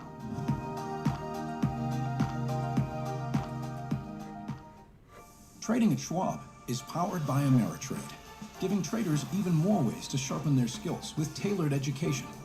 Get an expanding library filled with new online videos, webcasts, articles, courses, and more. All crafted just for traders. And with guided learning paths, stacked with content curated to fit your unique goals. You can spend less time searching and more time